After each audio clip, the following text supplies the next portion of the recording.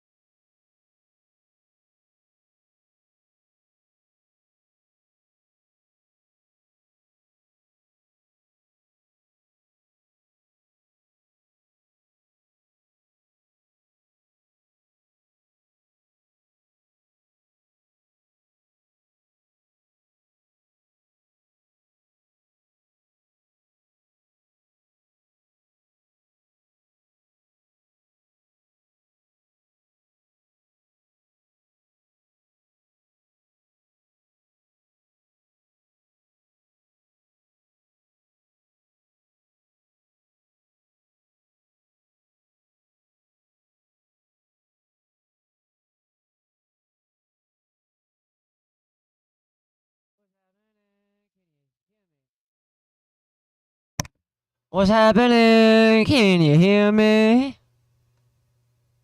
Let's make sure real quick.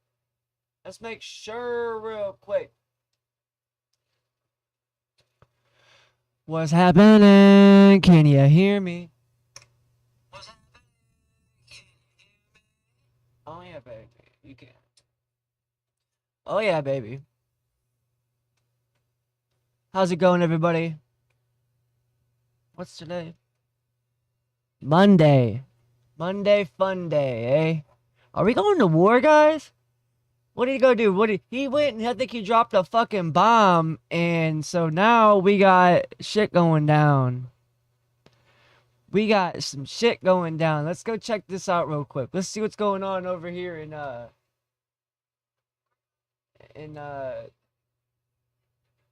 don't know. I think we're going to war.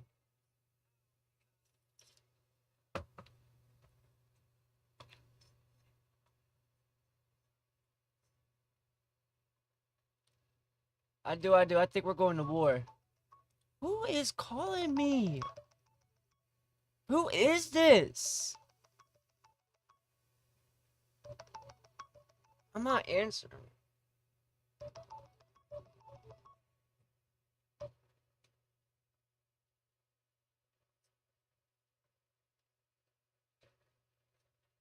I got time for that bullshit, bro. I texted you and asked you, who are you? But anyway, right now I'm looking on here on Twitter. And by the way, if you guys are wondering why I'm like looking funny, is because my neck and my back is fucked up right now, unfortunately. Damn, I gotta fix the live chat thing right here. This thing's all fucking... It's all fucking weird.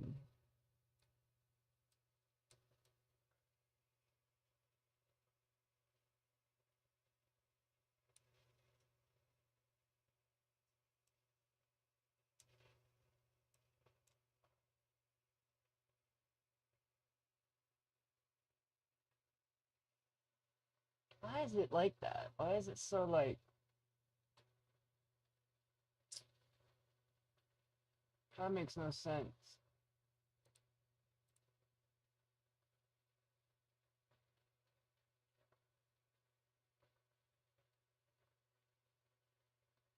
I don't know, kind of weird. I think I'm just gonna put it back the way it was. It's a little brighter, you can see it better. It's whatever. Anyway, so it's looking like we're going to war, guys. I don't know what's going on. I've been seeing some things online about dropping bombs on Iran and you know, all that freaking stuff. It says live nuclear war alert. Trump threatens Russia. What the fuck do you mean? Oh, it wasn't me.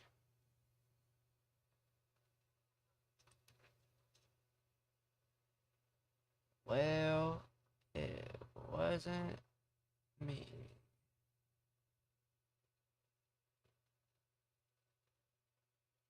Let's go. Let's go. Let's go. Let's go. What the fuck? Anyway, so it's not like we're going to war, guys. I don't know what's going on. I've seen some things online about dropping bombs on Iran. I'm always late to the party, of course. I'm known for that. I'm known for always being late to the party when it comes down to things like this.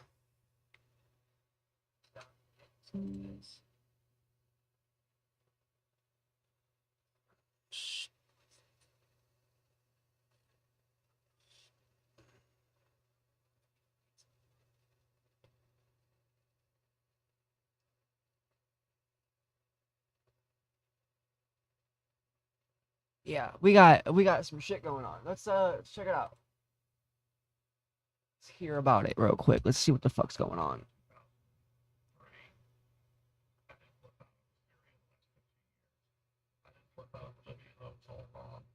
I'm not a political person, by the way, just so you guys know. I am nowhere near a political person.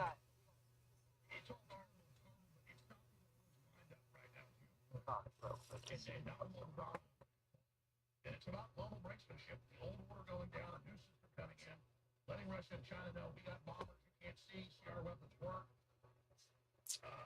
Threatening to use nuclear submarines on Russia. Russia threatened to give. That's what it was.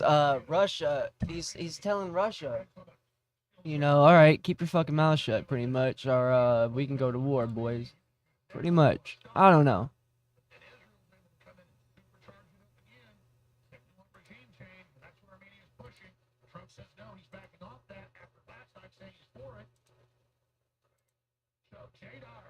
And we'll talk to him after this hour ends.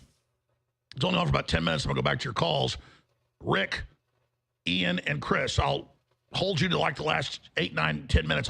You guys, I want to hear from you and hit a few final news stories. And Owen's always up to the minute. He'll have all the latest and all the clips and just totally. Owen's always done in his 8 years on air here an excellent job, but he's taking it next level. So is I was making sure everything's working. We're playing the game. We're not sitting here watching this shit. And again, the enemy does not like this broadcast for a reason. We actually, I just want to know what the fuck's going on. Really don't have an agenda other than being truthful and just in pro freedom and pro God and pro family.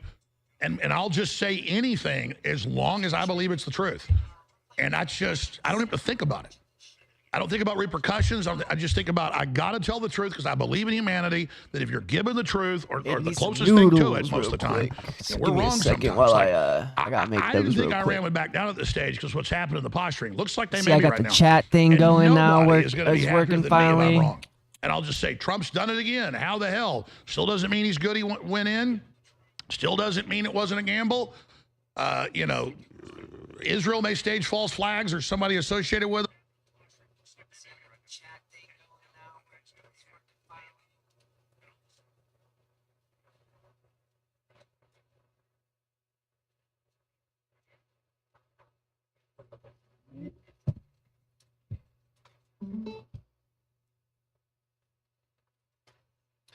By the way, I got some new followers. By the way, I gotta shout out real quick and let it be known that I'm very happy that they showed.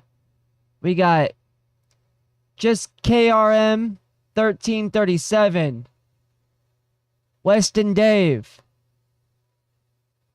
Trio XXBR.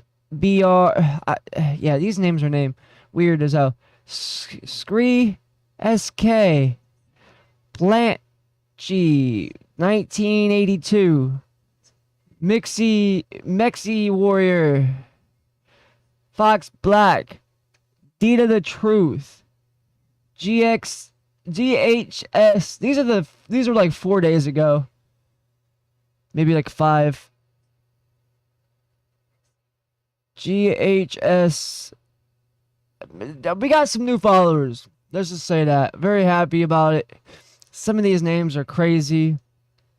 We got a new follower goal that I set up. But we really don't need new followers. We need more people in here, you know, talking and doing their thing, you know. So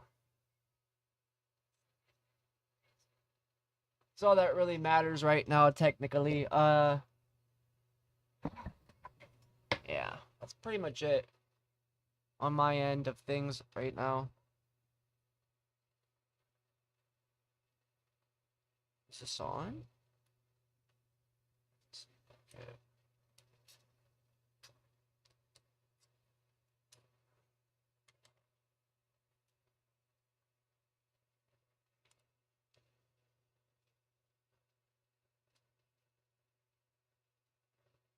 All right. Make sure we can hear everything real quick. Versions and flavors of it. Gotta get them sounds in here real quick. Hold on. Do not need that JBL. Not the JBL.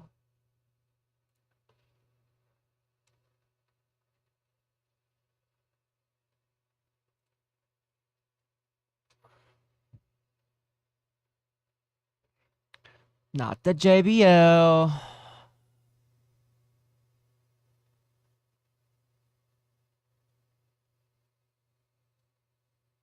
Disconnect.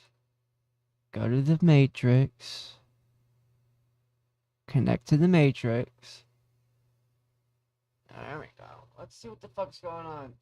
When I see on you probably know more factoids than I do because I've forgotten bitch. so much. Come But on. here's the deal. That's why people say I'm defending Israel, and I go, Israel didn't create using radical Muslims. They just picked up on it. It's British intelligence. Over 130 years they've been doing it. Hell, even before that with the Crusades, goes back 700. And of course, Napoleon converted to it for a while, was working with them. I mean, there's a lot of this going on. The Knights Templars, a lot of double dealing. So it's actually 700, 800 years old. But there is no doubt they opened the door in 79 to put the mullahs in. And you're right, created that British intelligence connection into the Muslim Brotherhood. Then you got Obama and the Arab Spring through that network, overthrowing our allies in the Middle East. I mean, so Israel is the little Satan when it comes to working with the big Satan, Islam, but America is the real devil running it. And when I say America, I mean CIA, MI6. I mean, it's just... Yeah. What are you guys' input on this right now? What do you guys think we're finna to see here soon, guys? What do you guys think is gonna end up happening? What, you think we're about to go to war? I think we're gonna end up going to war. I think Russia's tired of our shit. I think Russia is done with our shit at this point. And they don't want nothing to do with us anymore at this point. They're tired of our shit. Other than that, I don't know.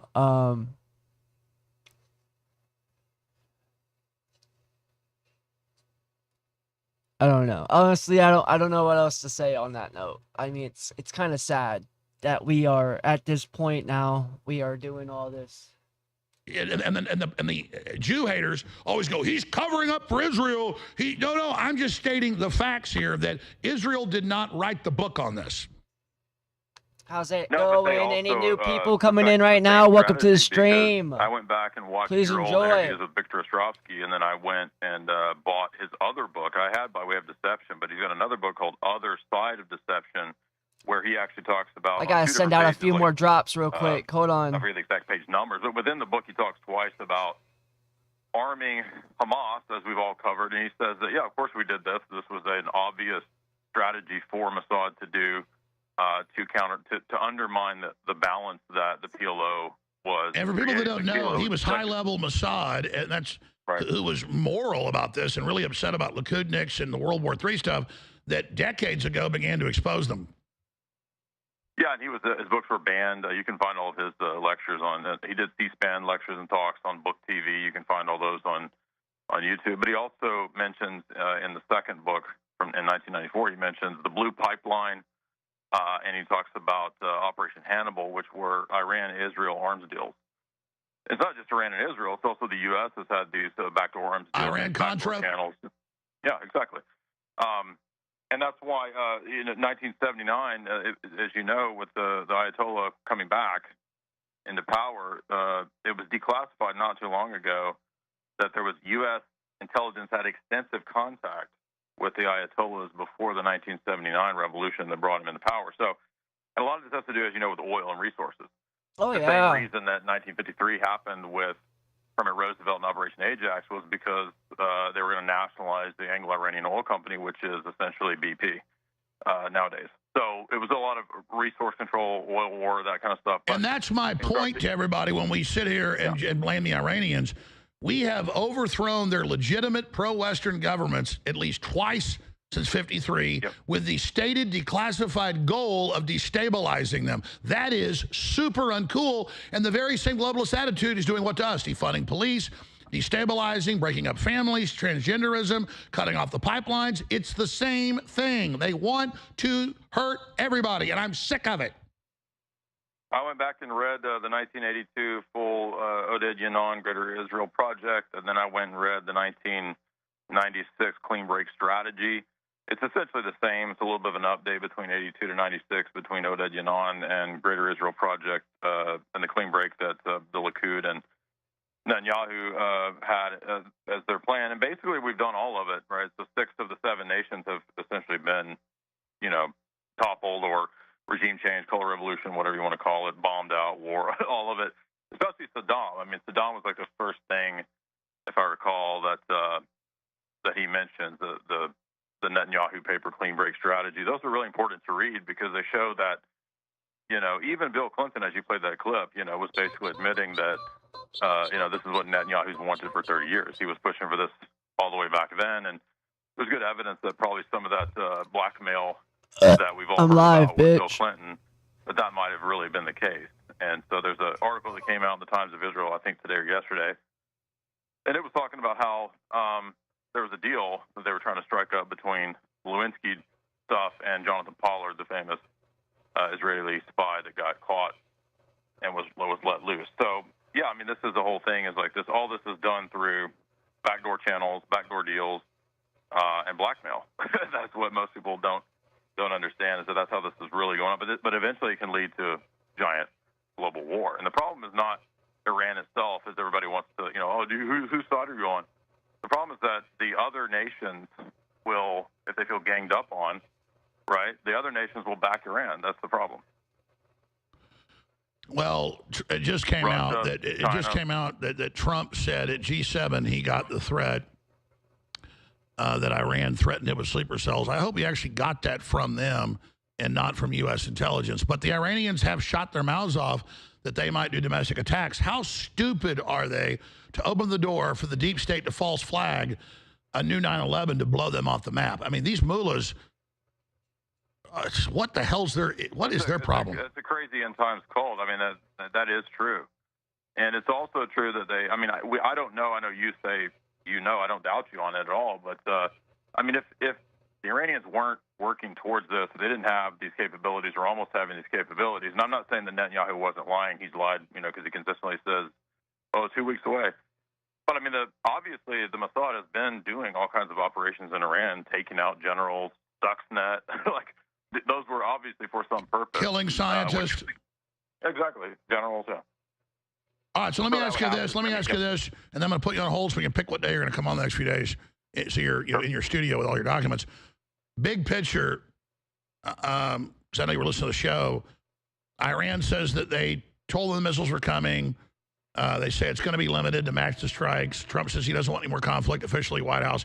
That looks like what they did when Trump killed Soleimani. And the Iranians said, we got to fire these 18 missiles at your base, but we're going to miss the base and hit the desert. We want to end it. It looks like that's happening. I hope that's the case. I don't think Israel, though, who wants regime change, is going to let that happen. I'm very concerned about false flags. What's your take with the pieces you see about what's happening and what Trump's real goal is?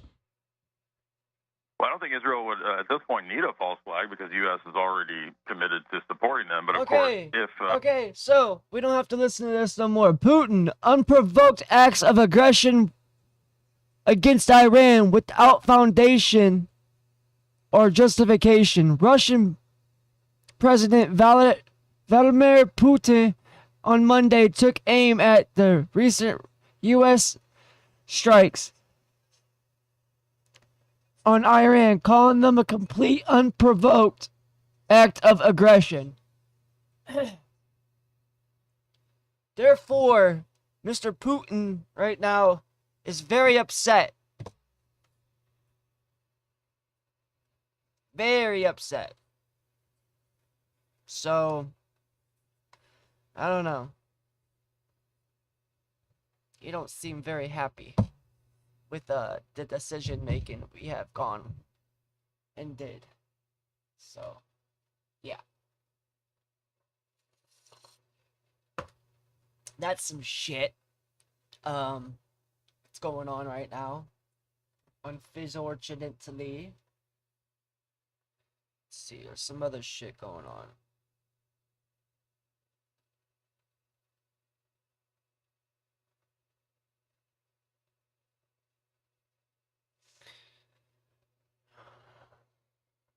I've also my news thing that I use is ground what is this called? Groundbreaking or something. I would definitely check it out. It's pretty cool. Ground news or whatever the case may be. I don't know. Very good source of news stuff. We are in it right now.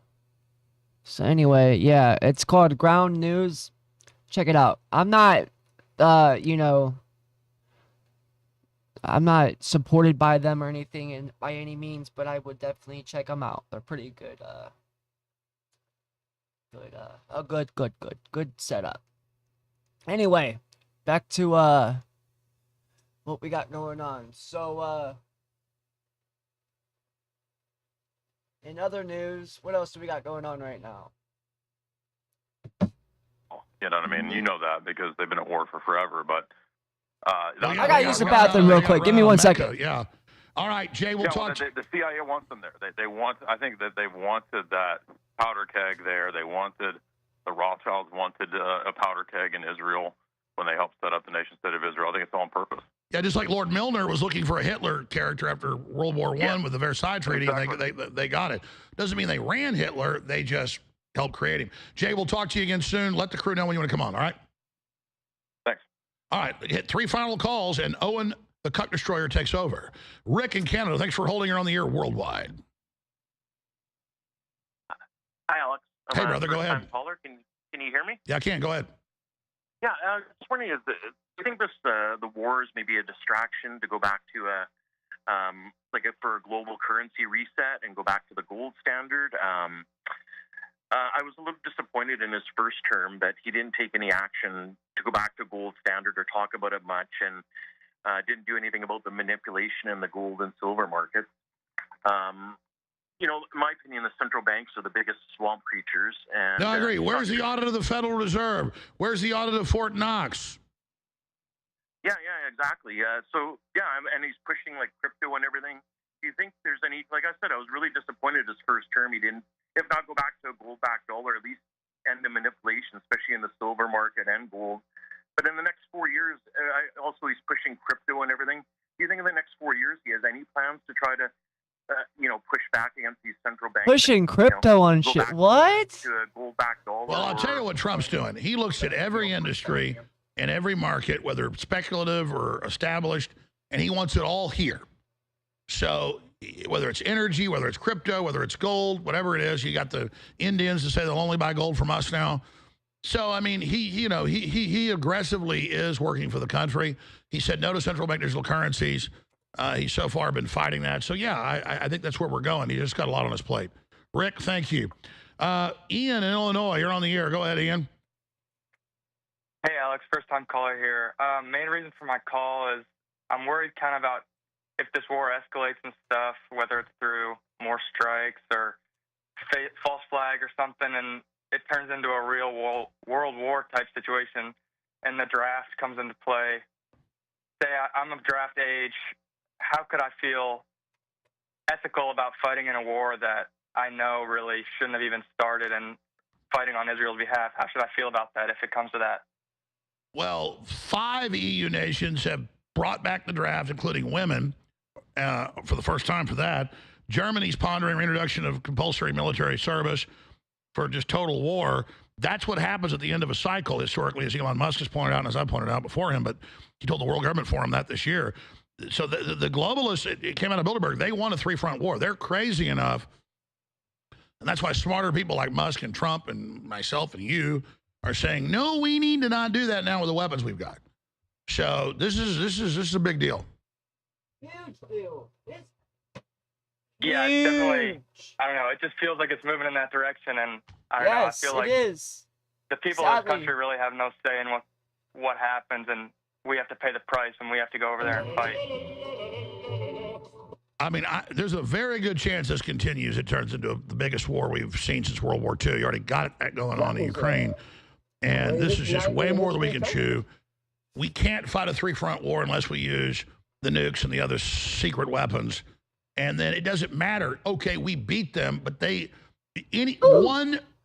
one Russian submarine with hypersonic missiles, if they shoot down half of them, all our major cities are still destroyed.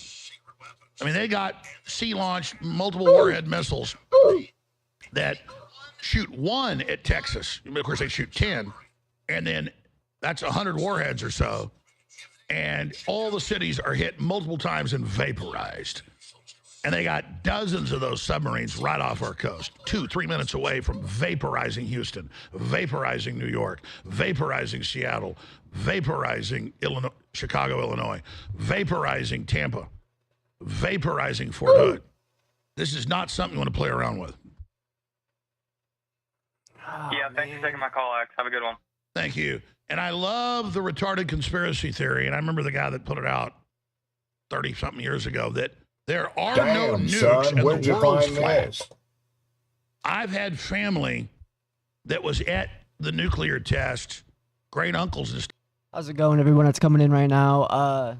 We're not sticking around. We're just wanting to see what's going on right now. We're not sticking around on this Alex Jones shit. I just want to know what the fuck's going on. I guess we are going the direction of war right now, and so I decided I was gonna try to watch this, see what's going on. If you guys want to stick around, please put your input in. That would be great.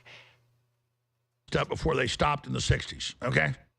When hydrogen bomb. Honestly, I don't think we're gonna get any further, like any more information on here. At least, I should look around some more, honestly. So, yeah. Bombs were tested in the Pacific and other areas. All right? So they don't go out and put 10,000 pounds or 100,000 pounds of TNT and blow it up and try to scare everybody. No. They watch it drop out of the airplane. They see it hit. Your cell phones are real. The satellites are real. All this stuff's real, folks. Bullet trains, 300 miles an hour. It's real. Okay? It's real. And that's old technology. Okay? You can do the equations yourself. That's how Max Planck 135 years ago had the equations for atomic bombs. The Germans theorized the atomic bomb. The Jews actually built it.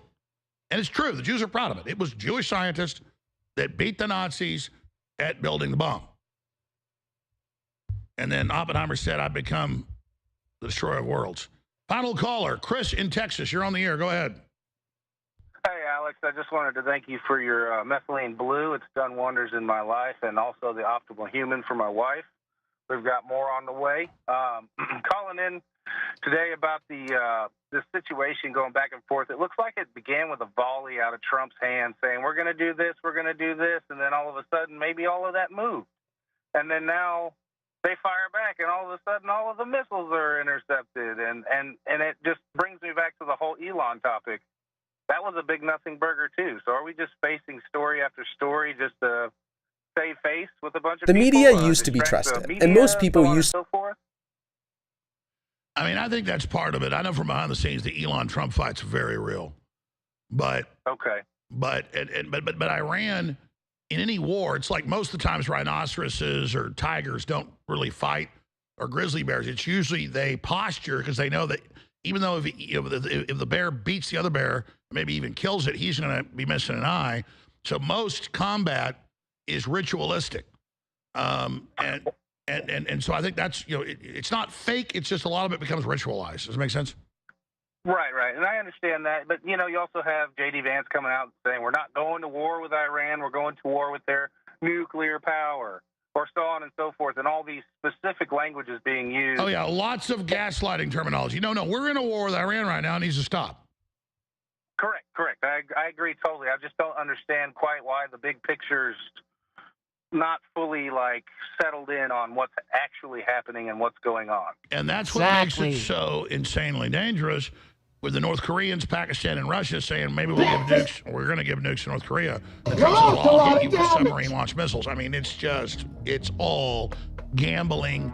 Even if half of it's Kabuki theater, you don't flirt with destruction. You don't tempt fate. Pray for peace. Pray for Trump to do the right thing. God bless you all. Thank you so much for the call, Chris. Owen Schroyer takes over now. Find the InfoWars feed and the Auctions Network feed now at Real Auctions on X, and watch Owen coming up. God bless you all. Ultra Methylene Blue is now available in sealed capsules, supercharged with organic vitamin. All right, enough of that shit.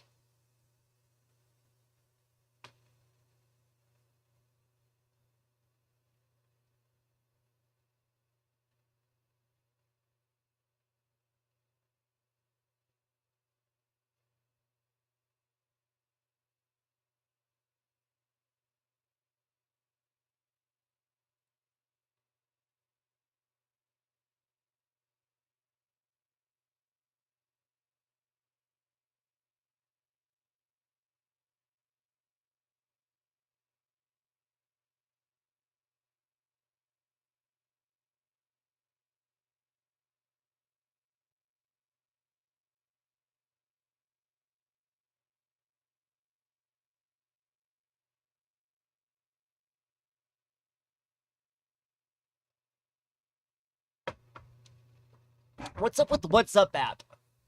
What's up with that shit lately? I've been noticing. WhatsApp app's been starting to become like banned and shit in certain areas and stuff like that now. Like, what's up with that shit going on? I never was into it. I never really used WhatsApp app personally, but it's kind of odd to me how it's like, I don't know.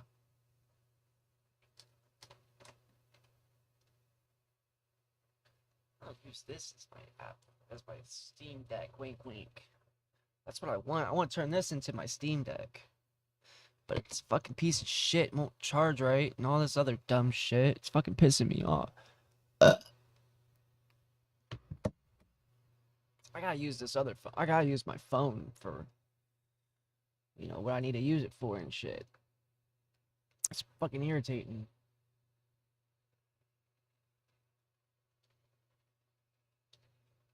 It's fucking irritating. Fuck. Too much going on here. Turn it down, buddy.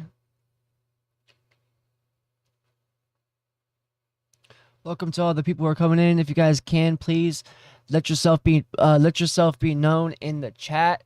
Just say hey, or I'm here, or I'm watching, or you know what I'm saying. That would make everything so much more better. When it does come down to it. Thank you very much.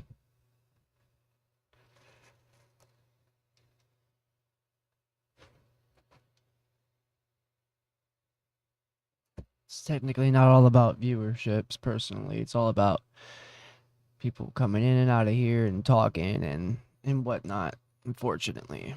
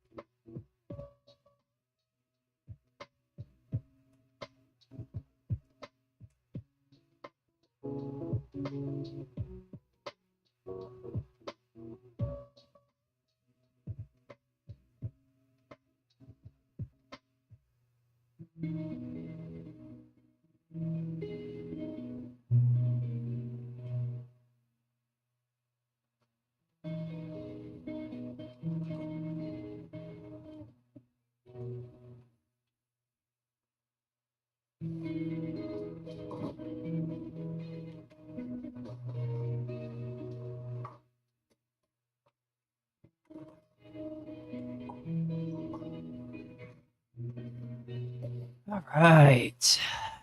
Sorry, guys. I'm trying to get set up. Finish getting set up real quick. Please do not get irritated with me now. Switch over to the other screen real quick. Let's check out the overlay real quick. Where are we at?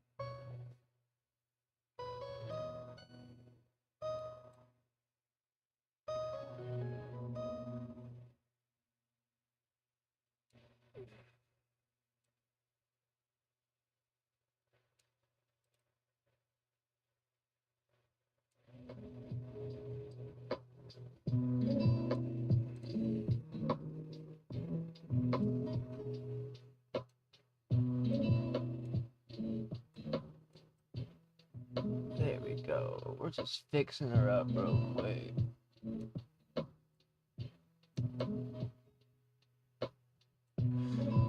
Fuck it, we're just gonna be like this. So we got the big screen real quick so we can talk and stuff like that. Leave it like that. Use the TV cam. Switch it up here and there if you feel like it.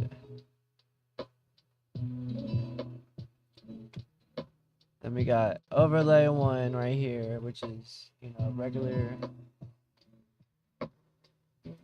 old thing we should be using in the first place.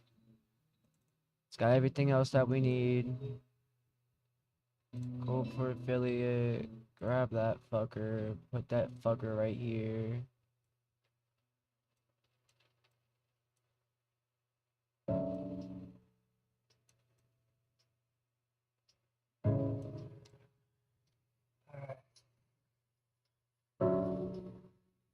It's all good and looking.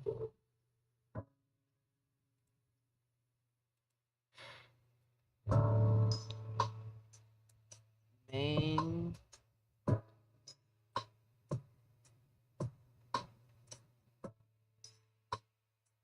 See.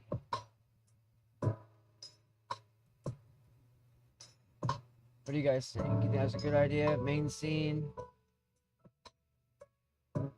Yeah, I think that's a good idea.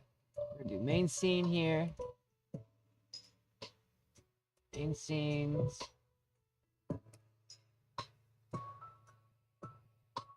Main scene 1.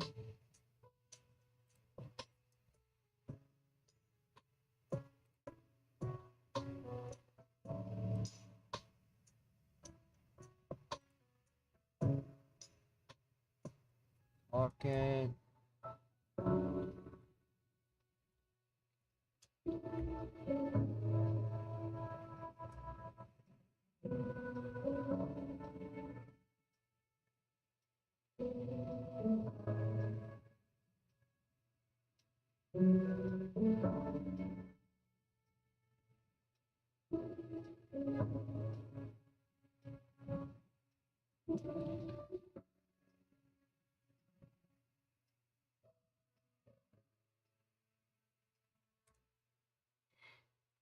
Talking scene.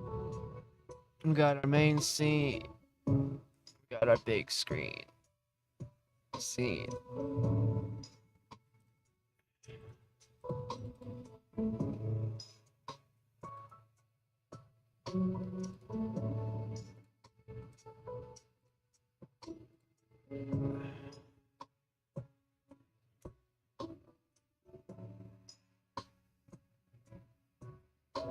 Big screen scene, baby.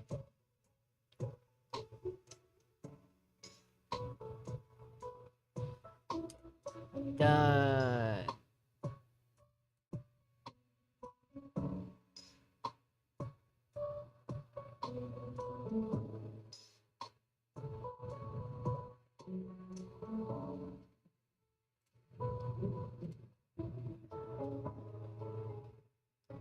Alright. Done with that shit. Set up nice. This was just chatting. Yeah, I forgot to say that. This was just chatting. We just chatting. Dollar Bank's new smart savings and know what I'm saying. So offering annual percentage let me 4.25%, which is 10 times the national average. switch to the other mixer real quick.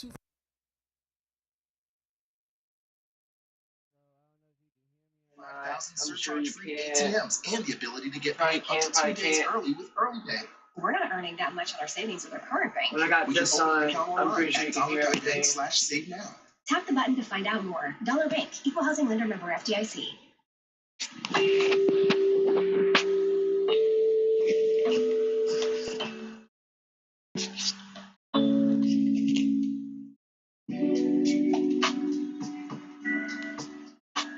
Check 1 2. Can you hear me with this mic on?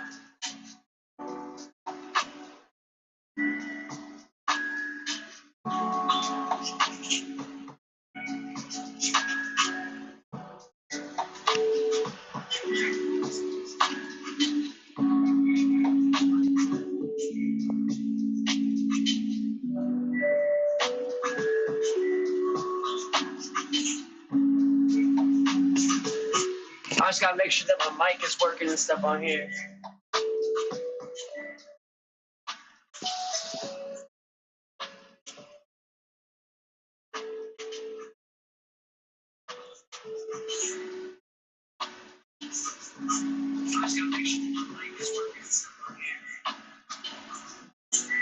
Check, check. You can hear me good though, right?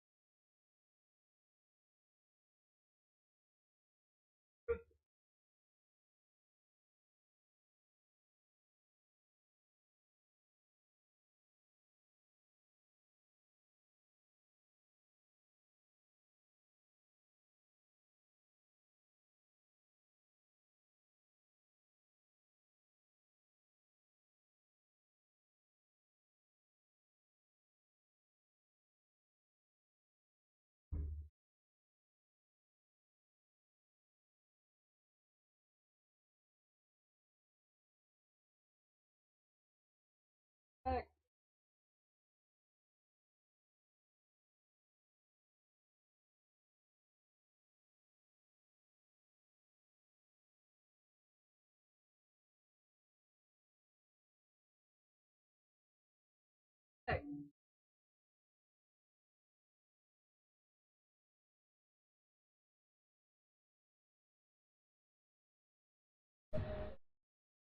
Check, check.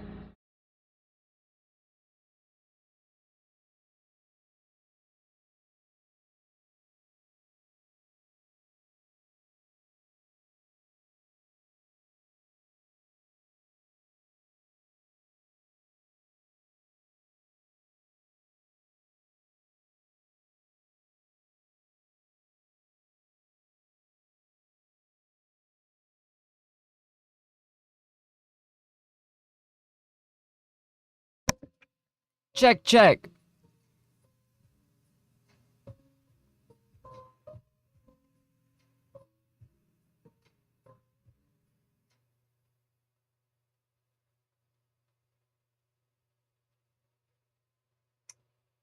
Check, check.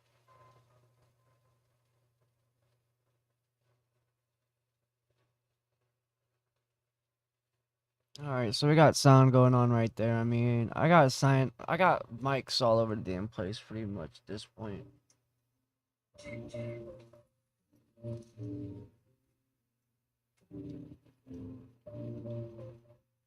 Oh shit.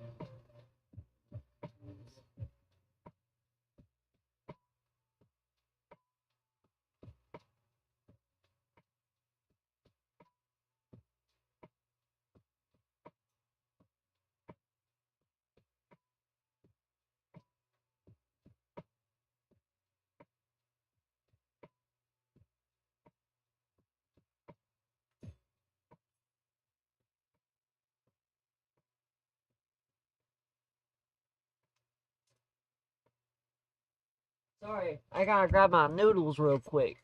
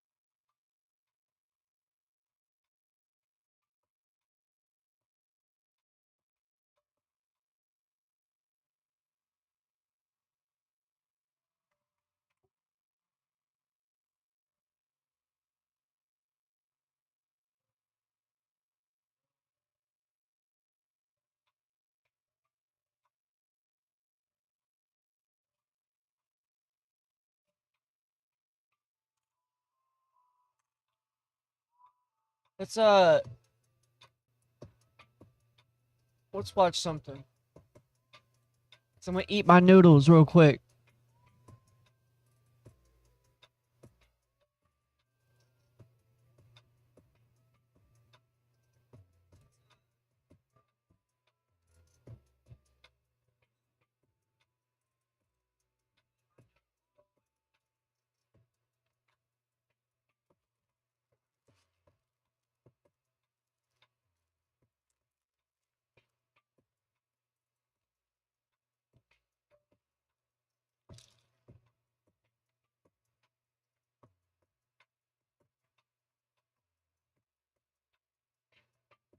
Fucking fork though.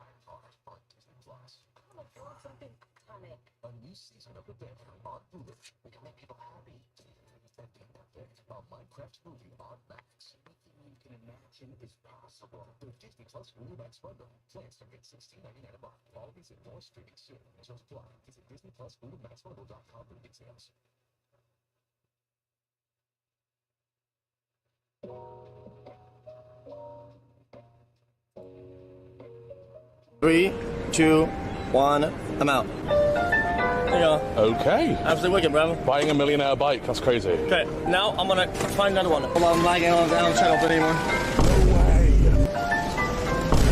Roll. Chat, you're good, you're just stop. 10 people just bought it. Chat. It reminds you of Dora. When they discover a location. Chat, stop, actually stop. Chat, please help her. Chat, please help her. Hold up, wait for it. We good? There we go, baby. No way. We are in, boys. Thank you, chat, whoever it is. Oh, there you go. Okay. 3, 2, 1, I'm out. There you go. Okay. Absolutely wicked, brother. Buying a $1 million bike, that's crazy. Okay, now I'm gonna find another one. Hold on, I'm lagging, I don't check up anymore. Roll. Chat, you're good. This guy bought a pizza off a DoorDasher and had zero shame. From a DoorDasher?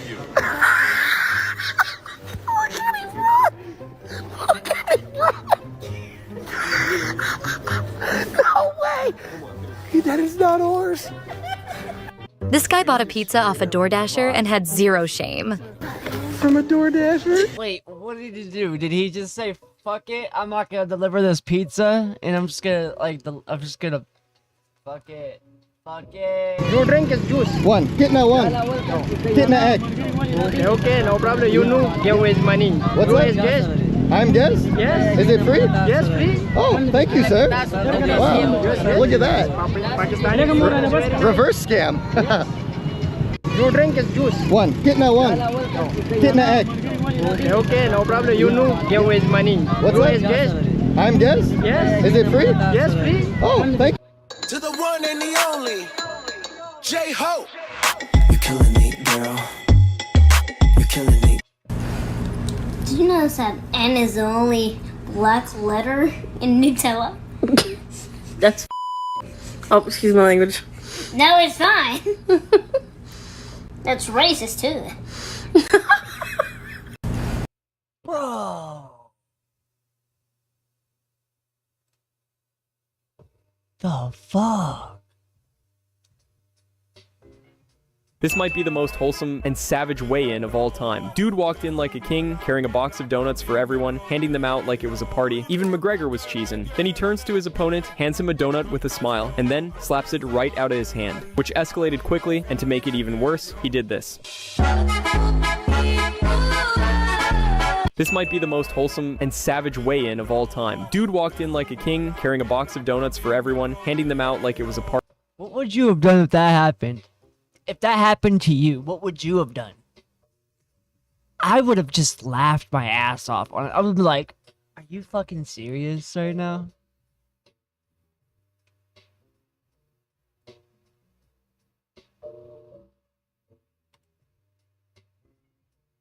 On that Mingo, I need help. Mingo, I need help. Okay, we get it, right? Your shit just sitting crouched? You can't even do nothing? I can't shoot guns. I'm not even sure. What? You can't even go to your gun? It's just, I need help. Nobody responds. Mike Tyson, 1996. On that Mingo, I need help. Mingo, I need help. Okay, we get it, right? Ready to be promoted. Center. March.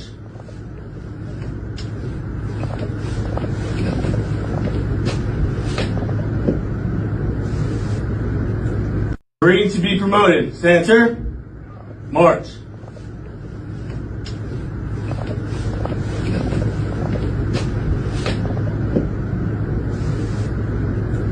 Ready to be promoted. Center. March.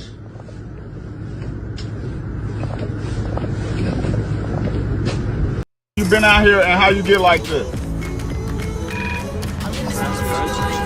You wanna do drugs? No. So why you sitting on the ground? I'm waiting for the bus. Pardon me. I'm sorry about that. Yeah. You been out here and how you get like this?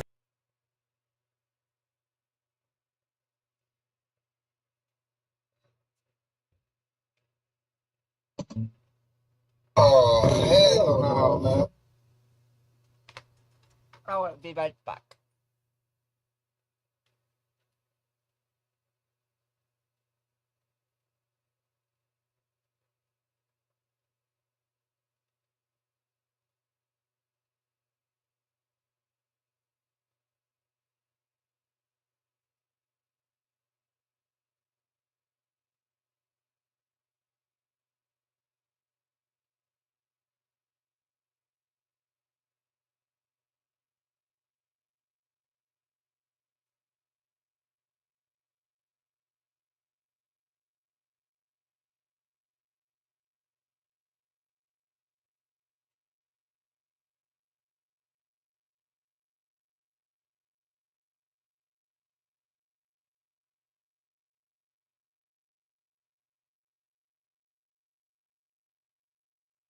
That's such a fatty, dude. Every time I make something to eat, she thinks that she's gotta have something.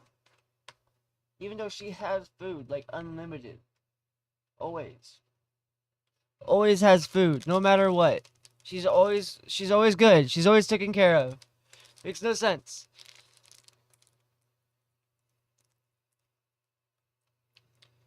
She acts like she's starving to death. Swear.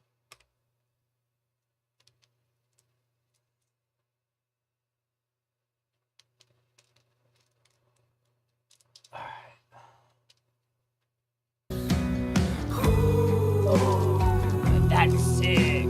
Ooh, ooh, ooh, ooh. I love that one, bro. That is so sick.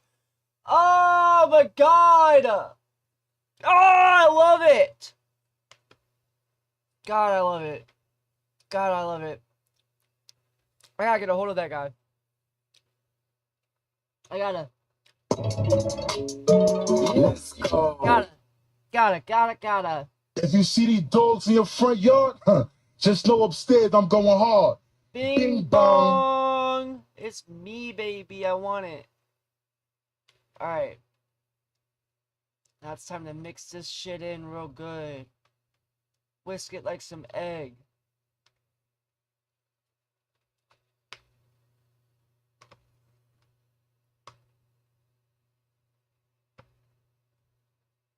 Did my noodles cook all the way? Better have.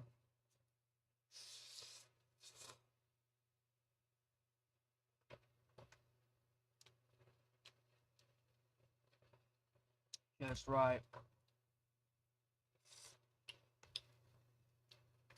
Why does it taste like kind of bland though? I've always had this issue with noodles. It always tastes bland.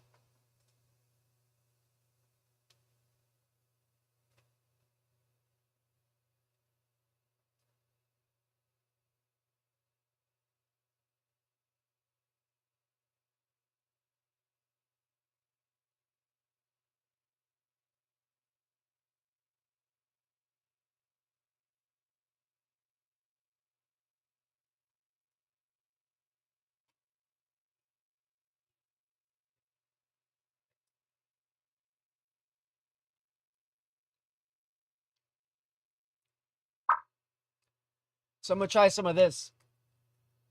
Mick creamy chili sauce.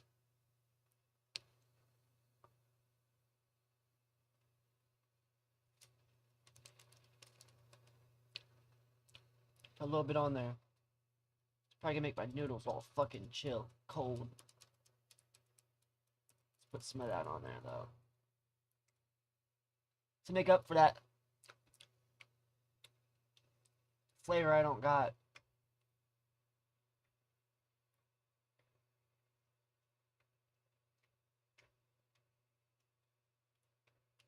Not gonna lie, these are probably about to be fire.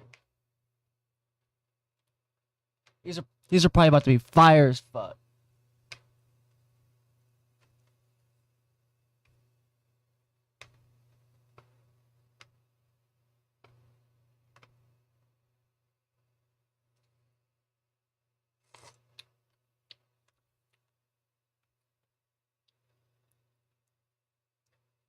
Bro.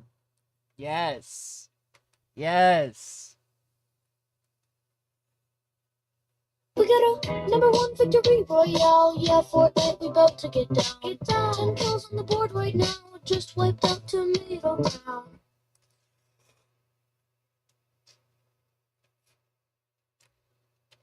What is it missing?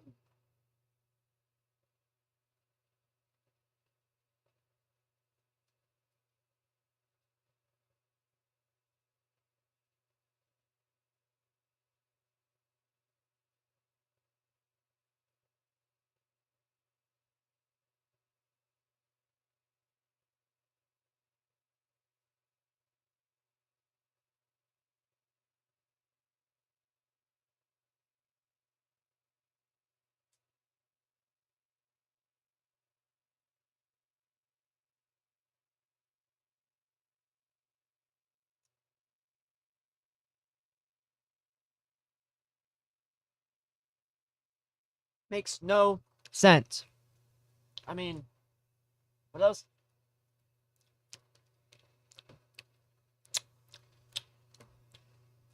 Could it possibly need? I should probably take a soup. Take this and try it. Like that.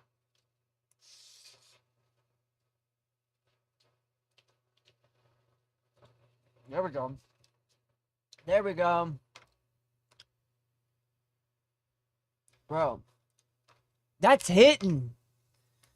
Try some of that. Try some of that creamy chili McCrisp chicken strip dip. Fire. Fire. Fire.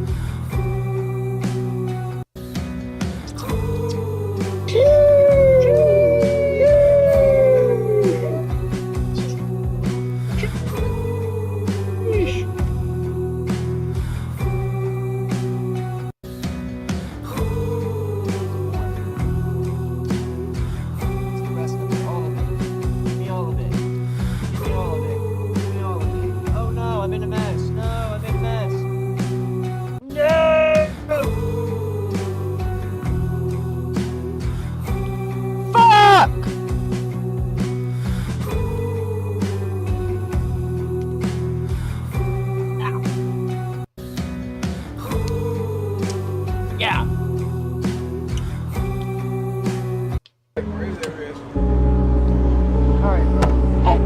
No, you good, did it? Man, you was peace, everything good.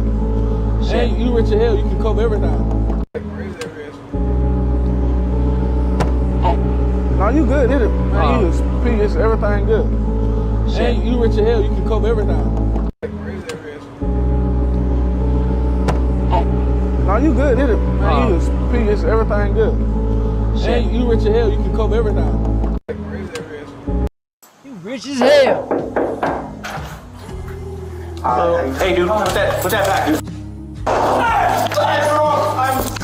Shots fired off range up. Hey, come out with your hands up, man. Alright, bro. Let's see your head. Come out. Come out with your hands up. I got 2 hands. Are you hit? No. I'm scared, bro. Hey, dude, put that back, dude. Shots fired off range up. Hey, come out with your hands up, man. Alright, bro.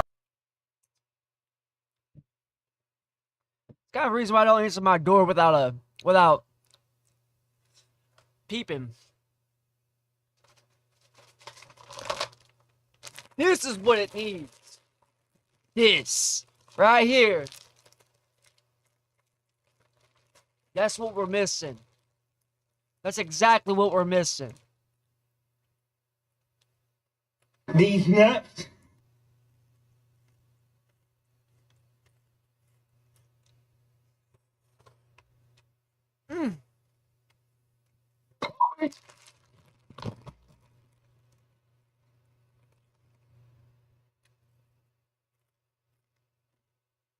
I'll be back.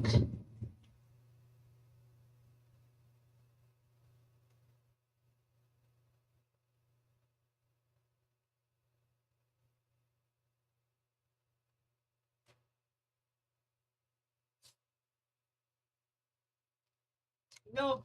I stopped drinking pop, but right now, this is probably fire with this.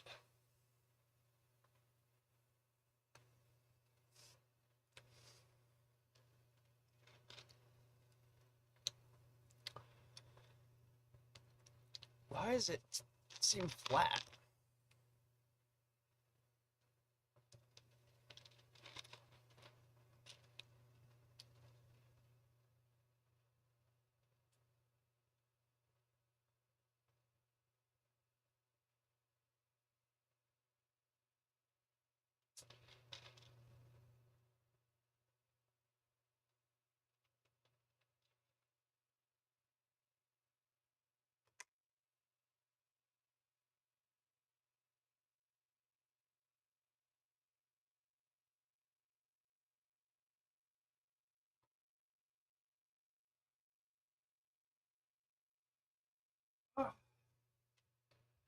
All right.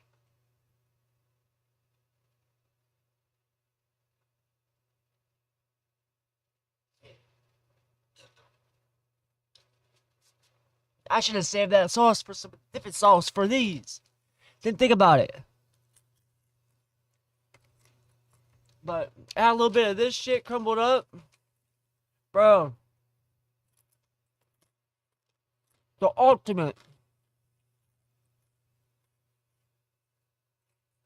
Alright. I mean, super fire. These noodles. Fire.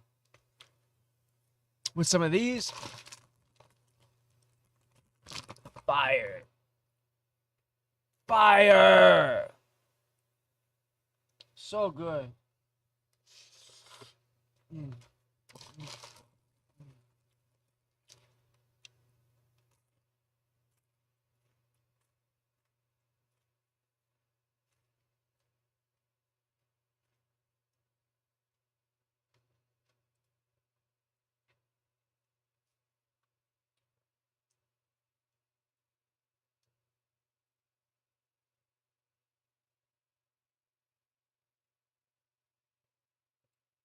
What happened to Mr. Beast?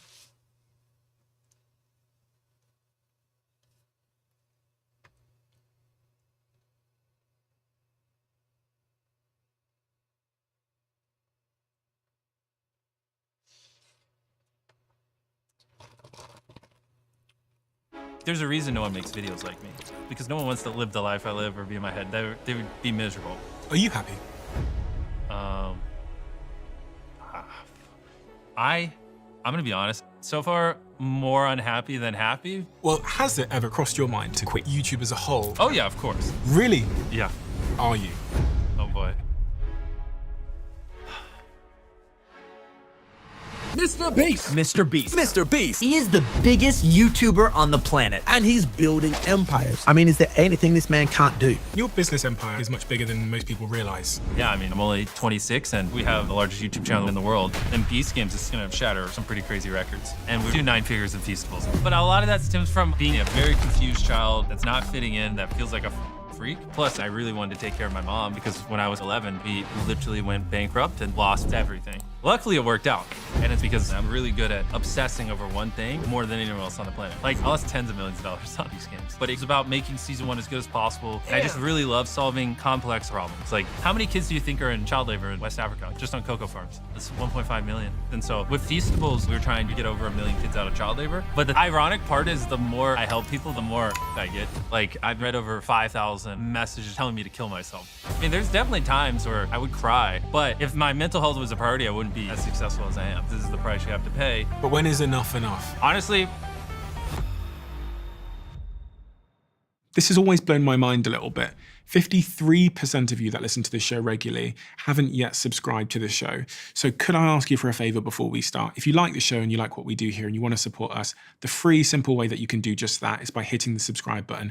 And my commitment to you is if you do that, then I'll do everything in my power, me and my team, to make sure that this show is better for you every single week. We'll listen to your feedback, we'll find the guests that you want me to speak to, and we'll continue to do what we do. Thank you so much.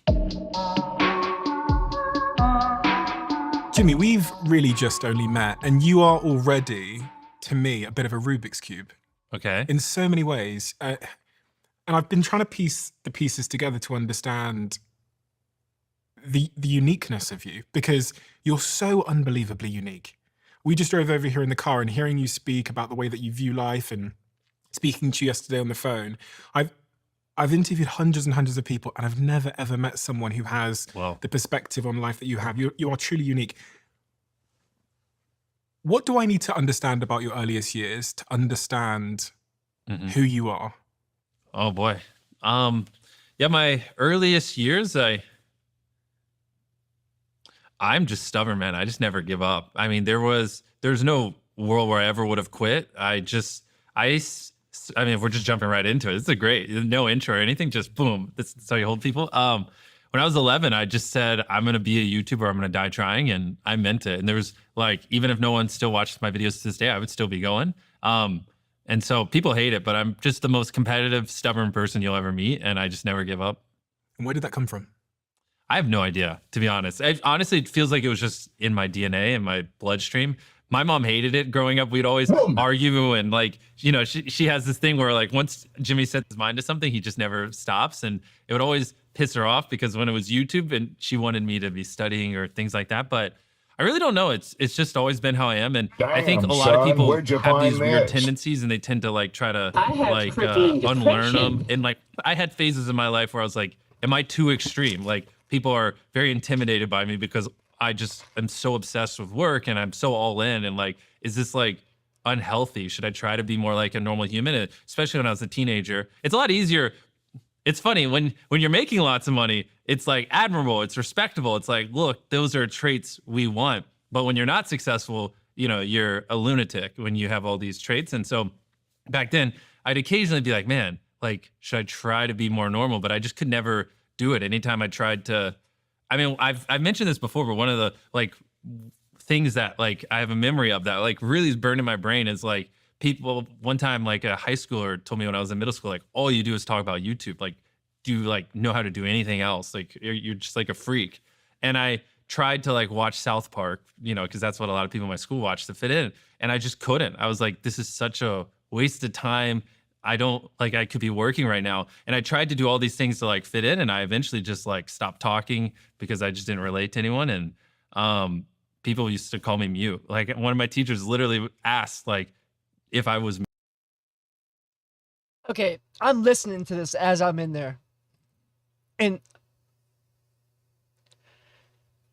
the more I listen to him talk about this type of stuff, the more it makes me feel like I relate to this man.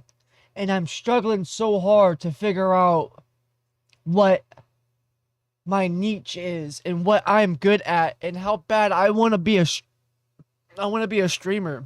Like, I literally want this so bad. And I got to a point. Oh my God.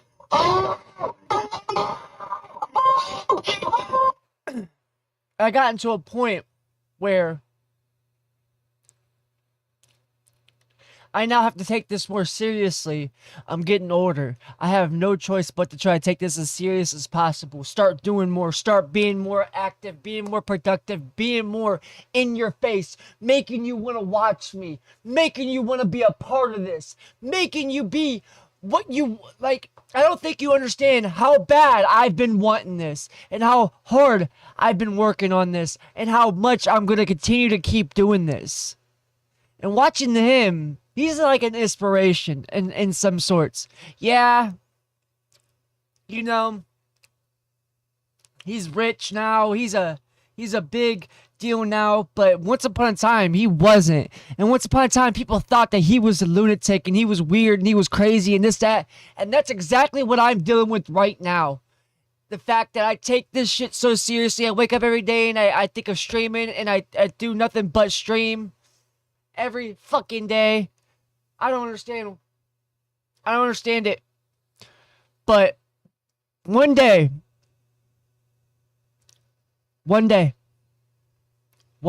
it will show. My work and how long I've been trying to do this and how much I've been doing, and it will show one day.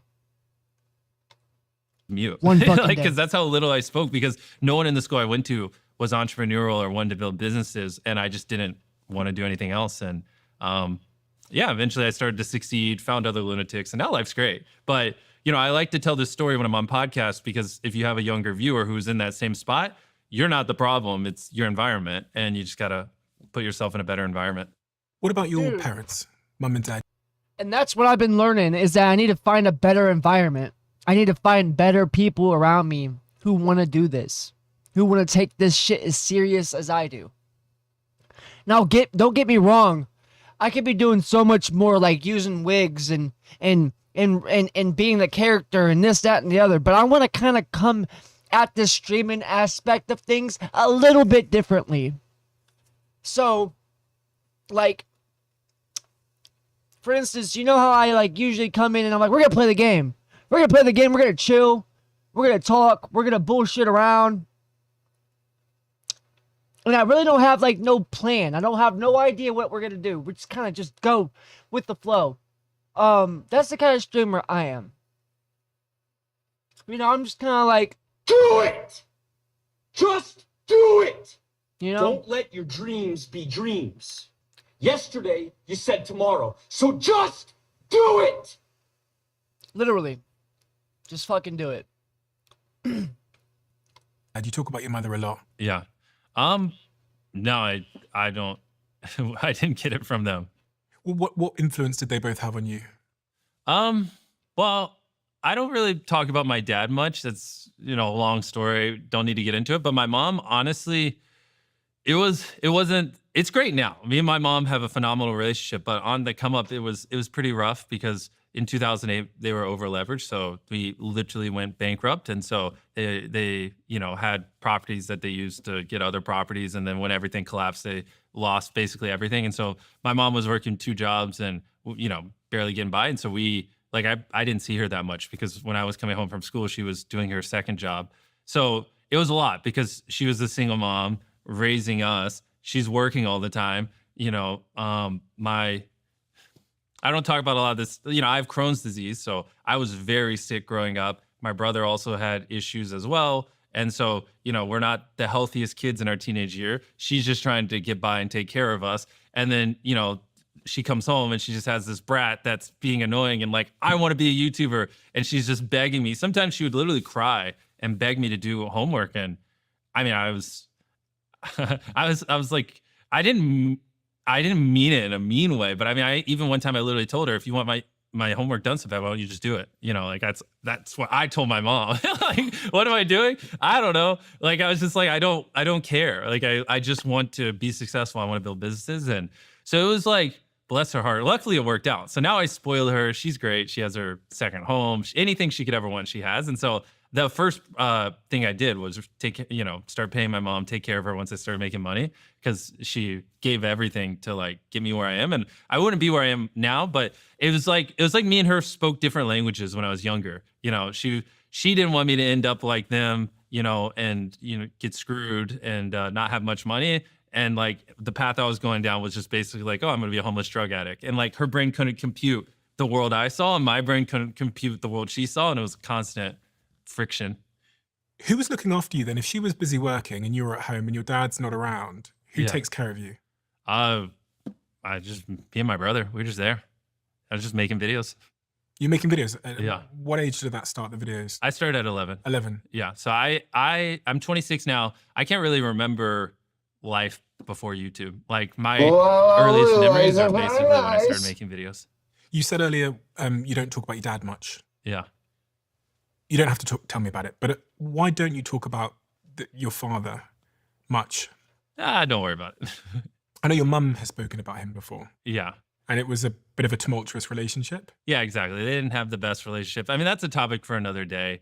Honestly, kind of a sour way to start it off, but yeah, my mom is great. I love my mom.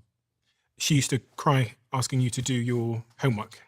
A lot of things. She would cry because I wouldn't put money away. When we started making money, she thought it was too risky. And I mean, the thing is, nothing she would say was unreasonable, right? Looking back at it, she was perfectly reasonable in what she was doing. I'm just a deranged lunatic and was way too obsessed with building the business and way too all in. Like it's very cute. One time she, like, when we had, I don't remember, like some month where made like 100 grand, and I'm like, okay, perfect. Now I can spend 100 grand this next month on videos. And she like took like 5,000 of it and put it away for me in my own bank account without telling me. But in case, you know, I ever went, you know, was over leveraged or went bankrupt like they did. And I found out about it, and she's like, please don't take this money. Just let me set aside anything. Stop spending everything on videos. And I was like, no, this is perfect. Now I can spend more. Like, this is awesome. Thank you, Mom. And like, but to me, I don't really feel risk. Like, if anything, it like risk excites me, and like I have very high threshold for it.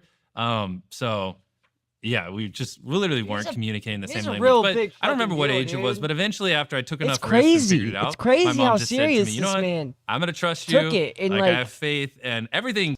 He took it and he ran with it and he didn't give up. And look at him now. Like, and I don't want to get that big.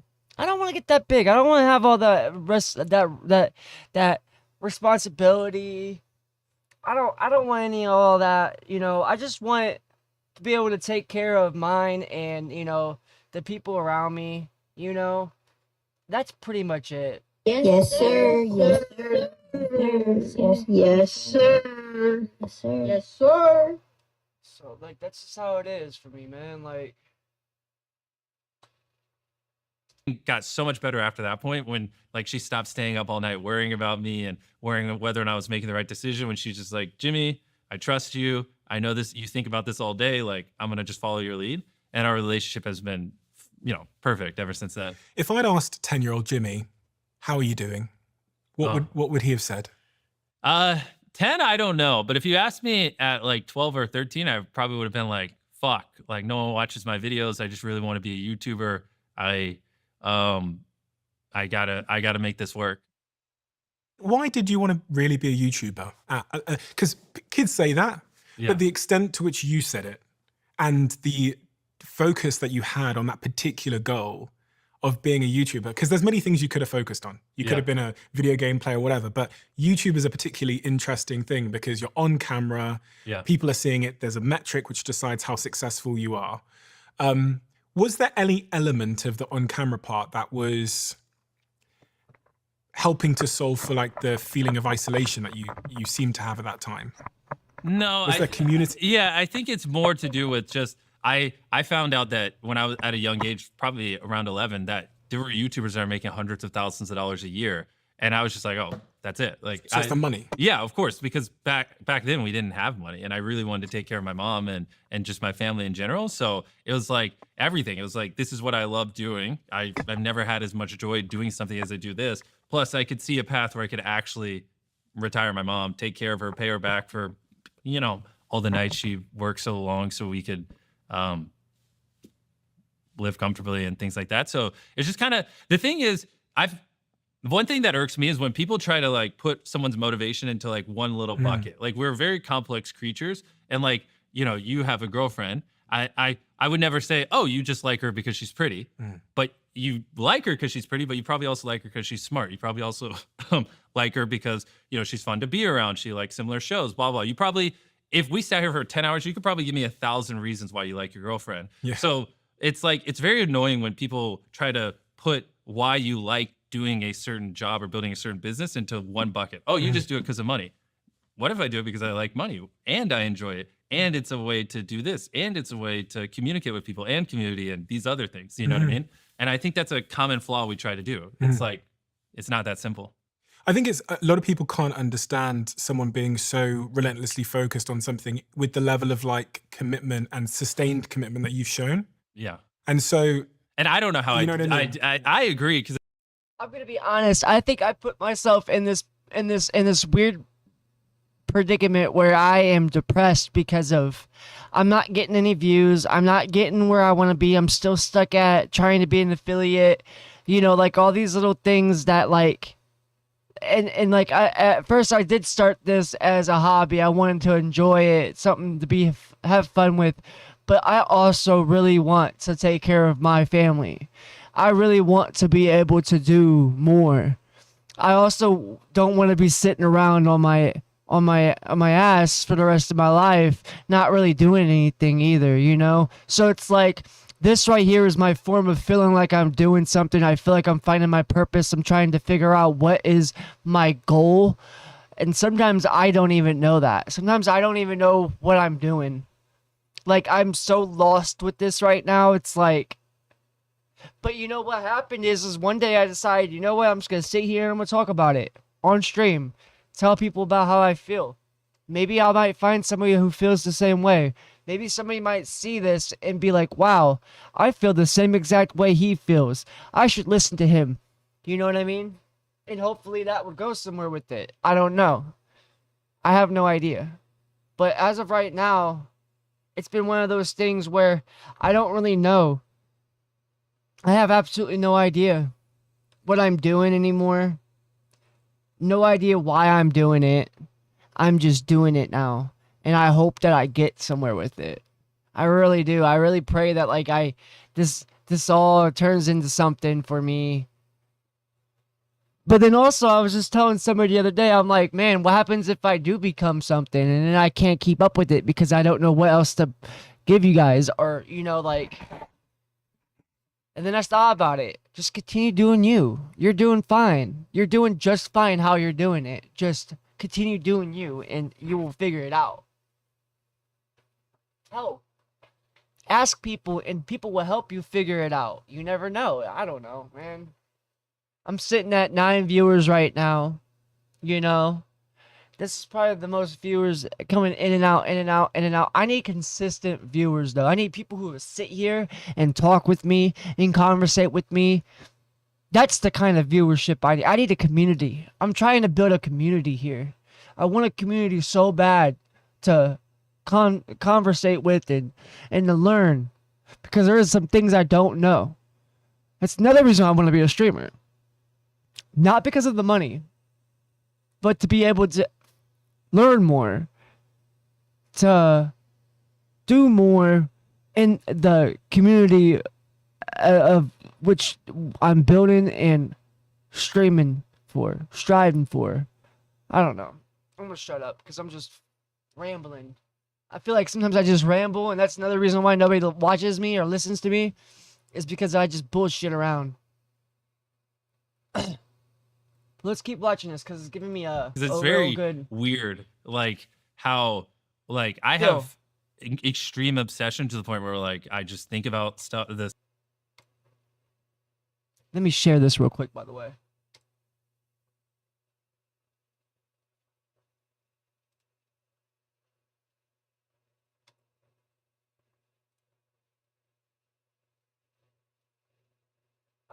I hate when every time I try to do this.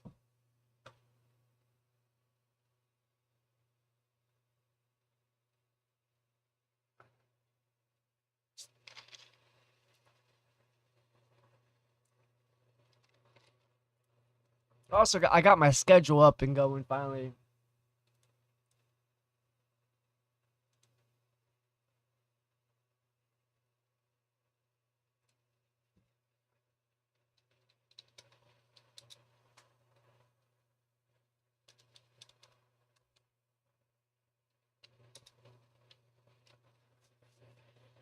Just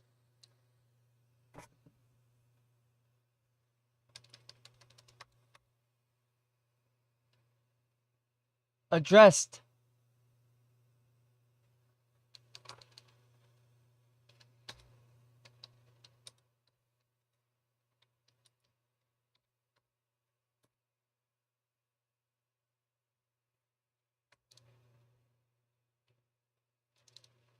Today we address the do's and don'ts and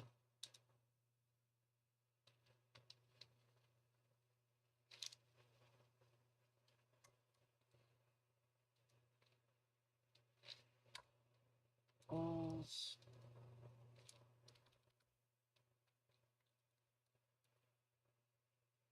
Do's and don'ts, goals and dreams.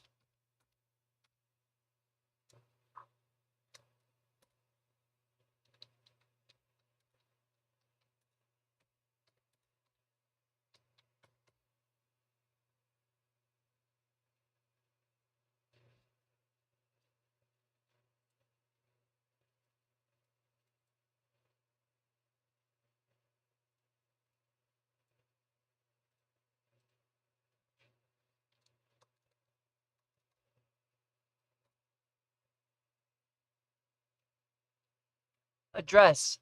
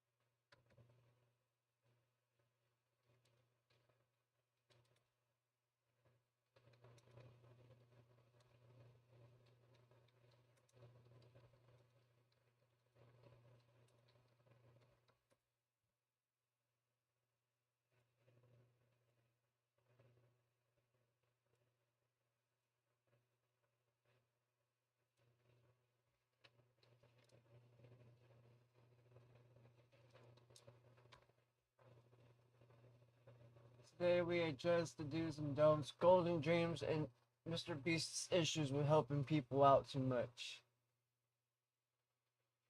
Whatever. That's good enough for me.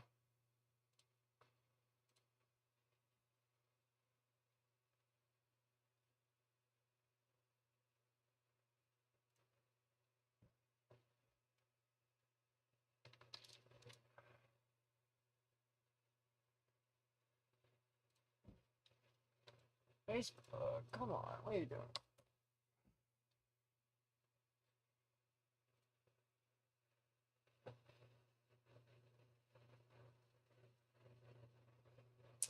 It's taking forever, guys.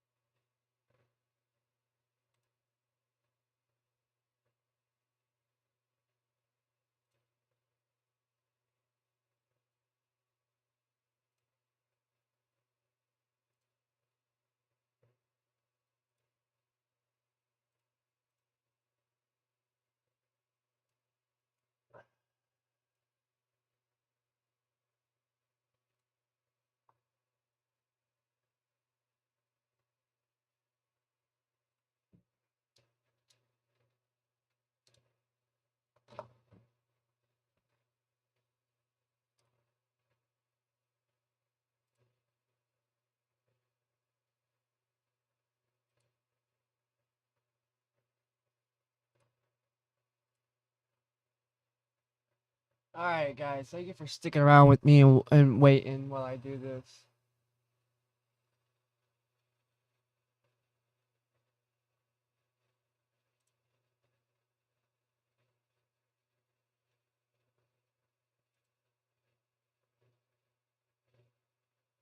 The same, like, for me, it's much easier to think about something 16 hours a day for 7 days straight than it is like to like gear shift constantly. I'm like really good at just obsessing over one thing more than anyone else on the planet. If I were to say what's my superpower, it's that I can just obsess endlessly about something, and I can just have the same thoughts over and over and over and over again. It's very weird. Like, it wasn't like it was work for me grinding YouTube for those 10 years or whatever where no one was really watching it. It's just like kind of who I am. It would have had to have been a deep obsession because you were doing it when no one was really watching or paying attention, or really when the platform was. There was literally a day when I was 19 or 20 where I woke up, joined a Skype call with my friends, and where we like were reverse engineering, you know, why certain videos do well or whatever. And I remember that call being over 18 hours long, and then I hung up, went to bed, woke back up the next day, and instantly got back on the call and picked back. Like, that was the level of like hours we were putting in. I mean, I didn't know anything besides just trying to make it happen. Was there anything else that you showed that level of obsession to? So at that age, no. I would say from 11 to 15, it was a mix of YouTube and baseball. But when I turned 15, I got Crohn's and I went from like 190 pounds down to 139. I lost all muscle I had, and so I was like, all right, I'm not playing baseball in college anymore. So then I was like, fuck it, it's just all in on YouTube, and then up until really Feastables, it was basically just YouTube. For whatever, I never thought I would find like this kind of love for I thought it was specifically video making, but I have found over like the last 2 or 3 years, just in general, I just enjoy entrepreneurship, and I've been really deeply loving getting like obsessed with Feastables and other things, and so which was very weird. Like when I first started a chocolate company, it was like kind of a side thing. But the more I started to work on it, I got a lot of the same highs I got when I was making videos, just in different ways. And so now I'm like, I know way too much about the chocolate industry. I'm like, it's pretty crazy. I never imagined I would have put the thousands of hours I've poured into building Feastables. And so I think just in general, it's just, I just really love solving consistent, complex, hard problems. I think that's like what gets me out of bed, and like the harder the problems, the more exciting it is. Consistent, hard problems. I want to talk about that and also Feastables, but you mentioned Crohn's disease there. Yeah. And a lot of people don't know what that is and the impact it has on someone's life. Are you aware of it? I am, because I had a team member that had it. So in order to help support them at certain times when they had to leave and stuff like that, I got a little bit more aware of what it means and how it impacts you. But could you give me your perspective on that? Yeah. So Crohn's disease is when your immune system attacks itself. So when I was 15, I just started going to the bathroom 8, 9, 10 times a day, not digesting any food because my GI tract is like literally just attacking itself. It's very weird. Your immune system in your gut thinks your gut is a foreign invader, and so it just starts attacking itself, which if you're just using the bathroom 10 times a day, not digesting food, that's why you drop weight rapidly, and it hurts like crazy because it gets very inflamed, and it feels like someone's stabbing you in the gut with like a knife constantly when it's really, really bad, which is what I had. So I lost 50 pounds, which is crazy because I was already relatively lanky. And we were just trying different medicine. And then eventually I'm on a pretty extreme medicine called Remicade, where just basically you nuke your immune system, which is why my voice sounds a little off right now, because I just got the flu, I got COVID 6 times, I got shingles, like I get sick all the time, because for me to have my GI tract stop attacking itself, we basically have to shut down my immune system. So I have like a really weak immune system, so I just get sick all the time. Like, so I have like random rashes and things like that. So it's like, it was pretty brutal, to be honest. And then it randomly flares up sometimes and just makes you very sick, very tired. Like, I just live life on hard mode, to be honest. Like, if you wake up and you have energy, like, you're already leaps and bounds ahead of me. Like, it makes things way more difficult. And so you still wake up with some days where you don't have energy? Of course. Which is really hard to believe for someone who's so productive, for everybody looking on. Yeah, you just gotta really love what you do. I mean, and push through it. It's pretty brutal, because then you compound that with always being sick. And I mean, yeah, I just spent 4 days in a hospital in South Africa because I got the flu, and it just takes me a lot longer to recover from certain things. So, it's brutal, and that's where if I didn't work so much, I would spend more time researching Crohn's, because surely there's a better way to stop it than just destroying my immune system. And ideally, I don't do that deep into my 30s and 40s. So I see it as a little bit of a Band-Aid. But, I've met with the top Crohn's doctors in the world, and so far they're like, this is just the answer, and you're just lucky your gut isn't attacking yourself. But I don't know. I feel like the medicine they give people with Crohn's is kind of silly, and there's got to be a better way to treat it. I mean, the ultimate solution is they just cut me open and cut out a large part of my GI tract, and then there you go. But, I observed in the team member that I had that had Crohn's, just a bit of a mental roller coaster as well, because there's a certain unpredictability to it. Exactly. Which makes life... Oh, it's even worse when you're filming, because you got this huge multi-million-dollar set and 200 people waiting on you. And, sometimes you don't know if you're going to have a flare, but you just got to go fuck it and just down some caffeine and crank it out. I got diagnosed with ADHD. You did? Yeah, I got diagnosed with ADHD, and it made me think a lot about myself and the way that I am. I'm not the type of person to embody the label or think it really means much. Yeah. I am just who I am. Have you, are you in any way neurodivergent? I've been told, by a doctor I have ADHD. I mean, I'm not surprised, because I just sit and obsess over things constantly. But I think I'm happy with however my brain is wired. I don't really care to change it. Like I said, I think one of my greatest superpowers is my obsession, and I think some people would view that as a weakness, but I just if you just think about solving problems 3 times more than everyone else, like you're bound to come up with different solutions. That's one of the things you mentioned earlier. You like solving hard problems consistently. When you think back over the last 10 years of your life and the success you've had solving some of these hard problems, if you were to like break it down into some core components of that you've learned, one of them is obsession that you said. a black car weasel. What are the others? I mean, it's all the typical stuff. Like you are obviously who you surround yourself with. Furries, man, are fucking luckily, nuts. I just got around the right people in my later What teenage the fuck? years. What is because up with this I furry feed shit, off by the the way? energy. Why the fuck? What the fuck? What the fuck? No! Go back!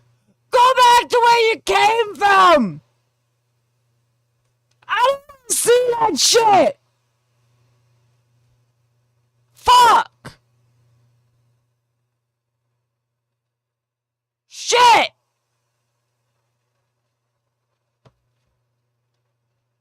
Nobody wants to see that!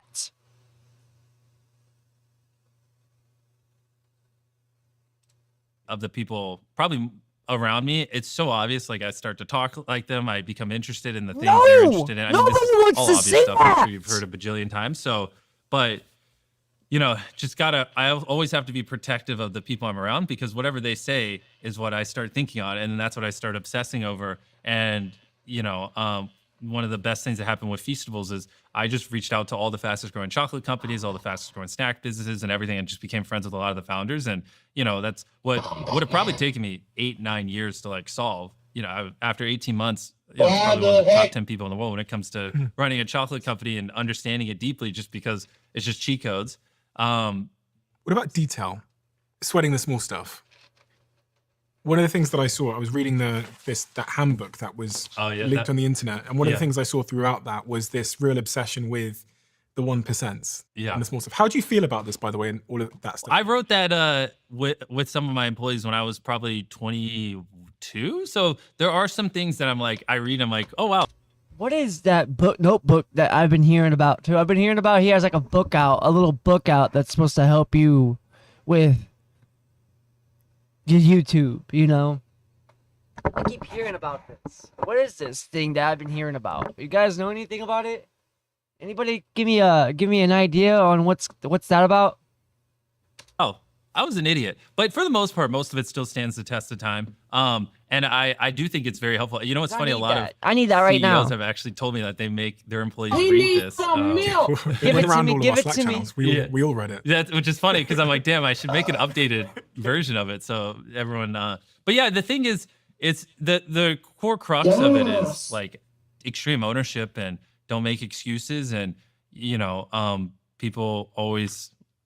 Yeah, I mean, I'm getting a lot of deja vu from when I was writing that. It was just a different time back then too, because I had no idea what I was doing when I was 21, 22. And I just found that I was constantly teaching people the same things over and over again.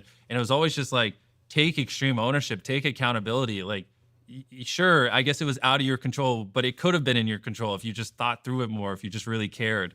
And that's what I was just trying to convey in it. And the other thing that comes through in this, but also all of your work, is just this idea, something that I've learned from you just from speaking to you on the phone yesterday, that nothing is impossible. Yeah, exactly. And watching Beast Games over the last... I love that.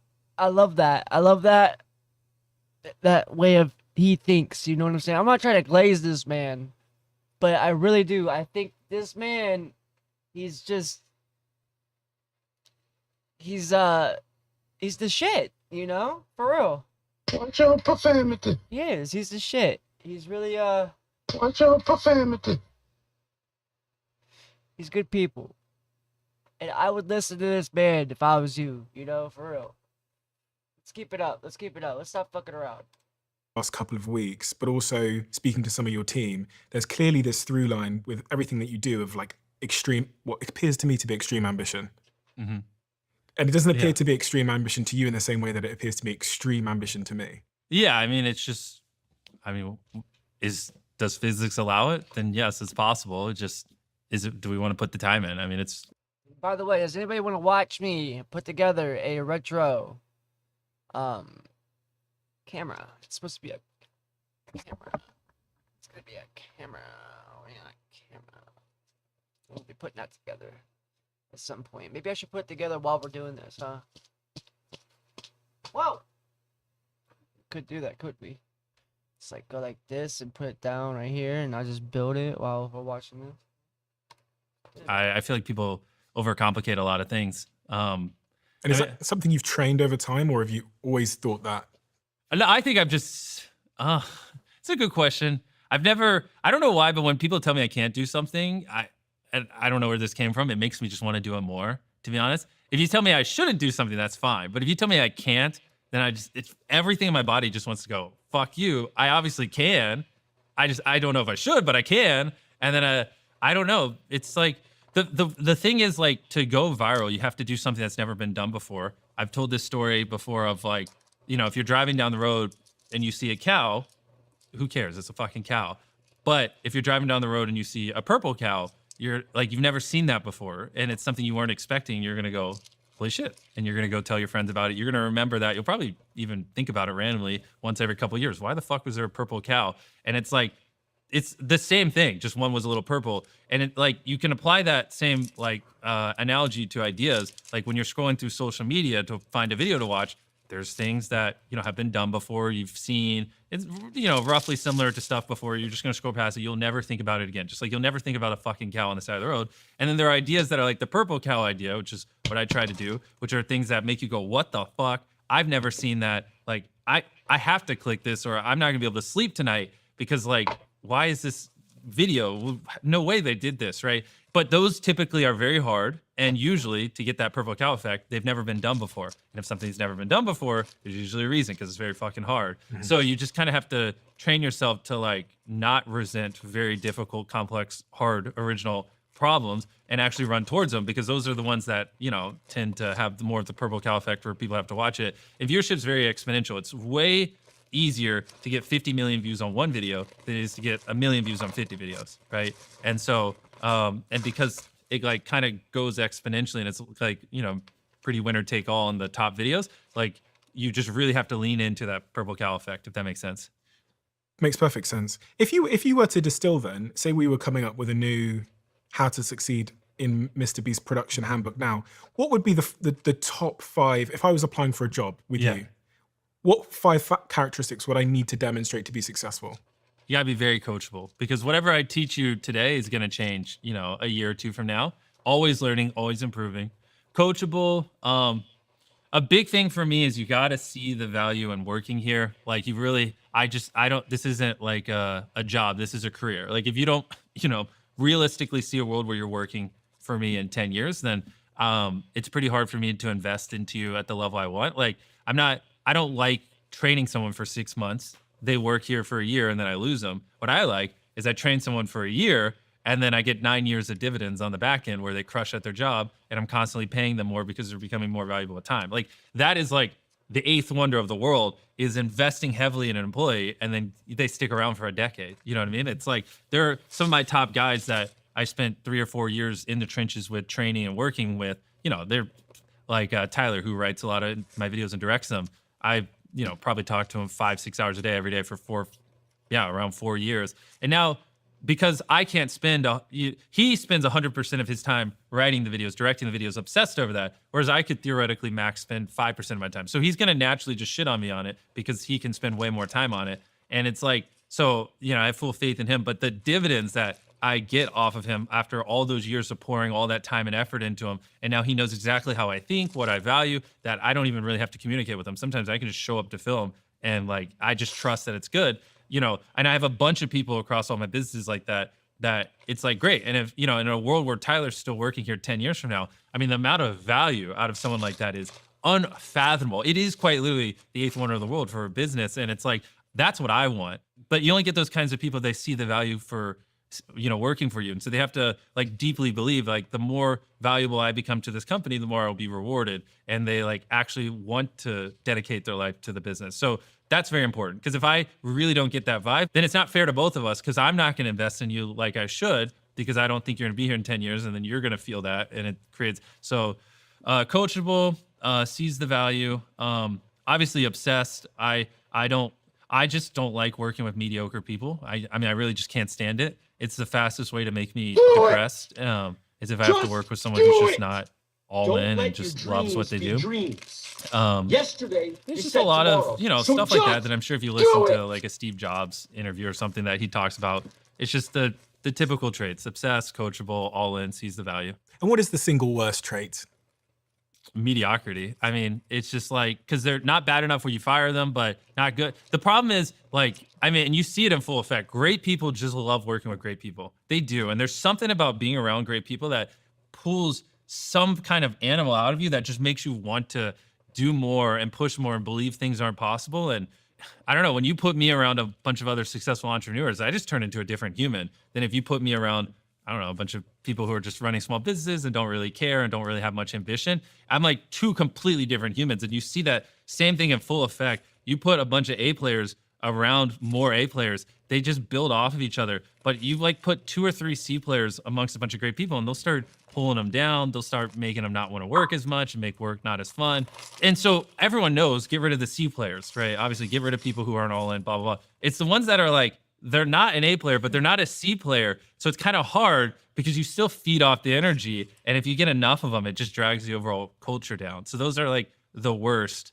I mean, not everyone can be these like world-ending monsters. You know, there are a lot of mundane things like, you know, I mean, the book controller in accounting, I mean, probably doesn't have to be the best in the world. But, you know, when it comes to like the mission critical things like making videos and things like that, you like, just the great people got to be surrounded. Like that's one of your number one jobs as leaders, just to make sure your great people are working with other great people. Cause that's like the number one reason why people leave jobs isn't money. You know what I mean? That's like number 4 on the list. Don't ask me to list them all. I don't remember. I just know the number one thing is, do they enjoy who they're working with? And people will leave their job because they hate working with people way before they'll ever leave because of money. Have you ever been frustrated that the people you've hired don't match your level of obsession? No, because I just find the people that do. Are there people that do? Oh yeah, there's so many people in my business. I mean, obviously you have to take care of them, pay them well. Like they're not the kind of people that'll just make the standard rate. But yeah, like people like Tyler, Klitzner, Russ, and you know, even people on our editing team. I mean, they're putting in most weeks same amount of hours as me, and they're all in, see the vision. It's like it's hard to find those kinds of people, but you know, when you do, you got to treasure them and recognize that they're unicorns. And you have almost 500, roughly 500 people? Probably, I think the production company were around 300, Feastables around 100, and then probably another 40, 50 scattered amongst everything else. Most founders that I speak to describe scaling headcounts as the kind of worst part of the job. More people, more problems, right? Yep, that's an understatement, yep. Especially as someone like you who's a creative at heart and who is very focused and obsessed on, I guess, the show and producing, as you say often, I want to produce the best videos we possibly can. Of course. And then all this other shit comes with it, which is like HR, which every founder I speak to hates. I mean, yeah, the worst part is I just have this very very rare opportunity where I have so much attention and so many people watch my content. And I just wish I had more experience building businesses. You know, I'm only 26 and this is my first real business of every employee milestone we hit. It's my first time hitting that, right? Like when I hit 100 employees, that was my first time getting there. And this was my first time going from 100 to 200, 200, 300. And like with what I know now, I could have done it so much faster, obviously. And it's just, you know, it's a little brutal because like scaling Feastables from, you know, 0 to 100 was way easier than doing my production company because I had been through the ringer before and I learned a bunch and I get better with time. And it's just honestly, the most annoying part is just ignorance, right? Like, because a lot of mistakes I make, I look back and I'm like, oh, yeah, I probably should have brought in people with more experience working at a larger company earlier here. I waited a little too long here. I probably should have. And it's just like brutal because if I had known these things, I'd be way further along. But I mean, that's just how you learn. You just got to make 10,000 mistakes. Every founder says the same. Every founder I've spoke to says the same. They're unknown unknowns. Exactly. I don't even know what and it's just like, so that's where, I mean, my big thing recently has just been trying to find people who have successfully scaled businesses and like bring them into my organization and learn from them because I'm just so tired of like being like, fuck, I should have known better, but I didn't because I've never done this before. And so I'm trying to find a lot of great people who have been through it so they can like kind of mentor me along the way so I make less mistakes, which has been really good. We brought in a new C-suite recently It's like always a hard balance because I try not to. In the past, I've like, decisions are kind of like pendulums, and I have a problem where I'll identify something and I'll overcorrect the pendulum one way, and then I'm like, oh no, I should have just stopped in the middle. And like my overcorrection in the past was like corporate people try to build too many systems and they kill innovation, and so I was very anti like people with too much corporate experience because they're going to just destroy all the creativity. But, that's why we're making so many organizational fuck ups, because we don't have anyone who's actually built the business at this size. And so, the pendulum was on the right and I swung it all the way to the left of no corporate. And now I think we're in the healthy medium where, obviously the people in our C-suite and the leaders should have lots of experience managing people at this size and scale, but it's just finding the right people who can do it and build systems in a way where it doesn't crush creativity and they actually value the product over ease. The Diary of a CEO, and I'm on a TV show called Dragon's Den in the UK, and my stuff is significantly smaller. It's like a percentage of your viewership.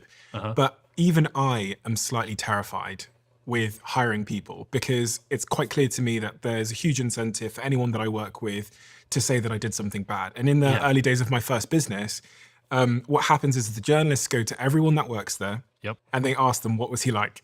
You have the same problem. You have the same conundrum where anyone has an incentive that works for you. When they leave, so many different incentives to throw an arrow at you on the way out the door. How do you contend with this? Yeah, I mean, you hit it on the head. I have 400 or 500 people right now, but we've also worked with thousands of people in the past. And so I think it's just what comes with it. But at the end of the day, as long as what we're doing is moral and ethical, like you said, they're going to throw arrows, but I'm just a problem solver. It's like whenever I see the metaphorical arrow, I just go, what's the problem? And if we did something wrong, how do we fix it? Or if it's not an actual problem, it's just rumors. I mean, it is what it is. And so, yeah, I think it just comes with part of it. It sucks and it's unfortunate, but you also have to think like most people don't like their jobs too. And so it's not like this is even specific to our industry. Like, just go ask 100 random Americans of all the jobs they worked in their life, how many did they deeply enjoy, and would they have nothing negative to say? So I think it's just part of it. It's almost like a pastime for a lot of people just to like trash talk their old jobs or whatever. Has any of that stuff ever got to you? Any criticism? Oh, of course. Yeah. I mean, all criticism all the time does, but I mean, the thing is, independent of that kind of stuff, it's just like, we are averaging like 200 million views a video. Like, most of it unique viewers. Like we're talking like 2+%, sometimes 3% of humans alive watch every piece of content I put out, depending on how well the channel's doing. And so like, that means like I could upload a video, and then with 365 days later, you could grab 33 random humans anywhere on the planet, especially because we do dubs. What's even crazier is YouTube's not in China. So that's like 2 to 3% of humans alive, excluding China. Or China's mixed in there, but if you just take people excluding China, it'd be more like 3 to 4%. But you could just grab 33 random people on the planet, and one of them on average would have seen that video because the views are so fucking high. So yeah, I mean, there's a lot of criticism that's thrown at me. And the thing is, since our stuff's so global, sometimes, transcends culture and not everyone views everything. And so everyone has different opinions and stuff like that, which is why it will drive you crazy at our scale if you try to make people happy. Because even if 99% of people are deeply happy, which is an insane hit rate. Like if you make a piece of content, 99% of people that watch it love it. That is wild, which that kind of stuff doesn't happen. But in our case, if just 1%'s unhappy, that's 2 million people, which is more than anyone else even gets on views on video. So, which will feel like an insurmountable amount of criticism and feedback. And it's very easy to like trick your mind into thinking, damn, everyone hates me, because you just, focus on the 1% instead of the 99. So I just came to the point where, I just have to have my own internal guidelines of like, do I think what I'm doing is good? Do what I think, is moral, ethical? Do I believe in what I'm doing? If so, fuck it. Like I'm never going to be able to make everyone happy. So and if you let the whims of the internet kind of decide what is okay and what's acceptable, and when you're being bad or good, then you don't have a spine, you don't have a backbone, you stand for nothing, and it will just destroy you mentally. And so, I mean, I don't know what age I was when I kind of got in that mindset, but I just was like, I'm going to decide, and I'm not going to let the internet decide, what is okay and what's not. And then ever since I got to that point, if people criticize me for something and I'm like, I don't agree, then I have like it's easy for me to just go, oh, well, I don't agree. Not going to make everyone happy. I believe what I'm doing is right. And just move on. The brain isn't designed for this, though. No, it's not. This is what I've come to learn. So do the podcast, it goes well. It feels like at the start, everyone loves me. Yeah. And then I get further down the line and it feels like everyone fucking hates me. Yep. Because you get attacked from, you can never do anything right. Especially I've probably read like comments or tweets, or I've probably in my lifetime read over 5,000 messages or comments or something telling me to kill myself. I mean, you know what I mean? You know, just like, and what would possess someone to tell you to like leave a comment where it's like fucking kill yourself? You know what I mean? So agreed. Like we were not meant to receive this kind of feedback from basically anyone, anywhere in the world. You know what I mean? Just all consistently day in and day out for in my case now over a decade. Has it ever really got to you? Oh yeah, of course. I mean, it does all the time, or it used to all the time. Like I said. What does that mean in reality? If I'm a fly on a wall in one of those moments where you can recall it really getting to you?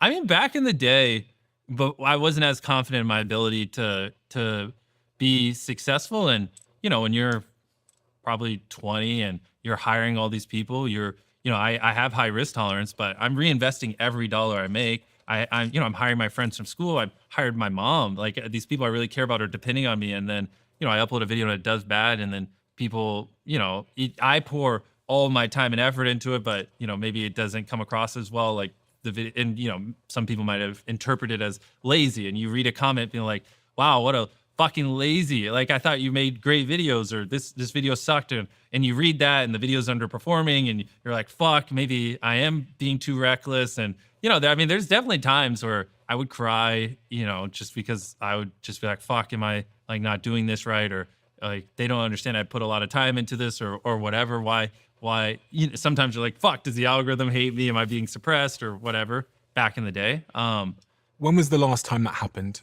That feeling of,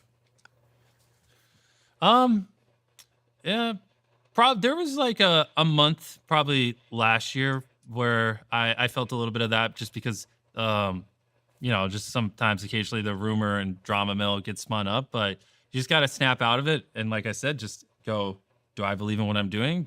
It's like, it's hard because, anytime I do anything good, it's, people are always like, they try to, we're like conditioned in America now. When someone does something good, there's always some ulterior motive. And I've always been straightforward and just said, a world where I help people is just better than a world where I don't. Like, I don't try to come up with this crazy like story of how, someone helped me when I was younger and now I just want to give back and cry. I'm just like, yeah, I can make viral videos, and I think a world where I do viral videos that help people are better when I don't.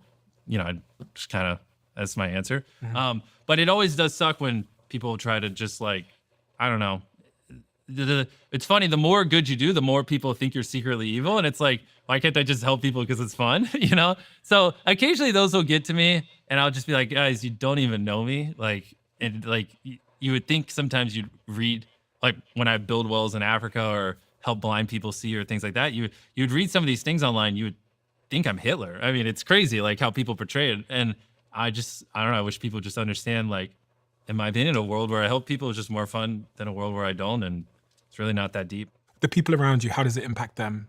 Oh, how does the drama and that kind of stuff impact them? To be honest, in my case, I don't think it hits them that hard because most things usually fall on me and people want to go after me because I'm the guy that does good, the quote unquote philanthropist. So usually I'm like the one that gets thrown under the bus quite a bit. It's funny because everyone that knows you. Yeah. Whether they're really successful people or people that you work with that I've spoken to, everybody that knows you knows who you are. And it's remarkable to me that someone who has done so much good in the world, I've looked at your philanthropy, I know what you're doing with Feastables and the ethical sourcing of that. When I see someone that's done so much good in the world still be misunderstood, it almost makes me realize that I should never fight it. Yeah, I mean, the ironic part is the more I help people, the more shit I get, to be honest. Like, it's so funny because, like the same day I'll drop a video where I'll, help 1,000 blind people see. Some other YouTuber will drop a video where they just bought a new mansion. And it's like, everyone's like, yes, get that mansion. Good job. And then they'll be like, fuck you for curing blind people, Jimmy. fuck you, you're using them. And I'm like, no, I just wanted to inspire people to do good. I mean, I can buy a mansion if you really want me to. So it is funny. If you're trying, this is a weird sentence, but if you're trying to be liked, I actually don't recommend you like help people. Like I actually think helping people will make the internet like you less than if you just like buy nice cars and do like the typical influencer path. It's because we're just so conditioned in America to see it as like a shield, and like no one actually does good because they just find it fun apparently. But I mean, I don't care. Like I said, it's just more fun than if I didn't. So I mean, people can shit on me for helping people. I don't. It doesn't bother me anymore. But I wouldn't recommend you get into it if you want to be liked. I think it's negatively correlated now. Interesting. It is so fascinating. It is. I swear to God, man. I don't understand. People, there. I could just, I don't know, do these like $1 versus videos where I compare like a $1 boat to a $1 billion boat and all these other things and not help people, and I would just get way less shit. It's so funny because no one bats an eye when I post that, but when I give hundreds of thousands of people in Africa clean drinking water, it's like all hell breaks loose. And I'm like, guys, I'm just trying to bring attention to a cause. I don't really, but the thing is, I'm just gonna keep doing it. And I mean, I think in my case, most people have realized I'm not gonna stop, so they're just kind of over, getting mad at me, and they're just like, all right, Jimmy's just being Jimmy. I think when the wind blows as well, what it does is it helps you to really understand why you're doing what you're doing and understand yourself. Mm-hmm. And so when I've been attacked for like the people I interview or whatever it might be, it's actually made me refocus on what my principles are. Yeah. Because you have to be really anchored to them. It's like I said, you have to know where your line is, and as long as you're on the right side of your line, then it is what it is. People on Twitter can say whatever they want. And I think like that's the only way to really survive at this scale without going crazy is you have to determine where the line is, not let the internet. Workaholism. Yes. Can you give me a window into the last 7 days of your life? Just paint me a picture. Oh, yes. Let me drink some water because of my flu. Well, I don't know about the last 7 days, but in general, so we're filming a video where we're doing I'm visiting the 5 most deadliest places on Earth. So one of the places was a safari in South Africa. So I flew to South Africa to spend time in a cage surrounded by lions. Sick content. It was really good, which that was a bitch to get to. And then I got the flu, and so spent a couple of days in the hospital there. And then we were going to go to Snake Island to spend time there. Then the world's deadliest road, and then we have a couple other places, but that got postponed. So instead, got out of the hospital, went to Florida, filmed with Aaron Judge.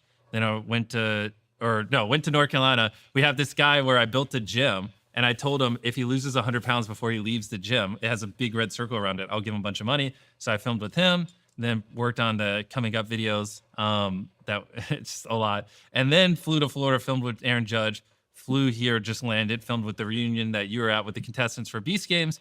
We're doing this podcast. What time is it? Like 1 a.m.? It's just after 1 a.m. Yeah, 1 a.m. The latest podcast he's ever done.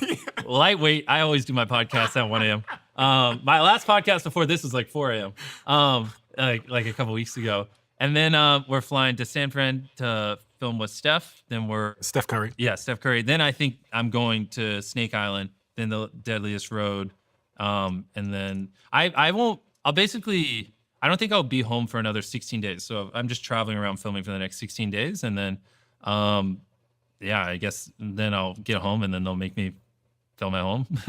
How does everything else in your life fit into that in terms of like the gym? I know you've been working out a lot. It's been brutal. It's gone to shit the last couple of months. It's really killing me, to be honest. So we got somewhere this base. So much easier when you're, done, bro, if you don't travel constantly, life is so easy when you just wake up in your own bed and like waking up in your own bed and working 15 hours in, your office or whatever. So easy compared to like all this fucking bullshit where I'm like, I don't know the time zone I'm in. I don't know what place I'm in. I don't know where I'm going in 2 days. It's like, I mean, some days I'm going to bed at 10 a.m. Other days I'm going to bed at 5 p.m. And it's like, it's a mess. It's really, and I used to put up with it and it's just like, and figure out how to do the training, but it's just, I don't know. I need to, truthfully, whatever's a priority, you'll get done. I just need to make it a priority again. Because I really do miss it. It's just the hard part is putting Beast Games in the mix. Because I was already like basically working,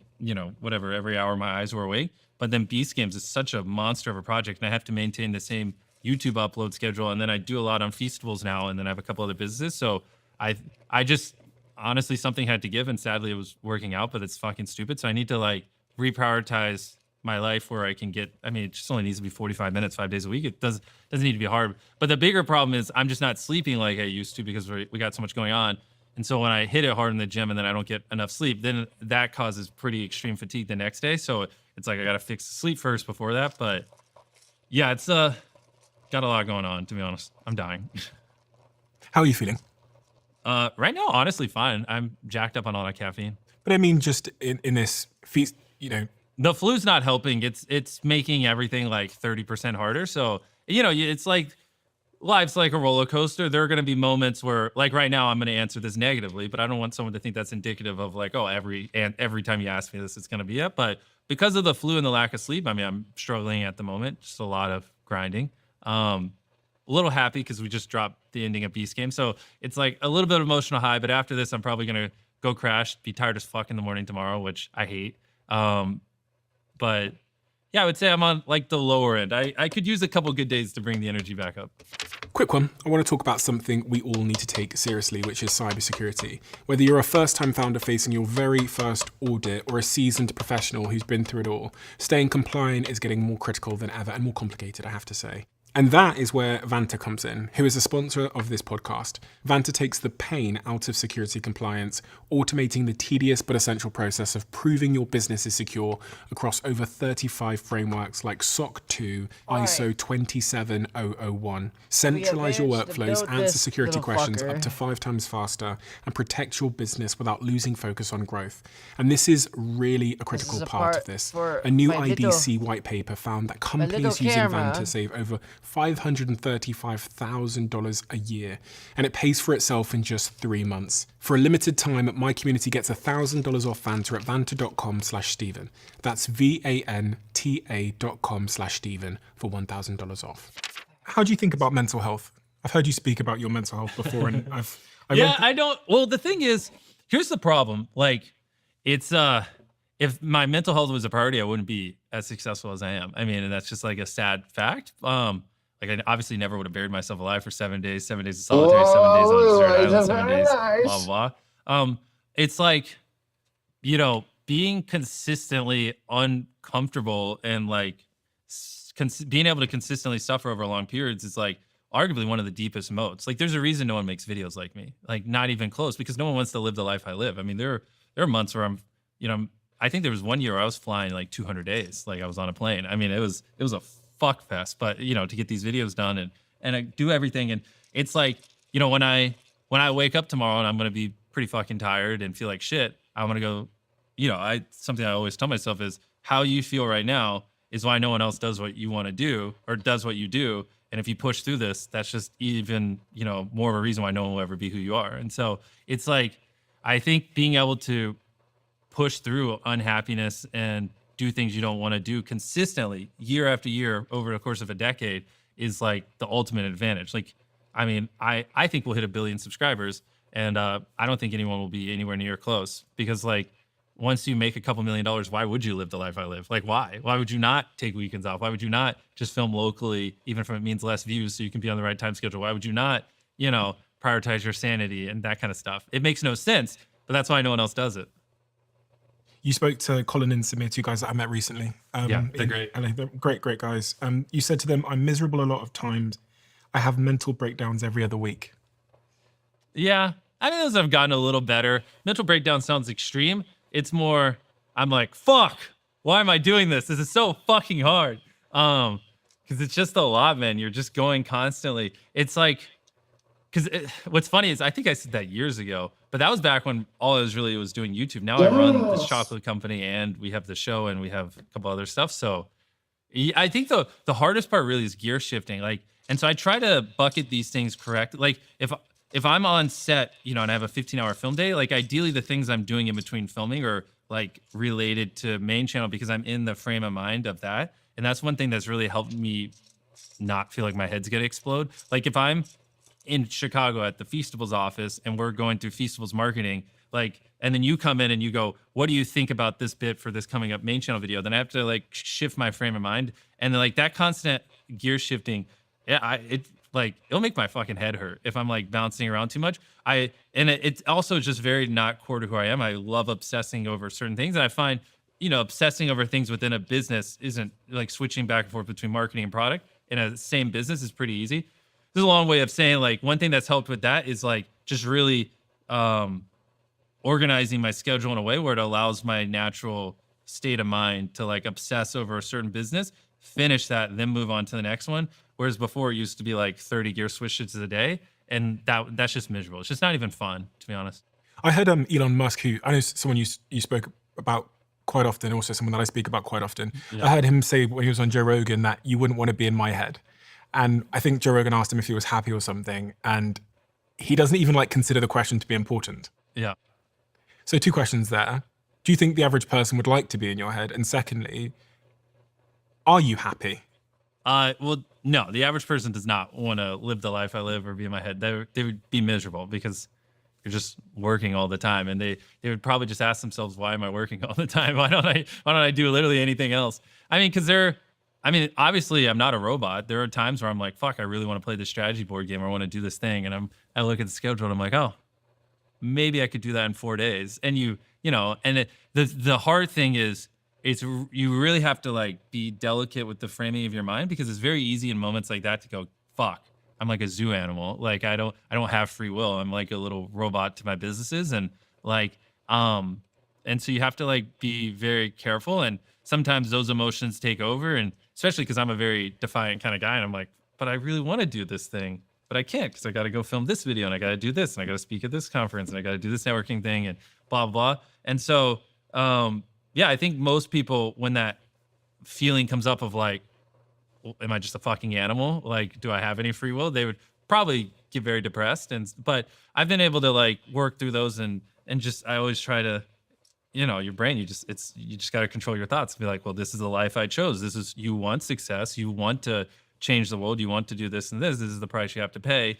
You should actually see this as a good thing, because which is why I'm very diligent about how I frame things in my mind. Like, this is why no one else will do what you will do, and this is a good thing. This is what you are feeling right now is your moat. You're lucky it's hard. Push through it, and you'll be happy you did. And so that's kind of how I try to view it. But no, I don't think most people would be happy living my life. They would be like, oh, let's just grab a couple $1 million and be happy. Are you happy? It depends what day you ask me. Right now, I'm having a good time. When I had the flu in Africa, sitting in a cage with lions, fuck no. So, what's your baseline? How would you describe your baseline? Probably this year, probably so far more unhappy than happy, and they're just things you got to do that just aren't fun, But I think I really deeply enjoy working on Feastables, and I'm trying to spend more of my time building it. The problem is it's just opportunity cost, because I'm the only one who can be in front of the camera and film, and that's what's like brutal, especially with Beast Games, is I'm just filming so much. It added so much shit to my yearly filming, like doing this giant show on top of already having the largest YouTube channel in the world. And I was already filming some months 25 days a month. So I'm just like, that's just the rough part, is because it's like, it just all rests on my shoulders. And if I don't film, there is no content. Like, the channel just literally ceases, like, if I stop filming. And so, I have found more and more that I'm finding more joy in entrepreneurial things and building businesses. And I do think I'd be happy if I could spend more time doing that. But it's just like weird, because I could literally hire anyone in the world to do that. Whereas I can't hire anyone to replace me on camera. I always wonder, with someone who is doing so well on a platform like YouTube, where the algorithm's always changing. Mm-hmm. So many YouTubers I speak to say that they get burnout. Eventually, they get like creative burnout, and they just like delete their channel. You've seen a lot of it recently over the last couple of years, where YouTubers hit 10 million and they just stop. Yep. Has that ever crossed your mind to stop? Oh, of course. I Really? mean, all the time. But, Seriously? Yeah, but I feel like that's what half this podcast has been about how I don't want to do things, but I push through and do it. I think they're just reasonable humans. Like, they, a lot of them are chasing a goal of like, oh, I just want this money so I can take care of these things. It could be noble things like retire my mom, or just not have to worry about money. And then they go, well, why would I suffer now? I'm good. When was the closest you came to quitting? Oh, I mean, probably countless times. I mean, when I was in solitary confinement for 7 days, I mean, that was fucking miserable. I mean, I did quit a video. I've quit a lot of videos. Like, no, I mean, as a creator. I mean, I guess I never truly would have quit. I mean, my biggest thing would be I just would have quit for like a week and been like, fuck, let me sleep 9 hours a night. And like, but like I spent we did a video where we spent 7 days on a desert island. First time we filmed it, on day 2, I woke up on the beach and I had literally, I didn't know sand fleas were a thing. I had like 700 bug bites up and down my legs, all over my body. I was sunburned.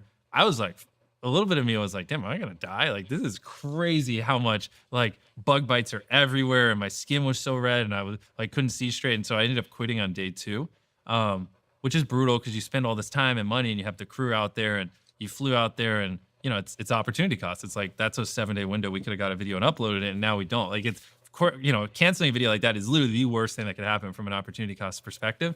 And that was like, you know, and you have moments like those and it's like, fuck, like this isn't even fun. Fuck this shit, you know, but what about YouTube as a whole? Because I feel like YouTube is like throwing coal into a train and you just have to keep throwing it in there once you've started. You just can never stop throwing it in. No, you're running on a treadmill cranked up to the max, especially if you want to be a top tier creator like me. Yeah. And it's just like, who can stay on the treadmill the longest? Because it never slows down. If anything, you're making it faster. But no, I mean, I don't think there's ever unironically a time where I actually would have quit. It just breaks probably would have been nice. And when you think forward at that treadmill, can you see yourself doing it for the next 2, 3, 4 decades? Or? Oh yeah, of course. I don't have any intention of ever stopping. Okay. Love. Something that came into my life a couple of years ago. Yep. You announced, I think over Christmas time, that you had proposed. I think it was like Boxing Day or New Year's Eve. Yeah, it was on Christmas Day. Yeah, oh, Christmas Day. Because her family was in town, so I proposed. Yeah. Okay. How does that fit into this craziness? She's literally, you could probably count on your hands the amount of people on the planet that actually would make a good partner for me. And she's just one of them. She really understands that work is what, you know, is what I live for, what keeps me going. And she supports me and she understands how important it is. And it's, the big thing is hanging out with Tia, my fiance, is so frictionless. We play the same video games. We watch the same shows. We're very interested in the same things. She loves learning like I do. So, you know, it's exciting to see what, you know, lecture she listened to online that day or like whatever weird book she's reading. And she just like, everything about being around her is very frictionless, which is great because like, obviously I don't have much time at the house. And so like the last thing that I need is to come home from work and there be friction. And so we don't fight. It's, sometimes I'm like, wow, this is like my best friend. And she's hot. This is great, you know? And so it's like, it feels weird sometimes. People, I mean, anyone listening now that's in a relationship, I guess the question they'd be thinking is like, when do you spend time together? Mostly at nights. But the beauty is she gears her schedule around mine. So like she'll work when I'm working and then she'll just travel with me. And so honestly, a lot of it is on planes. A lot of it's in car rides or, you know, an hour before bed or in the morning, that kind of stuff. But it's like, because there are pockets of breaks on set and things like that. So it's just, you know, it's really hard to find someone who is intelligent, actually has their own hobbies, things going for them, independent, that's also willing to mold their life around mine and not see it as a demeaning thing. Because like, yeah, if she was just like, well, I have this thing going on and I have to prioritize my life, I would never see her. But because she's willing to, you know, mold her life around mine and my work schedule, that you know, that's everything. And it's rare that someone's willing to do that while, you know, being as, in my opinion, at least from what I've seen, as intelligent and independent as she is.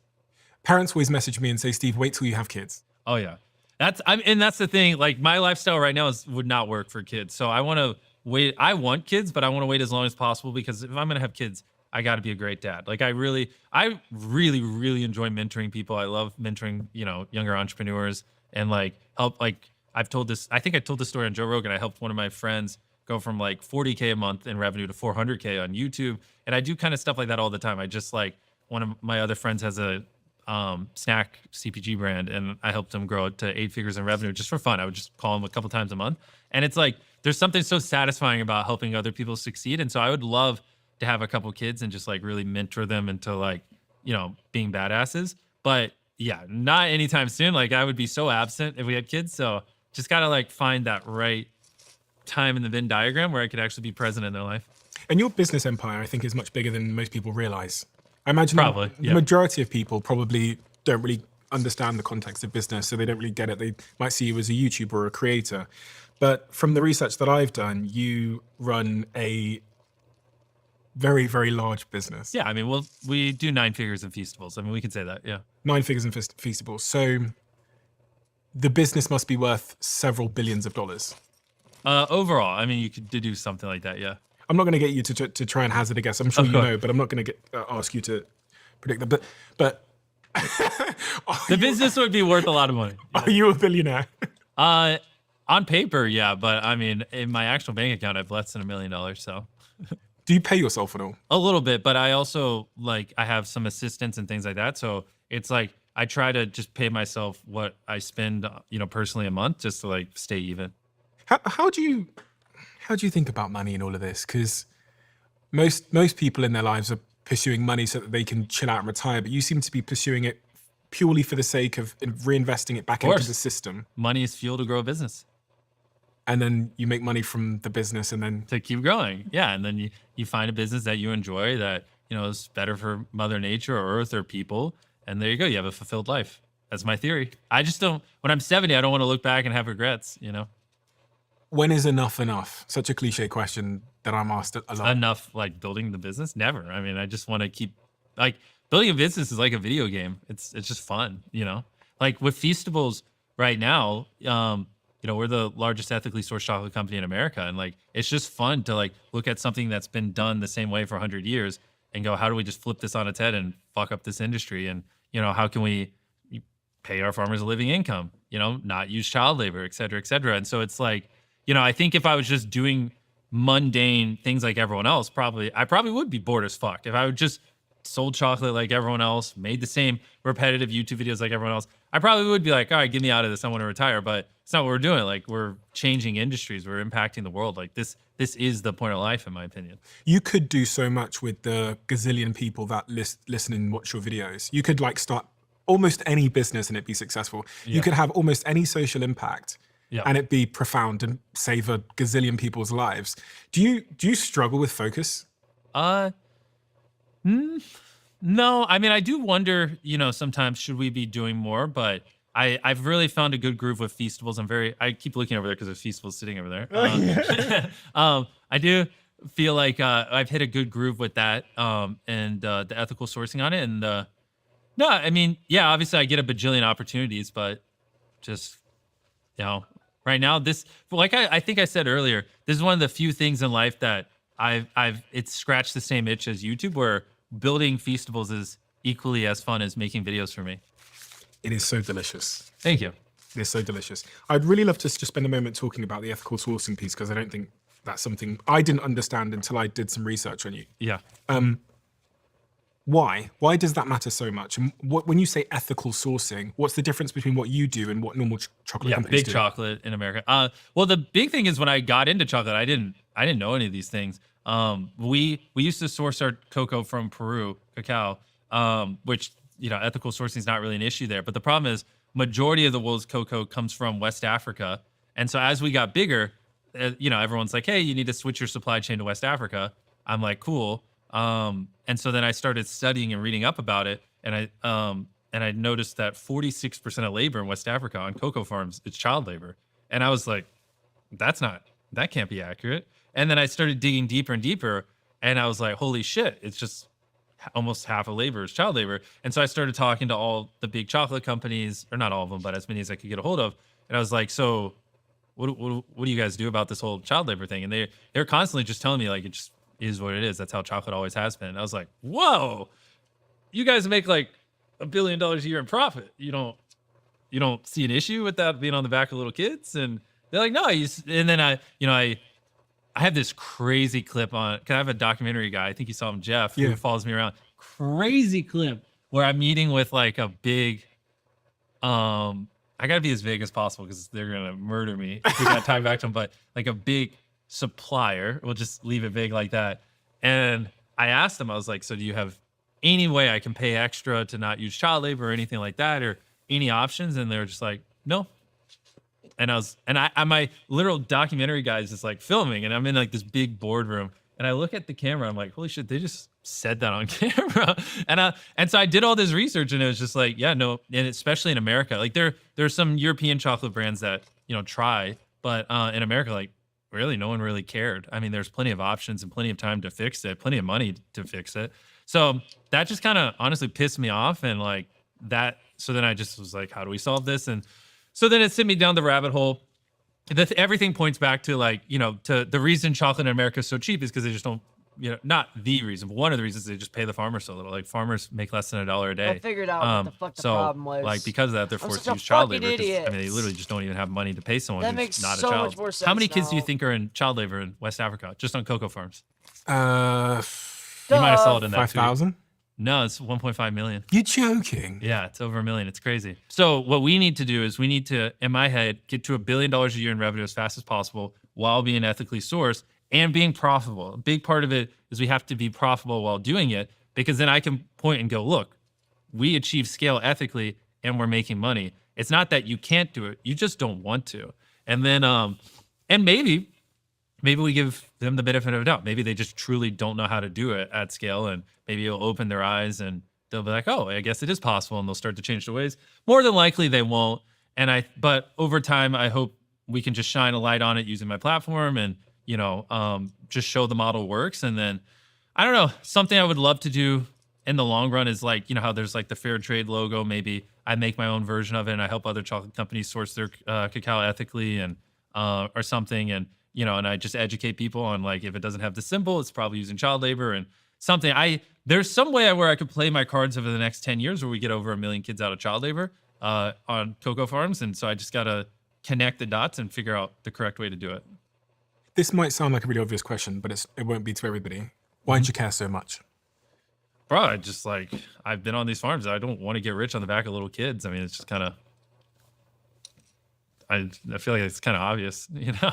I maybe to other people in chocolate they don't care, but the first thing when I heard about it, I was like, why? Why is this a thing? It reminds me somewhat of Elon Musk and what his mission was with Tesla. He kind of knew that if he was able to prove that you can have fast, nice electric cars, then the rest of the industry could give up their excuses that it's not possible. Exactly. What if someone comes along though and they say, okay, Jimmy, we'll give you 5 billion for Feastables? Hell no, I ain't selling that shit. You're never selling it? No, because the first thing they would do to up the margins is they just drop the ethical sourcing. Have people come along and offered to buy your YouTube channel? I mean, yeah, I've been offered $1 billion here or crazy amounts of money there, but I mean, it's, you know, what's funny is Zuck got that famous $1 billion offer for Facebook, and he said, what was it? He was like, why would I sell this social media platform? I would just take the money and start a new one, and I kind of like the one I have, so why don't I just keep it? And I every time I get, which I haven't in a while, but, you know, back in the day, I used to, like, jokingly poke around just to see what people would offer me. And I would get those offers, and then I would always just be like, yeah. I mean, I would just do the same thing I'm doing now, so I might as well just keep doing what I'm doing now. You know, the money wouldn't really change anything.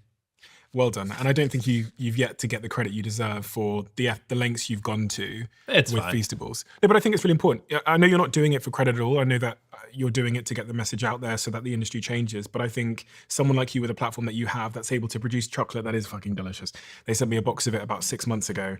And Thank you. I hate so much of the fucking thing. I'm thinking of updating. Yeah, I mean, if you hand them to me, like, hand me a couple bars, there's a lot of stuff that... the problem is, like, if you look at this and this, you know, from a distance, you can't tell really the difference between the flavors. Like, this is dark sea salt. This is just dark chocolate. So I'm about to update the wrappers where we're going to put, like, colored tips here so you can tell the flavors from far away. I think that's very important. Another thing, too, that there's just a... you made a mistake. You put these in front of me. Now I'm just thinking about it. The other thing I've been experimenting, and the newer renders are looking good with putting, like, right here, every bite helps get kids out of child labor, putting that on the front. And then I'm, you know, we're messing around with different machinery. I feel like the images of the chocolate on the front could be a little higher quality. The back is pretty ass. I want to, you know, put some more messaging on the back of it. There's a lot that needs to be, like, the white tips here. It just makes it so obvious from far away what this flavor is, whereas all these blend in. And so, yeah, brutal. Got to fix it. You talked about your friends calling you and asking you for business advice and you helping them drive their businesses up. But just watching you there, pick apart your own business made me think that there's a lot of entrepreneurs that watch our show that are early in their own businesses. And many of them will be... You're going to fail. You're going to fail a ton. I mean, when I first started chocolate, I mean, it was hilarious how bad I fucked up. Our original bars were like very thin. There's a reason why like chocolate bars have these like break points here where they like break easily. I didn't know that. And so mine was just one solid sheet of chocolate, but that's almost like a piece of glass. Whereas if you drop it, it just shatters into like a bunch of little pieces. And I also didn't know that there's a thing called a package engineer. And can you hand me a box of Feastables? My original chocolate box, when you pop these open and put it on a shelf, this obviously the problem's fixed. But if this was sitting on a shelf, when you grab this one, these would all slide forward and then they would fall out of the box. Or the box would fall off the shelf because of the weight, because there wasn't right balance at the bottom. And the lips here, this didn't used to be a thing. So these were open and there's just a bottom lip here. Yeah. And so they would fall out like that. And then the bars, because we didn't have the natural break points, would shatter like glass. Who noticed that? Well, me. And the thing is, this is an old team in Feastables. I would tell them like, there's too many broken bars. When I go into Walmart, I'm seeing too many that are broken. They told me like, you're worrying about this too much. It's not that big of an issue. It happens to everyone. And I got to the point where it was just fucking pissing me off because I hated like grabbing a bar off the ground or seeing on the shelf all these like shattered chocolate bars that I put like, I paid people to put GoPros in like a bag of Lay's chips pointed at, because I tried to get Walmart to give me the security camera footage and they wouldn't. So I put hidden GoPros in a bunch of random Walmarts just to point it at the Feastable bars just to see why are they fucking breaking so much. There's so many shots of like, like a mom grabbing a bar and then she'd be looking at it literally like this. And then you just see the box just go, and she'd go, and it would just fall off the shelf. And then they just put it up and some of the bars would be broken. And it would just happen over and over and over again because we didn't engineer the boxes correctly. They didn't do anything wrong. Do you know how atypical that is, what you've just said? That you put GoPros. Yeah, people told me I was crazy. The amount of people who tried to tell me that was illegal, I was like, bro, I don't fucking care. I just need to know why my bars are breaking. Like, I'll delete the footage. And so I did a bunch of just data. And so there's a company called Acosta where you can pay people to go into Walmart. So then I started paying where every week I would send someone into every single Walmart in America to buy all the broken bars, fix up the boxes. It's pretty expensive. I think, it's like $100,000 just to send someone into every single Walmart to clean them up. $28 a pop times 5,000 Walmarts. And so I was sending people into Walmart to clean up the broken bars, but I was paying so much money. It was $100,000 a week just to send people in, and then I was buying all these broken bars because I just really didn't want people to go into a Walmart and to buy a broken Feastable bar. Like that is literally the worst, consumer experience you can have.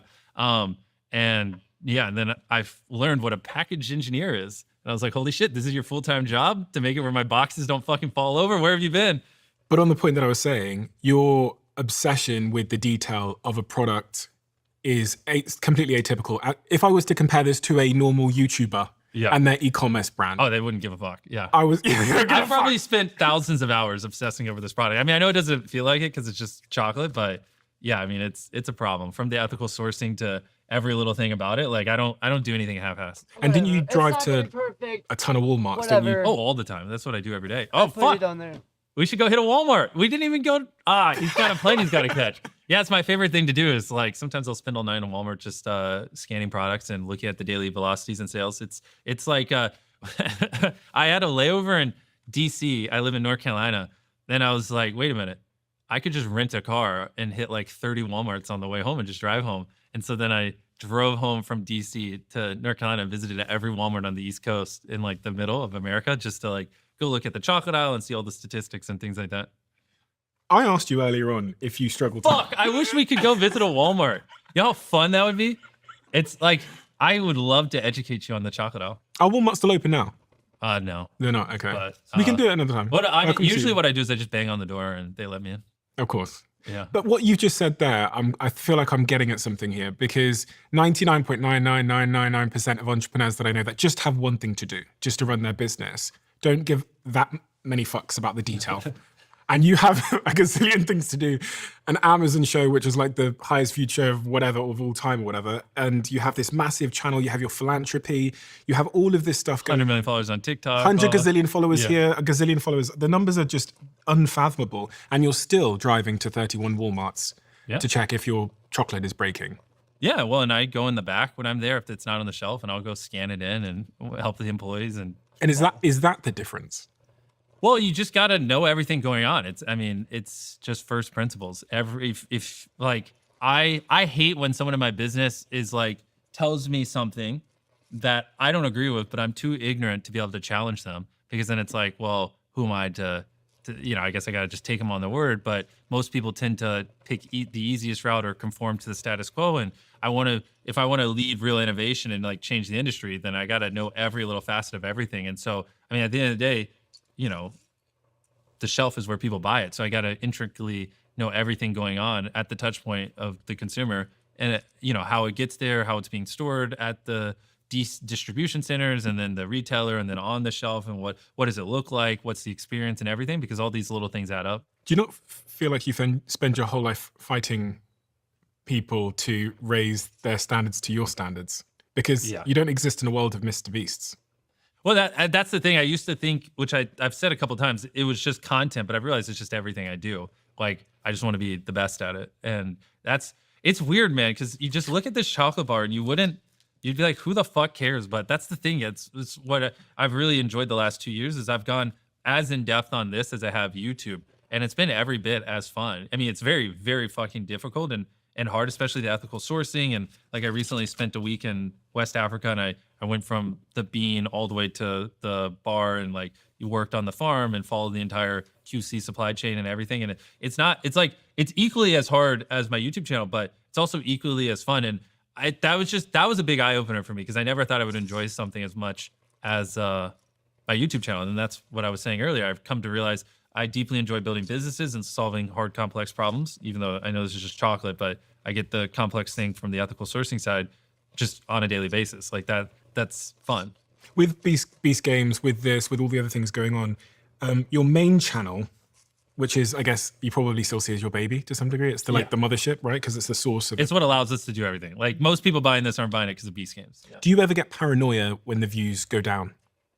They haven't gone down yet. They've gone up every year for 14 years. But do you still get that do you still watch the video go live and look at the back end? No. You don't? No, I mean, because it's like I don't know. I just upload a video, and then the next day I look at the retention and the CTR, and if we fucked up, I just, well, what we do is we call them after action reports. So I get all the smartest people in my company, we actually just did one. I wish I had it on me, but like, I pay this guy to just do a very in-depth breakdown of like, here's the retention chart. Here's every time someone clicked away. Here's where it was the flattest. Here's where it was the worst.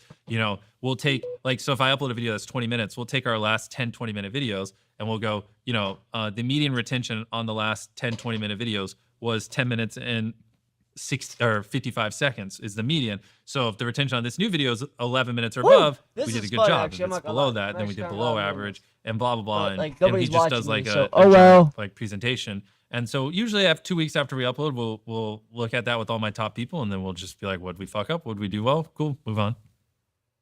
And has there ever been a moment in recent times where you go, I think I need to spend more time on it again and get back in there? And because all the time, but a lot of that stems from insecurity. I mean, because the thing is, of course, we had a video recently, every minute someone is eliminated, and it didn't perform the best.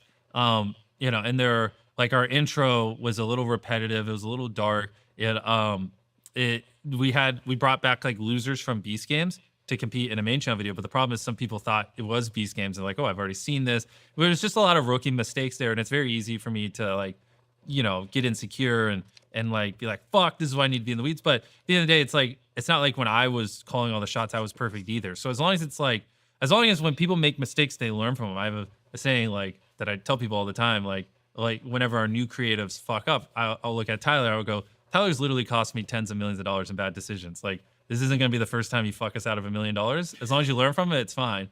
And so as long as like, that's where these after action reports are important, because as long as when we mess up, we articulate why and it doesn't happen again, then it's just part of it. But yeah, I mean, if the same thing was happening over and over and over again, then I'd be like, fuck, I need to step in. But my guys are just good. Like, they don't make the same mistake twice. Tell me about experimentation and testing, because people look to you as the real king of like testing and experimentation.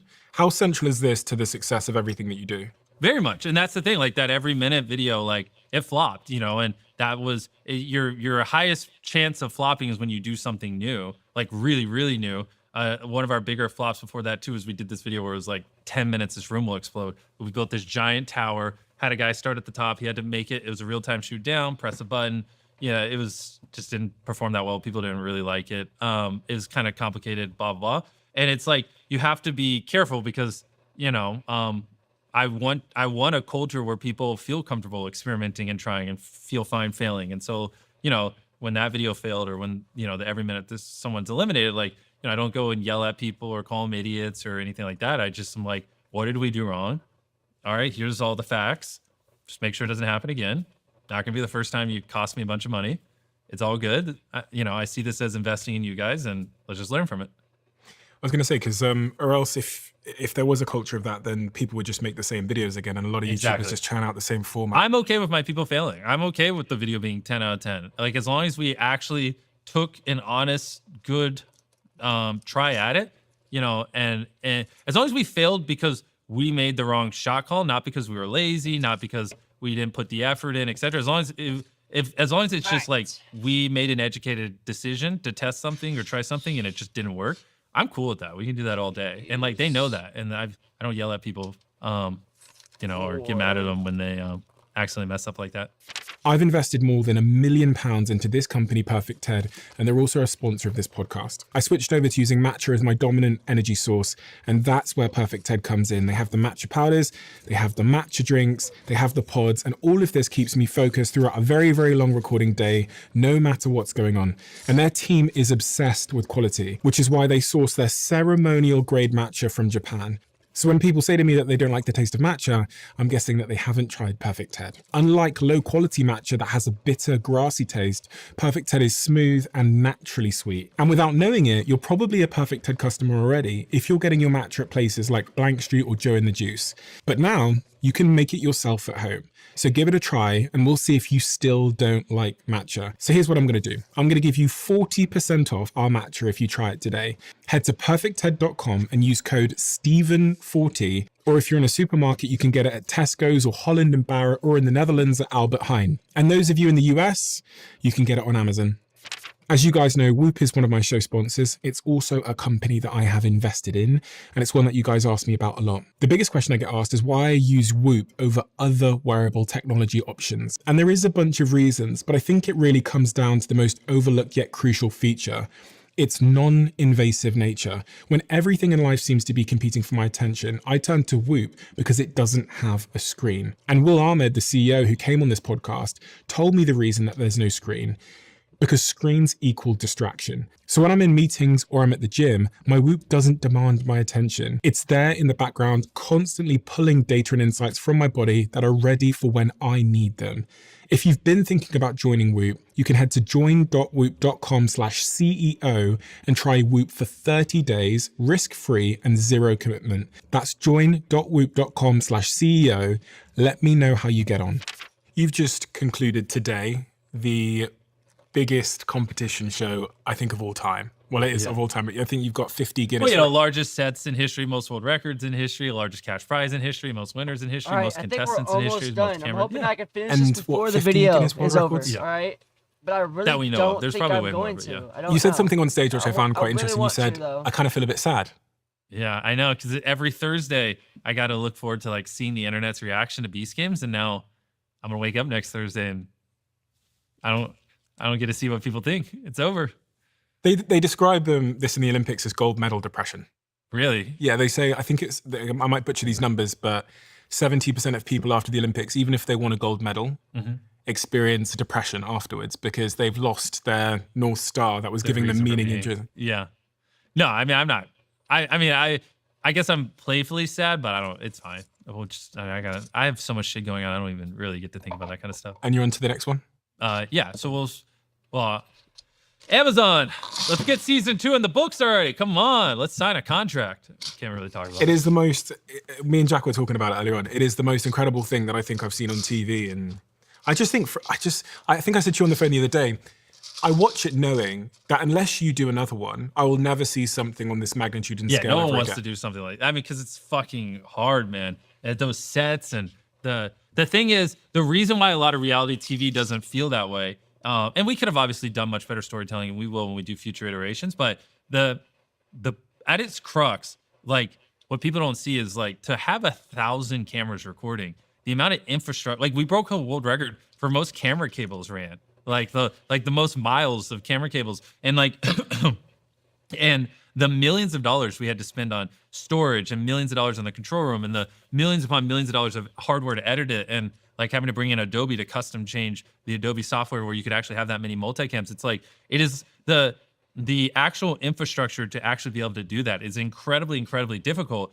And that's why usually what they'll do is they'll be like, all right, here's a 1 hour, like if you're filming a reality show, here's a 1 hour window. You know, they'll send out story producers. They'll put a camera on you. They'll be like, yo, can you say this line? You're kind of our villain. This is what we're looking for. They'll kind of tell you what to say, and then they'll write the notes down and they'll catalog it for the editors. Whereas we're just like, fuck it. We're going to be filming, you know, 24/7, all these cameras. You guys be yourselves. We'll just capture it, because you don't know when someone's going to do something weird. You don't know when someone's going to whisper to someone and form an alliance. You don't know. So you literally have to just be rolling, and you need these to be acceptable angles. So you need multiple, an A cam and a B cam and all this coverage, which creates a monumental fuckload of footage. But that's what allowed us. That was, I mean, amongst many things, that's one of the biggest competitive advantages we had when filming Beast Games, is we put in the effort to set up all this infrastructure where we could actually capture it and just tell the story how it is, instead of having to use story producers to put words in people's mouths. But it's a fucking nightmare, man. Like, I had over 150 people editing that. I mean, we were combing through unfathomable amounts of footage and everything. And I mean, even things from like the computer network and our local IT constantly crashing because there's just so much footage there. And like, if I were to send all the Beast Games footage to just one editor, it would probably be like $300,000 in hard drives. And, you know, and if you have 150 editors, it's just impossible. So you spend millions of dollars and you build a central server room. And so we have our own server racks and everything. And then you have them remote in there. But even then, just due to the sheer volume of footage, Adobe and everything was just constantly crashing. And it's like, it was a nightmare on the back end. But it's great, because that's why we were able to tell what actually happened and why it feels different, because we were recording nonstop 24/7. I was wondering as I was watching it, if Amazon are aware of the fact that you're just going to give away the money like this, like when you like flip the coin and it adds another $5 million. But that didn't affect them. I lost a ton of money filming the show, so that came out of my pocket. Really? Yeah, we spent way too much money on it. I lost tens of millions of dollars on that show. Really? Yeah, I'm an idiot. Because the headlines came out and it was like, Amazon give Mr. Beast 100 million to do show. So I'm thinking, okay, I'm doing the math. I'm thinking, okay, so that he spent 20 odd million on the prizes. Mm-hmm. Yeah, we gave away. So there must be 80 million left or something. I mean, so episode 1, we spent over $15 million on those towers, building them all. Like, that was the most towers ever built, the most hydraulic press or whatever used. I mean, that set was fucking crazy, man. We had to build 1,000 towers that were 10 feet tall, safety test them all, get it where they actually work. We had to literally hardwire them all and build like our own software where we could drop people. We had to put up all the screens. I mean, that's like arguably one of the largest sets ever built in history. That was just episode 1. And that's just like the construction of the set. That's not including, like you said, we gave away over $20 million. I think over $2 million was in episode 1. And then episode 2, we have the city, which that was a $14 million set build. And that was huge. I mean, because that was a real city that they were living in, you know. And then but just between the 2 million we gave away plus those 2 sets, I mean, already right there, you're at over $50 million. How much did the whole thing cost? That I have been advised not to say, because people will hear big number and be like, oh, well, I could have made a good show if I had that kind of money. But the thing is, they couldn't, because money isn't everything. Like, building and managing it is you know, infinitely harder. But is it more than 100 million? Yeah, of course. Yeah, of course. I mean, well, I just told you how we spent 50 million, and that we're only 2 episodes in. So how out of pocket are you? Tens of millions. Yeah, it was not a good financial decision to make Beast Games. I lost money. I would have more money if I didn't film it. Any regrets? No, it's great. I mean, but for me, it was about making season 1 as good as possible. You know, I can't let the YouTube community down, because that, you know, creators don't have a good rep when it comes to doing stuff on streaming platforms. And, you know, I'm getting 200 million views of video on average over the course of the first year.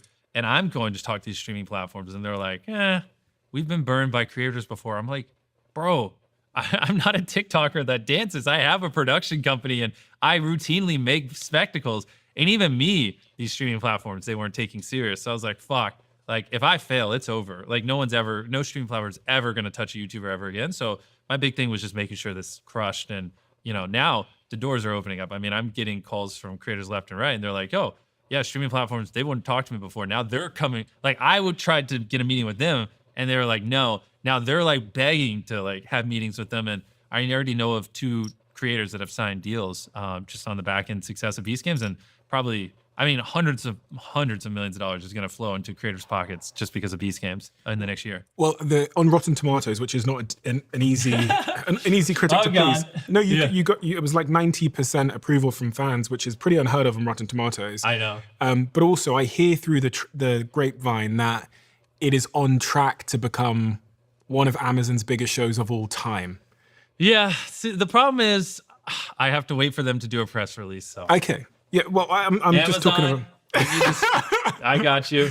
I told him I'd be a good boy and not leak things. So, but for a YouTuber, quote unquote YouTuber. Yeah. Well, they did release it. It was their #1 unscripted show of all time. And then, yeah, I mean, I don't think they'd mind me saying the show's very evergreen. Like usually these shows get a lot of attention and then kind of like teeter off. But ours is like over 700,000 new unique viewers are watching it every single day, like, which is pretty crazy because if we maintain that, like, yeah, it's going to shatter some pretty crazy records. And what's the upside for you to continue promoting it now that it's done? Because I put all this effort in. I want people to see it. Yeah, I don't get paid to, like, all the promotion I'm doing now, I'm not getting paid for.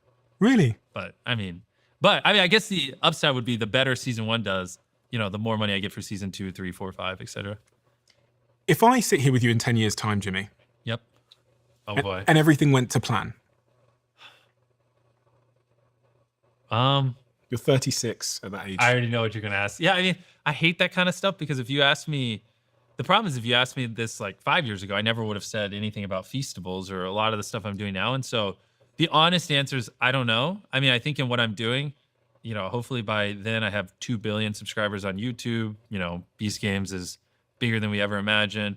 Hopefully Feastables has gotten over 1 million kids out of child labor by then. And, I probably will have 2 or 3 other businesses that I'm very passionate about that are hopefully crushing. And yeah, I don't know. And personally? Maybe I'll have a kid by then. I don't know.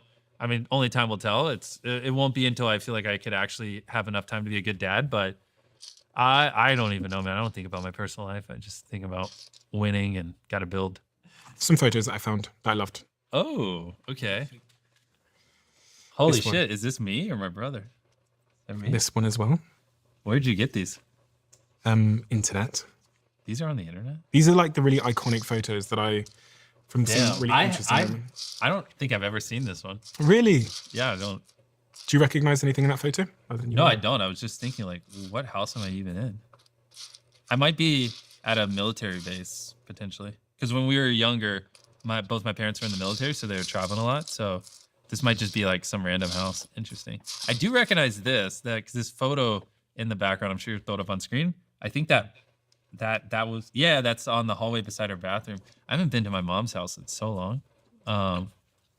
Interesting. You do so much for children, but if you could whisper in that child's ear something about buy Bitcoin.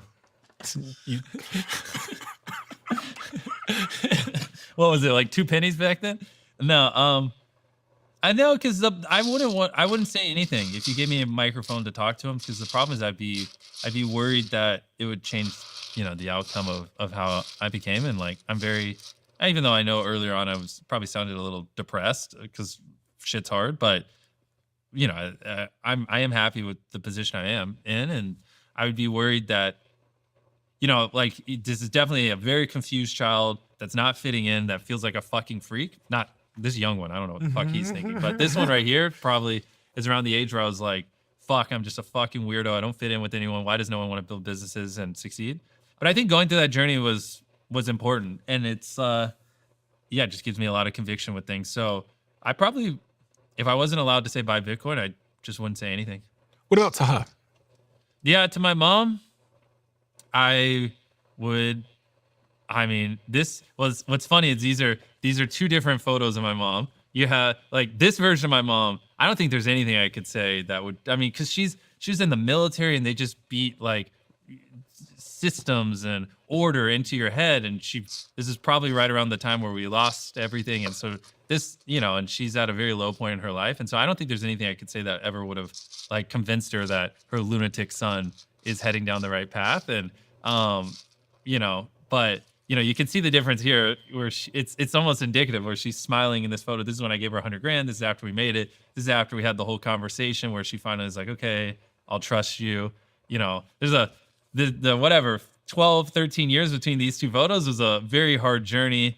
Especially when I stopped going to college and I got straight zeros. And I mean, she thought, oh, his life's fucking over. I just wasted 18 years of my life, you know?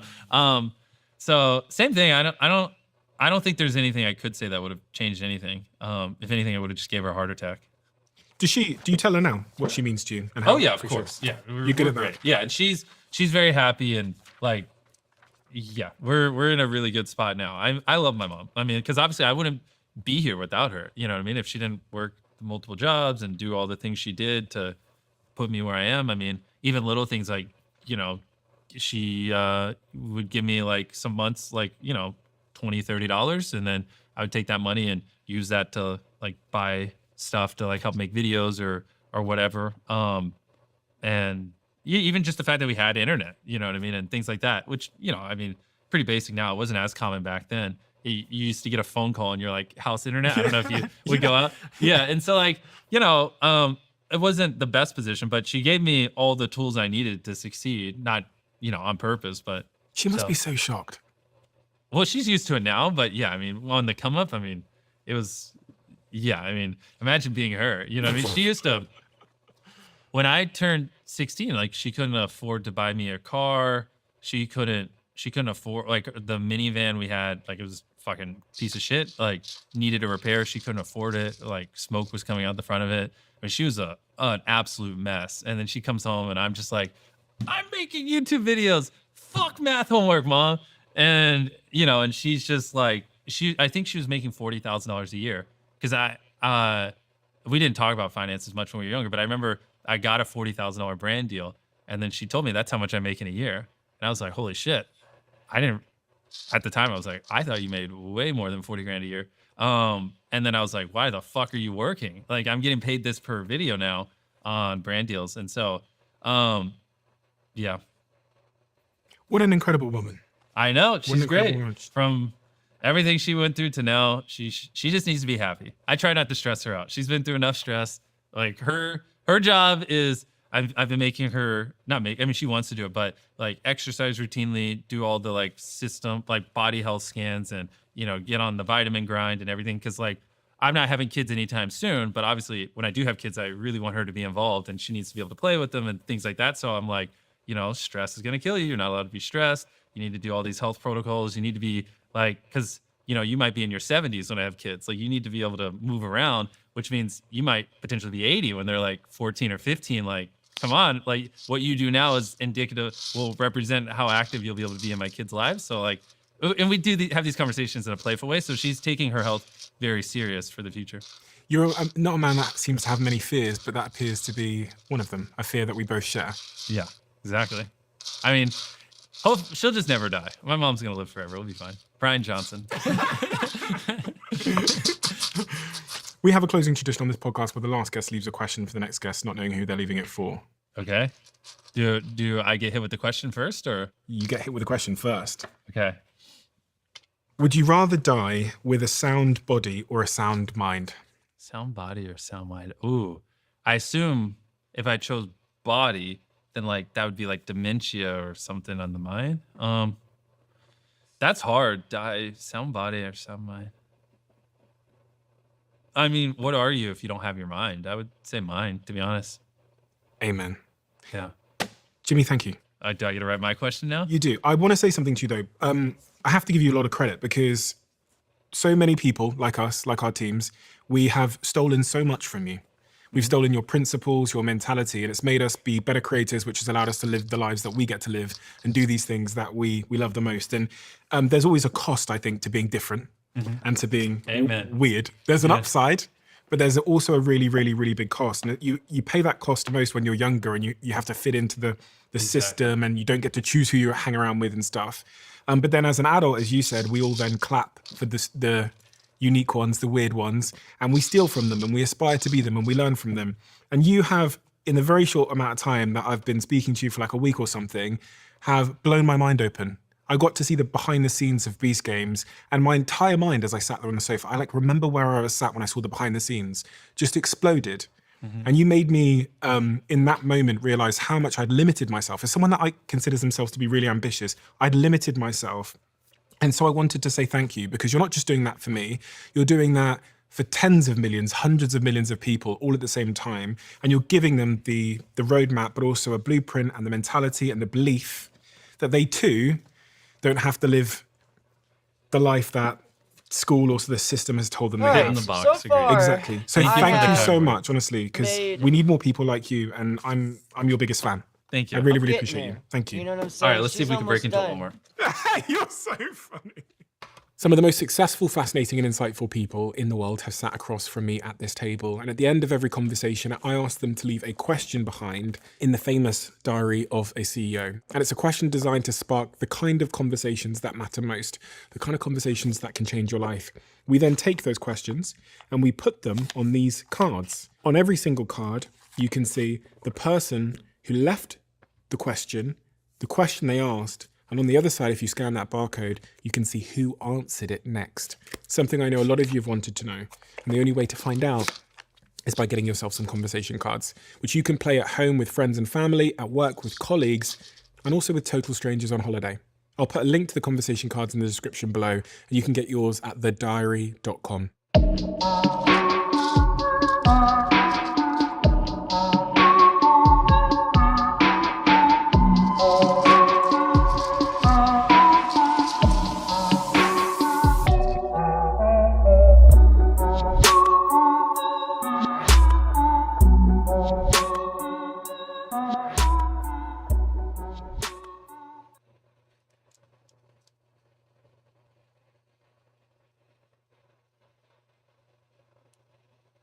Get your foot off the gas! Get your foot off the gas, you're getting tased. I'm trying to fix the car. No, stop! Get her out of here. Stop! No, please don't open that car on me, sir.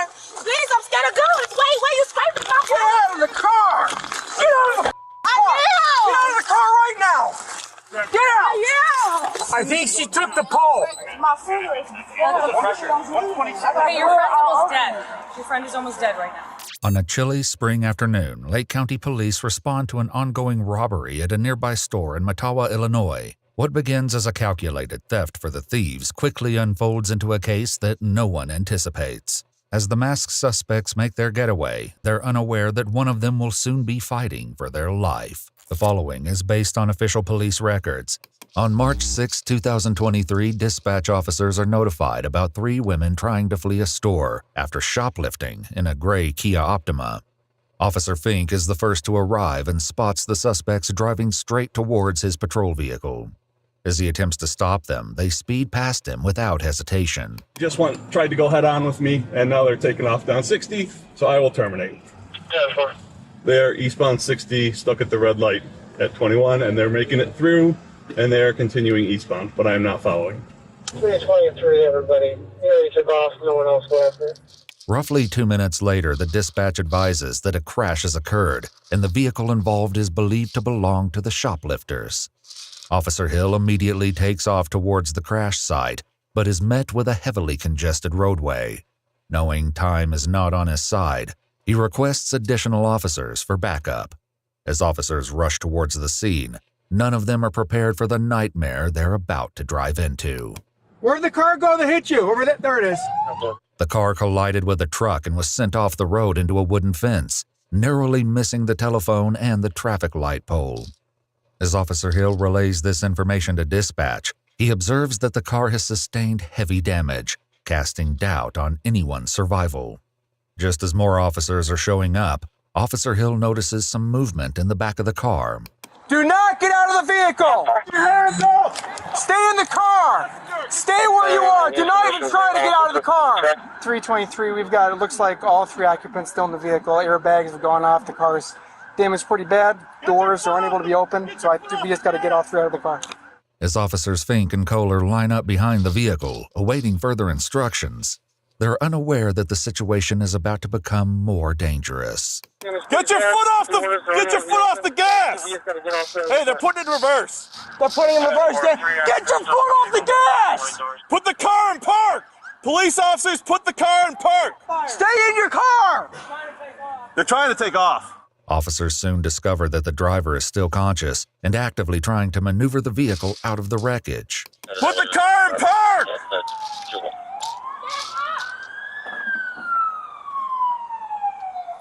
Get your hands up in the car! In the gray Kia, get your hands up! Dan, what do you want us to do? Well, then that's not what we can do right now. We're not going to approach the car. Despite law enforcement's persistent commands, the driver continues to reverse the vehicle. Take my spot. Who's got a shield? I do. As Officer Loss runs to grab her shield, it's still unknown whether the suspects are armed in any way. Earlier that day, 25-year-old Jariah Terrell, along with 26-year-olds Kanaya Williams and Brittany Christmas, entered the Ulta beauty store in masks. The women were in and out of the store in less than a minute, yet managed to make off with thousands of dollars in merchandise. Back at the scene, while officers know that they're the shoplifters, they're still unaware of their identities. As Officer Loss returns with the shield, Officer Hill takes charge, knowing the next move could be the difference between the safety of his officers or a complete disaster. Hey, let's go over to the street.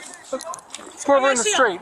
Dan, let's go to that side so we can get the driver. We can't get the doors. You can't go. You can't open that door. Okay. That door is completely. We gotta go through the passenger side. Who's less lethal?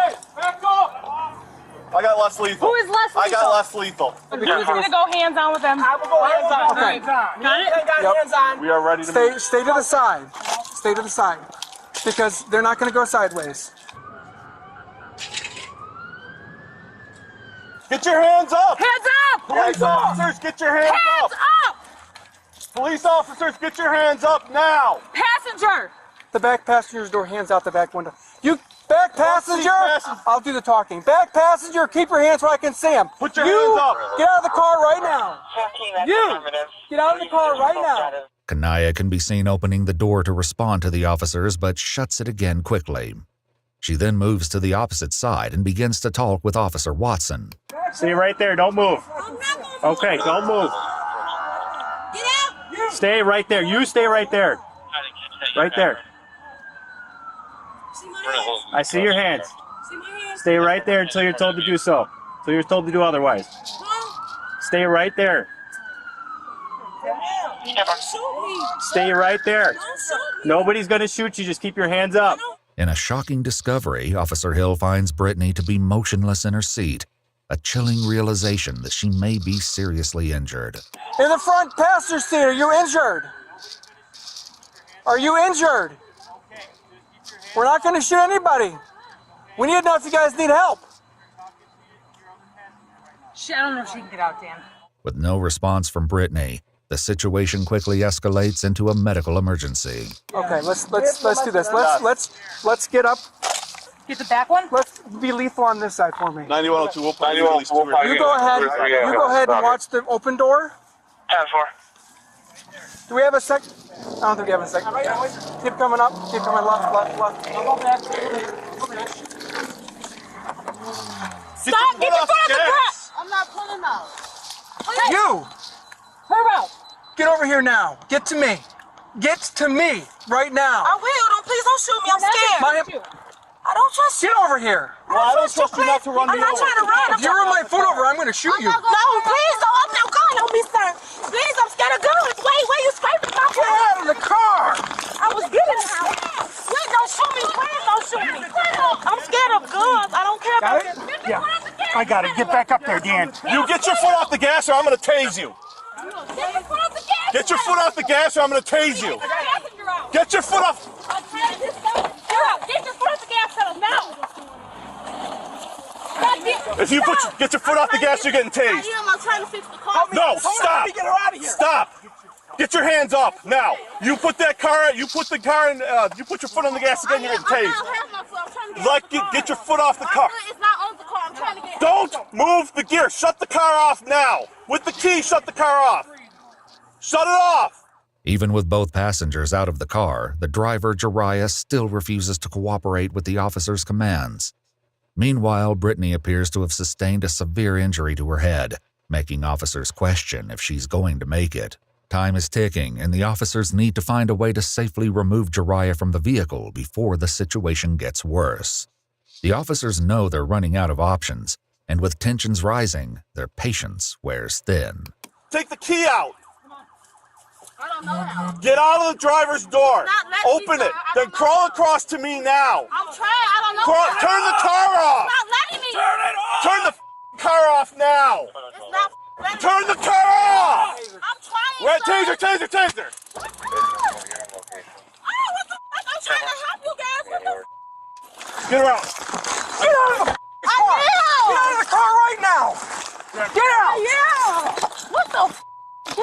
Why y'all? I'm trying to put the car on forward. You weren't doing anything. Yes, I was. Finally, all of the passengers have been removed from the vehicle and detained. Their identities are still a mystery to the officers, and things aren't looking too good for Brittany. I think she took the pole. I don't know if she's breathing.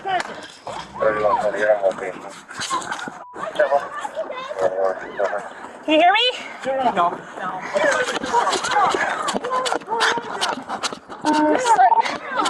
No. Come on. Officer James escorts Kanaya to a patrol vehicle, and what she says draws a grim picture about her priorities in the midst of this incident. They shoot? No. They They shoot? tased her. They shot her. She got tased. They shot that girl. That was a taser. They shot her. That was a Can you get my taser. stuff out that car, please? Excuse me, sir. What's your name? My Anaya. Anaya. Listen to me. I hear you. Listen to me. I got a lot of stuff going on right now, okay? I'm putting you in here. All right? We'll get you out of here in just a minute. Hey, hello!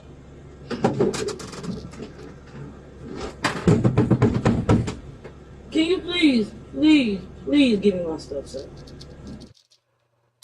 Oh, what the?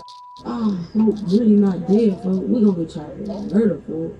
As Officer James returns with a female officer to do a thorough search of Kanaya, it's clear that the weight of the situation still hasn't fully set in for her.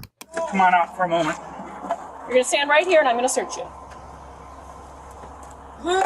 Come on out. You're gonna get a pat down. You Can didn't I get ask you one something before real you went fast? in. You're gonna stay right Sure. here. All right, can I ask you something, Mr. James? What? Can you grab my phone, man? If we can find your phone. It's right there in that Gucci purse. You just had it in your hand. You just looking at Your it. friend is unconscious. I don't think your phone's your concern. Relax for a minute. No, my phone is my concern because I had to call my family. And that's not my friend. They came to get me and she gonna tell me come stealing with some people. I don't need to do none of that. Okay. Can you please grab my phone and my We will Gucci look. purse? We will try and It's do our right best there. to I get just it seen for you pick it up. At the other end, officers are doing their best to fuck about save Brittany's nothing. life. She don't care Despite about the nothing. gravity of the situation, Jariah continues to test the officer's want her fucking patience, phone. throwing more tantrums in the mix. What's the problem, sir? Okay. What happened? I don't understand what is the problem. We didn't even do anything. You're okay. You're gonna find out. What the f? Let's search her and get her in the car. Can you tell me what I did, sir? Stop talking for I didn't do anything, Haley, though. can I you didn't help even me go in the search? store. I don't have nothing. Nothing. We don't got nothing. Okay, I'm still at the check. Doesn't matter. All of us, we're all good? Yeah. Y'all did that to my car. She's the worst. She needs an ambulance. she needs an ASAP. ambulance. How many patients? I don't know. So we have a lot of. Over by a car a few times. No. But she needs to go now. And I'm pregnant. We don't have nothing. Okay, I heard you. So why do y'all grabbing us for? We have to check you anyways. What the f? Hold on. Sit still. Hey, bring that monitor. Let me see that monitor. Yeah, she's got a good pull. She's just unresponsive. This was the confirmation the officers were desperate to hear, but with time slipping away, every second matters. But Jariah still isn't done, pulling at the very last thread of patience officers have. What happened? What do you mean? I'm saying, what the f What the going on? What do you mean? You guys crashed? I know. She was driving and she crashed the car, but I'm saying, what happened? What happened? You guys fled from Malta. From what? Trying to say she was driving? From who? You just trying to say she was driving? Just stay seated. Wait, did I say she was driving? Yeah. No, the other girl was driving. I wasn't no. You were in the driver's seat. Don't entertain. Sit down. I was never in the driver's seat, sir. Sit down. I never got in the driver's seat. I was in the back of the seat. Stop. Stay seated. I'm telling you the truth. I was in the back of the passenger seat. I don't have my ID on me. Is this your purse? Yes, this is my purse right there. No ID behind your phone? With no ID, the officers must take the name Jiraiya gives them for now. But soon, officers will encounter an entirely unforeseen scenario with the identities of the suspects. As they start to escort Jiraiya away from the car, Officer Loss gives her one last thing to think about. Get her away from the car. Get her at least by the back of the car. I know, my friend is... Okay, your friend's almost dead. Your friend is almost dead right now. Okay? Let's go. Meanwhile, the paramedics arrive and begin to load up Brittany into the back of the ambulance. Jiraiya, who calls herself Vatasia, now sees the full devastation of the situation. But if the officers think that she will be more cooperative, they are sorely mistaken. What was your name? She wants to know how. What's her name? Hey, what's her name? What's your name? What happened? What's your name? Is my friend okay? She's gonna be. The paramedics are taking care of her. What was your name? What's your name? Vatasia Terrell. What was your first name? Vatasia Terrell. Hi, is she okay? Is she okay? No. It doesn't look like she's okay. She wasn't driving. Yes, she was. Brittany was driving. After both remaining suspects are checked by the EMTs, they're transported to a hospital for a thorough checkup. Once Jiraiya and Kanaya are discharged, they're scheduled to be brought to the Vernon Hills Police Department to complete the booking process.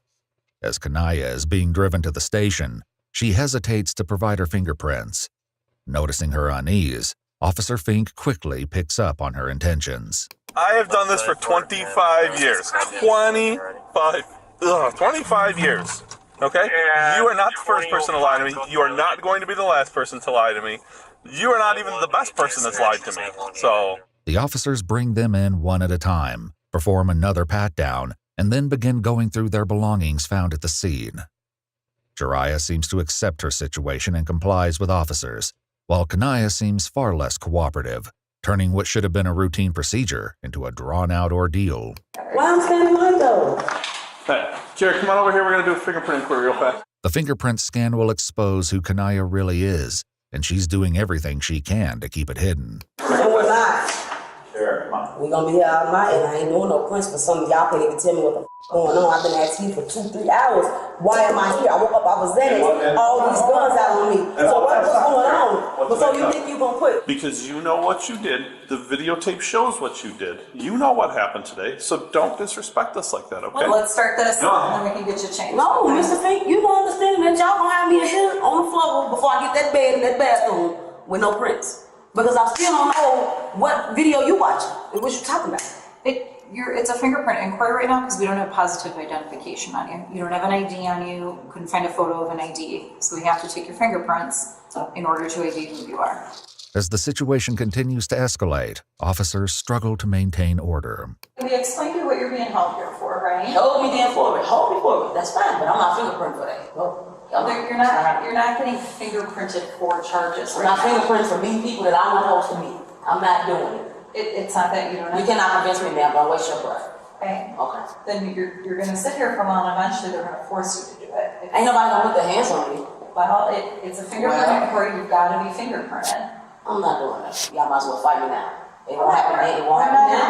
We're not interested in fighting with you. So what you mean? What they gonna make me? You can't physically make me do that I'm not physically doing with my people. Look, I'm not interested in fighting with you tonight. I'm not interested. So what room I'm going in? Because I ain't fingerprinting tonight. So what's up? Correct. We can try it again in the morning when you're going to go back into room number 4 then. Ready when y'all are. Eventually, officers aren't able to run a match on Kanaya either, and both suspects remain at the station for the night. The next morning, Officer Fink uncovers Kanaya's secret, which was all of her past criminal records, and confronts her immediately. What's up? Hey, Mr. Fink. Hey, remember when I told you lied about your name? I was right. It was right. I have done this for 25 years. 25. You are not going to be the last person to lie to me. 25 years. Long time. Faces change, but behavior always stays the same. You say you're lying online? Yeah, it's not funny. It's not funny right now. Alright, we'll get this time. Listen, you tried to play the game and you lost, so you just gotta accept it. Okay? Play what game? What's that? Play what game? The game of coming out here and trying to steal, dude. You can't do that. You know that. This ain't your first rodeo, so... That's not valid. Look at my background. I ain't done this long ass time. I ain't doing You this just shit. got arrested in February for retail theft. No, the I did it. Yes, you did. It's on your criminal history in Chicago. No, I didn't. No, I didn't. We got investigated, and when the case was supposed to be over, I didn't do You got handcuffed, or you got fingerprinted for it. Yes, I did. Okay, that's arrested. But when they brought it up, and they brought up the cameras like y'all did, I didn't do so fuck off with that one. Seriously. With both Jariah and Kanaya officially identified, the case is coming to an end. However, back at the hospital, Brittany is still fighting for her life, and officers haven't been able to identify her yet. Again, they turn to Kanaya and Jariah for some answers. Jariah, your friend that's at the hospital, they're trying to get a hold of her family. They haven't been able to notify anybody yet. Do you know what her name is and how to get a hold of her family? No, her name is Brittany. Do you know what her last name is? Do you know anybody that would know how to get a hold of somebody in her family? Okay, do you have any phone numbers in your purse where we can get a hold of her family? They need to know and go up there and be with her. They do. I wish I could be with her. It's sad, man. I swear to God, I don't know if Who would know who she is? Who would know how to get a hold of her mom, her dad, her grandma? I went and I talked to her and we can't find her phone. But officers don't have to wait long. Brittany Christmas survives her injuries and speaks with them. Jariah, Kanaya, and Brittany stole over $12,000 of merchandise, but most of it was successfully recovered. Jariah Terrell, the driver, faced 11 charges, but 8 were dropped in a plea deal. She was convicted of retail theft, aggravated fleeing, and driving under the influence. She was sentenced to 180 days in jail with 120 days credited. Both Kanaya Williams and Brittany Christmas faced 4 charges each, with 3 dropped through plea deals. They were each convicted of retail theft. Kanaya was sentenced to 128 days in jail with 64 days credited, followed by 18 months probation. Brittany received 18 months probation under strict conditions. If you'd like to see select new videos early and help us keep uncovering case files that rarely come to light, you'll find extra footage and unseen details on our Patreon. Channel memberships here on YouTube also include early access to select new videos.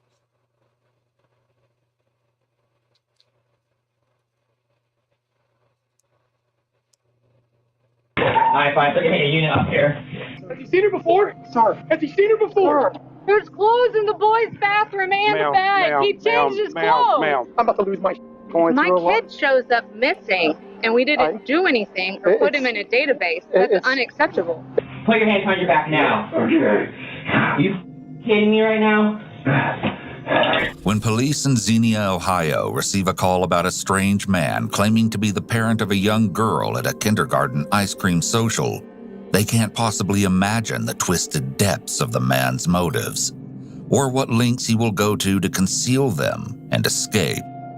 The majority of the body camera footage in the following video has never been seen before, and information included in the video was obtained through actual police reports. On August 22, 2022, St. Bridget Catholic School was holding their annual orientation and ice cream social. It was a time for their students, preschool through 8th grade, to come in with their parents, get to know their teachers, and enjoy ice cream in a safe, welcoming environment. On this day, however, the environment was anything but safe, all because of one man. He's the one they're after, but I'm After receiving a call that there was an unknown man posing as a student's father, several police officers raced to the quaint school and split into groups, trying to get to the bottom of the chaotic scene of frazzled teachers, furious parents, and terrified children. Of course, the questioning begins with the strange man at the scene. What's going on, man? I'm Officer Peters. What's your name, my man? Reed. What is it? Reed. Weed? Reed. Weed? As in like W-E-E-D? Is that what it is? Okay. So what are you here for today?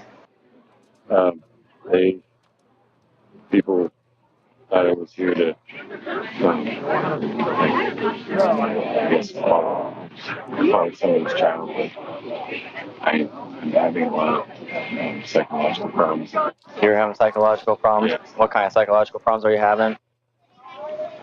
Are you like diagnosed with anything like that you know of or anything like that?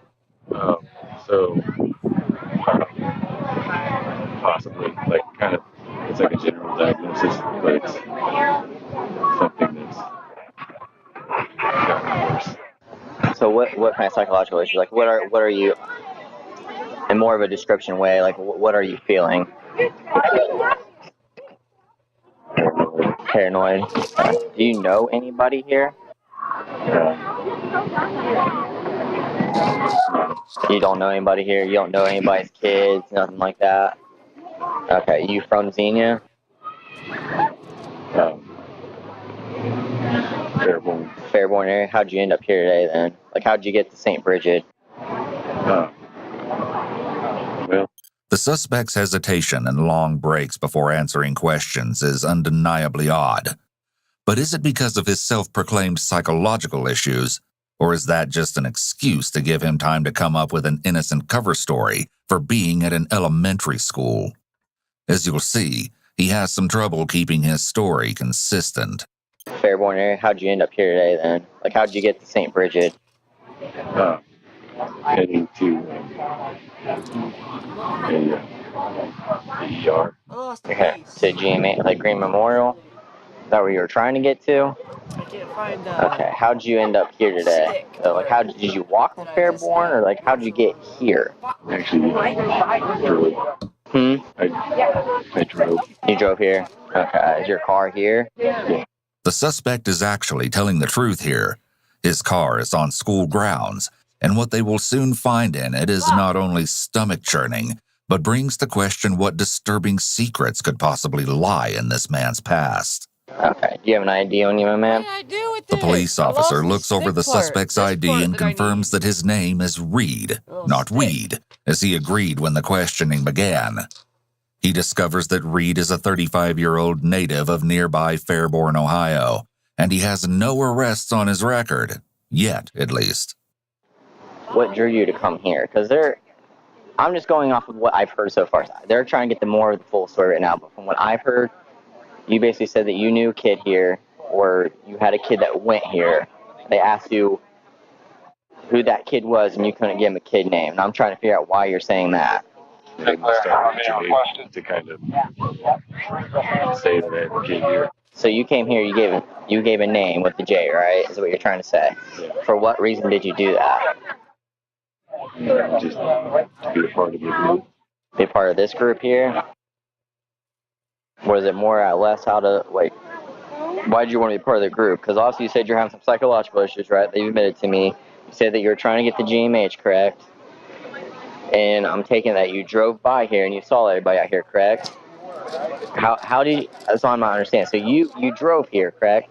You're trying to get the GMH, but it's not making sense how you ended up here and why you ended up here if you're trying to go to the GMH. There it is. So you kind of where my illness kind of starts stepping in. Okay, so you saw a group and you kind of got interested. Is that what you're trying to say?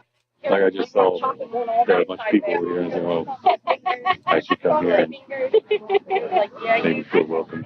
I talked to some of the parents and with their kids with them and asked them what grade they were and stuff. So, yeah. How many do you think you talked to? Talked to a lot of people today, but just here. Yep, just here. Families. Yeah, just like family members asking people about their kids and how old they were and what grade they were in, stuff like that. How many do you think you've talked to? Probably 7. Is that So you said 7? Yeah. Okay, 7. So obviously, man, people are obviously a little worried. A little worried is an understatement, and for good reason. Firstly, there's the principal of the school, Mr. Atkins, who gives his own account of what occurred that afternoon that was meant to be a stress-free, peaceful event for his students and parents. The father and mother of the girl Reed Duran claimed to be the father of are behind him. Into the building, he said he was the father of a daughter. So he was, as it turns out, it was his daughter. It's not his daughter. He has no relation here. He was fishing for information. It's my daughter. And I became suspicious. And so then I found out this was the real father. So we found him out here, and he's got a story about he's looking for his daughter. But he latched onto that name. We don't know if it's a coincidence, if he saw it posted, if he went to the desk, but also, very alarming. Right. And I've got other parents who know my daughter and said they watched him watch her in the classroom and see a picture. So we don't know why, but it's definitely out of line, very inappropriate, and dangerous, Right. So and alarming. when we walked in here, today's check-in day. We walked up to the door and there was a line of adults. I looked at him. I said, "You can go in." I thought he was waiting for a wife or something, and he looked at me up and down and kind of smiled and went to say hi. I said, "Hey." Stood over my daughter's desk. He told me that he saw her picture, stood over my daughter's desk, and had conversations with her teacher about, "I will get this. What stuff do I need?" She, "Where's your Kleenex? Where's your pencil? I'll get this. I'll get that. Are you the father?" "Yes." He asked me, "Is this where the supplies go?" and pointed to the supply table. Okay. And then are you teacher? Mom. Mom. This is my wife, and we have a daughter. You go in kindergarten here. She's in kindergarten. And I said, "Who are you here with? Who are you related to?" He said, "My parents." So obviously, I'm thinking, well, this is weird. So, "Do you have a daughter here?" He said, "Yes." I said, "What's her name?" He hesitated and finally said, "JJ." I said, "Okay, what grade?" Went through that. So we walked down there to the kindergarten room. He started asking questions of the kindergarten teacher. Well, later, these are new parents. I didn't know them yet. So later I get introduced to them and I knew we got a problem because that was the name he was claiming. The parents' and teachers' accounts of the events in the classroom turn Reed's already unbelievable motive for being at the elementary school into a downright impossible one. But can police get him to admit his real reason for being there? Now I'm starting to get a little frustrated because you're not being completely honest. You walked into that school today, sat behind a little girl and started talking to her. Didn't know anything about her, don't know anybody here, and you start talking to a little girl. What is that about? What is the reason for that? Just trying to better interact with people, I guess. But I know it's not normal. No. To say the words to better interact with people, and hear me out. And your way of doing that is to talk to little girls. Can you also see this right here? You see how frustrated they are? You see what I gotta go down through? I gotta calm them down. And the world that I live in, and the world that we all live in, and the way like I said, schools are these days with it's going on within schools, the little kids' schools, and you pull this, your alibi of what you're saying makes no sense. I think you had your alibi. You had another attention here today. What is the real reason you came here? Get out of here. It's not here to interact with people. I don't believe that. I don't believe that you just showed up here to show up here because you saw a group of people. What was the reason? What was the real reason why you came here? I feel like I live by myself and I spend too much time by myself. So just again, I'm not doing very well psychologically. So I thought, hey, coming to a place that has where it's like, like a family environment. But I understand it's like not normal at all. You throw it in with adults with their families, and then you walk into a classroom using somebody's kid's name, and then you go stand behind that little girl and you talk to her and you ask her questions. I think your alibi of what your intentions were completely different of what you're telling me. You interact with everybody, including kids. Why kids? What's your age? 35. Okay, you're 35. Why you want to interact with little kids who are like, I'm looking at the age range of like 6 and like 10. Why? Fucking weirdo, bro.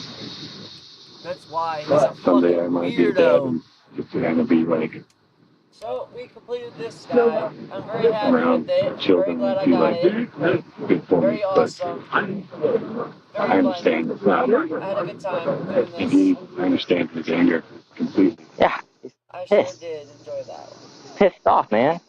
That's his child. Clearly, Reed's story on why he was at the school is crumbling before his eyes. To say the parents are angry is an understatement, and soon they will have even more reason to be furious with him. I need something done, taking it with him, and I would appreciate every information on him so I can keep tabs on him or something. Sir, I understand you are very upset right now. All right, let's try to work through this. Yes, sir. Okay. Okay. So one thing, and like I said, I can't imagine what you're going through with this. But one thing I will ask you to do is just step towards the back of my car. That way you stop looking at him, because the more you stare at him, the more you're going to keep yourself worked up. All right, and right now I want you to try to breathe and focus on. What's the procedure? What's going to happen? So right now, I've already placed a call on my supervisor. He's going to give me a call so I can give him the rundown on this. Right now we have right now Registry, attempted kidnapping. I mean, no, ma'am. yeah.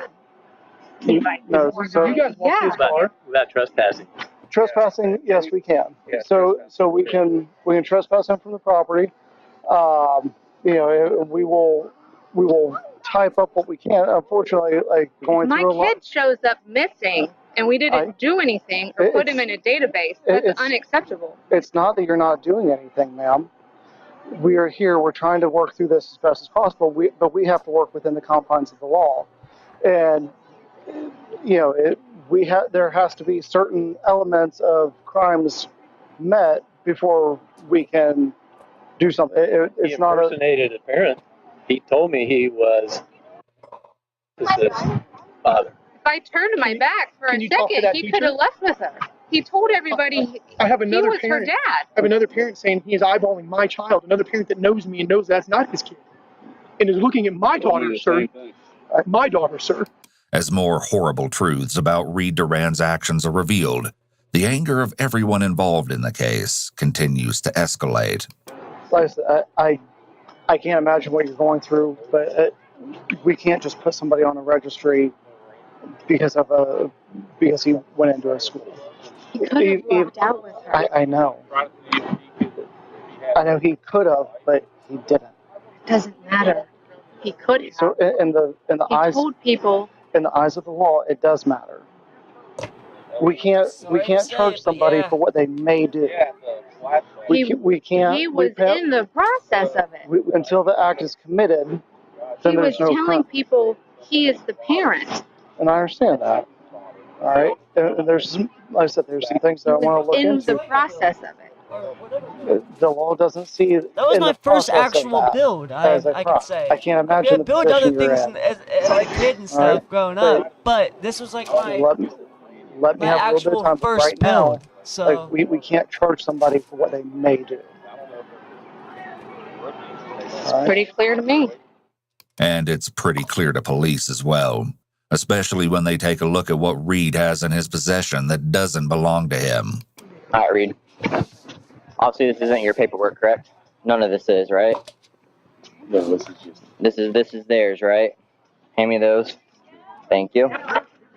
What else have you taken from them today? Nothing. What's in that bag? No.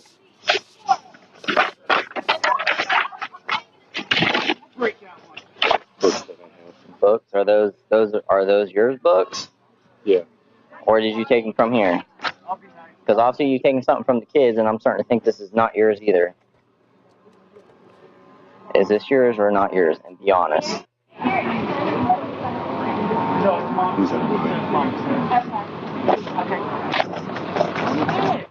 Whose hat's this?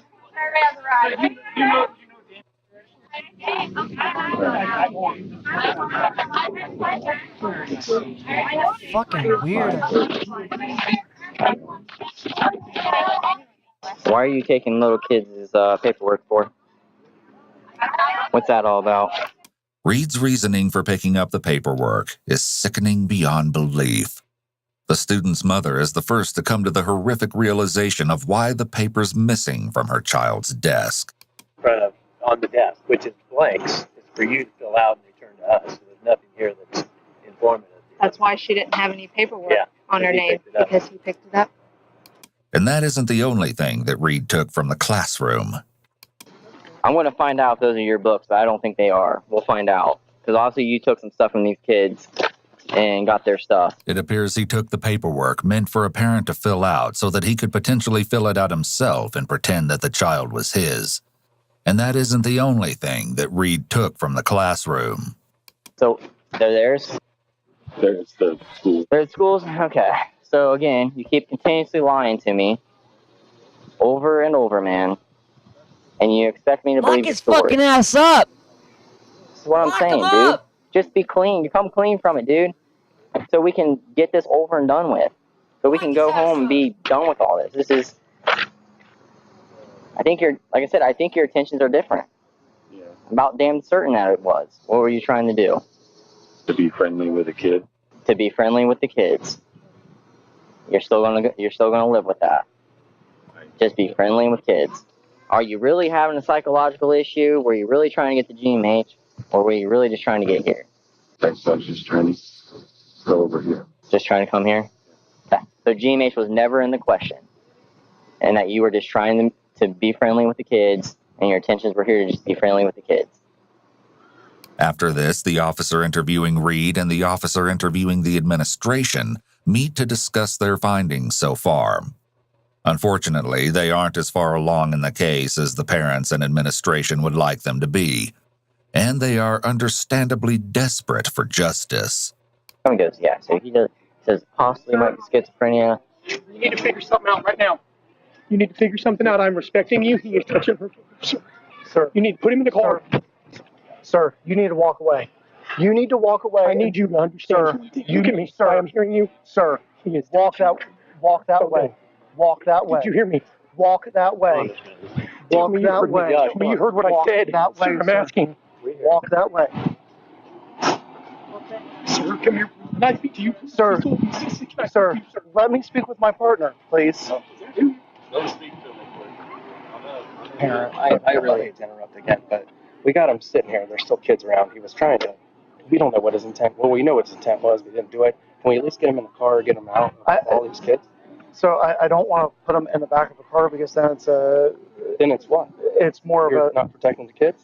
Sir, I'm calling Stutes right now. It's unclear exactly at this point why they cannot put him in the back of the car, but it seems like the officers haven't developed a reasonable suspicion to detain Reed. Though this doesn't quite make sense given the circumstance, there may be some departmental policy preventing detention in a vehicle under certain circumstances. Bullshit! We're trying to. Fuck that shit! That is insane! Just a few minutes here. That's all I'm asking, so we can put him somewhere. It's just not here. Just not here. Sir, it's been almost an hour since he's followed my kid around, and he's right here. I know you want me way from everybody. He's right there.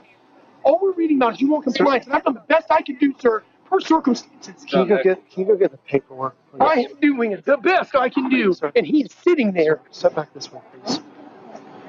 Man, I really burnt the shit out of my arm yesterday. Really bad. I've already asked you to I asked you to put him in the car. That's all I asked. I didn't say lock him up or whip him. I said put him in the car. I understand that. Right now, I need you to focus on your brain. I need you to break it down just a little bit, sir. You got kids? Okay. Oh, fuck you. We put a restraining order on him. So that's not something that I can do tonight? Can I speak to someone that can do something about this gentleman, sir, who was following my daughter around? I'm working with what I can. What are you working with? With trying to talk with you, to talk with the principal, to talk with the other parents involved. 6 people, this is creepy. Okay, it's not a criminal act to be creepy. At this point, Reed has stolen items from the students and pretended to be a father of a student.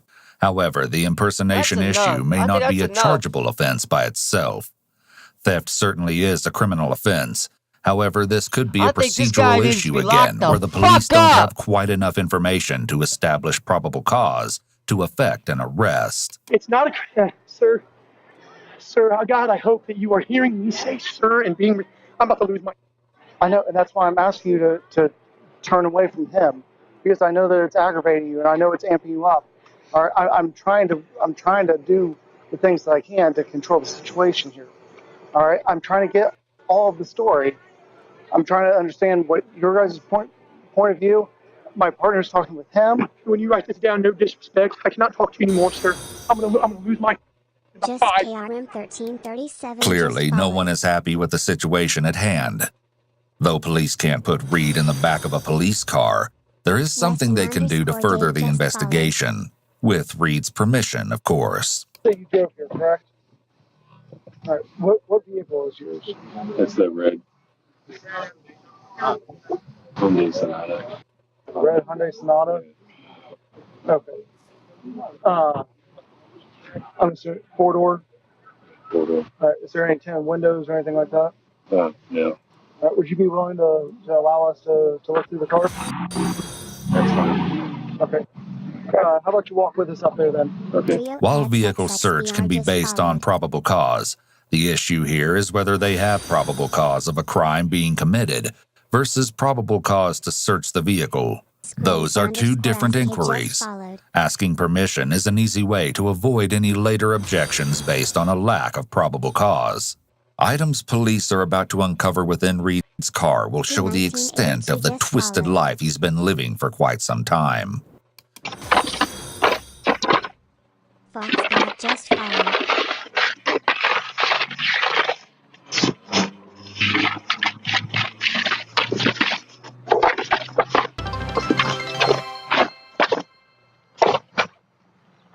An officer locates something that piques his interest, and Reed latches onto it. You user? You have a thing in there about recovery. You user? What do you usually use?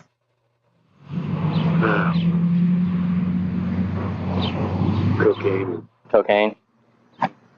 Okay. When's the last time you used? What else? Okay, what else do you use? Do you use cocaine and something else? It's like pills.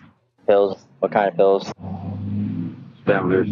Downers? Like cards, right? Basically. Gotcha. When's the last time you used, my man? This morning?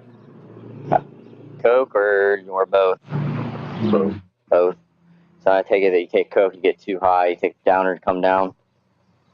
Yeah. Okay. Have you went to recovery before? Because also, like I said, you got recovery books in there. Yeah, and it didn't work out. I mean, it didn't work out long term, I guess. Is there any Coke in there, any pills, anything in there that we need to know about? Maybe so. Where at? In the trunk. In the trunk? You give us permission to look in the trunk? Yeah. You can. Cecil, you can look in the trunk. So there might be Coke and pills in there. At this point, they still haven't established probable cause for a vehicle search. The officers are being cautious here, so asking for permission to look in the trunk may prove critical. How much is it going to be? We're talking like an 8-ball? Are we taking just like a minuscule amount? What are we talking? Like 2 grams, probably. 2 grams of Coke? How many pills? 20. 20? And it's just going to be a variety of Downers, just like a variety of pills, different ones, or is it just going to be all the same? I think just kind of a variety. Variety. Okay. Where would these be? Where at in the trunk? Nope. Don't stand up. Where at? Maybe underneath where the tire thing is, possibly.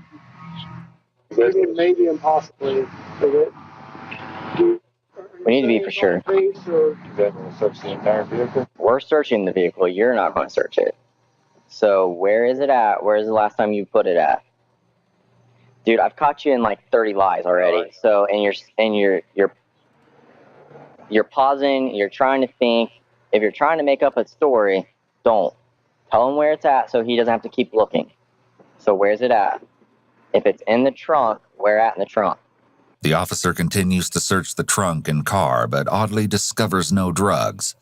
However, he does find something else that is deeply disturbing, something police will be sure to ask Reed about soon. Why are you lying to us right now? Now's the time to be truthful, to be honest with me.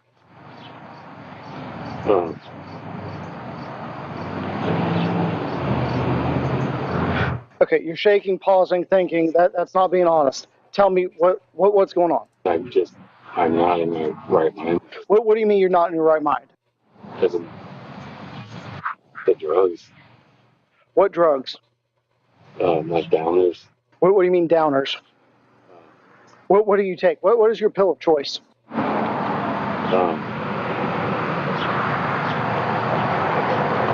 You're lying to me. No, addicts know what their pill of choice is. Addicts know what their drug of choice is. It's like an upper. Okay, other than generic common terms, explain to me what your high is. It's like feeling energetic and like having energy to do things. Okay, you're lying to me. Stop lying to me. I don't know why you were lying to me. What he's trying to get is a specific drug, a Vicodin, a Percocet, I don't even think like that. I don't even think that he's a user. I don't think you're a drug user. I think you're using that as a crutch or as an excuse. So what are you doing here in Xenia? So what brought you to St. Bridget? Did you drive by, or was there a specific reason that brought you here? There being a lot of families here. So you knew there was a lot of families here? Yeah. Okay, how did you know there was a lot of families here? Because it's an elementary school. But it's in the evening. It's Monday evening. What brought you here? I looked up the dates that they have for when they are having these kind of events. Okay, so what was your intent when you were looking that up? What were you trying to do? When you were looking up to see when their events were, to see when people were going to be here, was it people, children, families, what? Children. Okay. So you came here specifically looking for children? Okay. Why, dude? All right. Have you ever been in trouble before? Lock his ass up! I have not. Okay. Was there a specific family or just children in general? Just in general. Okay, so you didn't know anybody here. Just when it seems like police are getting somewhere after this sickening confession, they are once more interrupted, and the most shocking interruption isn't by who you're expecting. However, what the officers are about to be disturbed with is something that adds another layer of depravity to the case and makes Reed's revolting motives even more clear.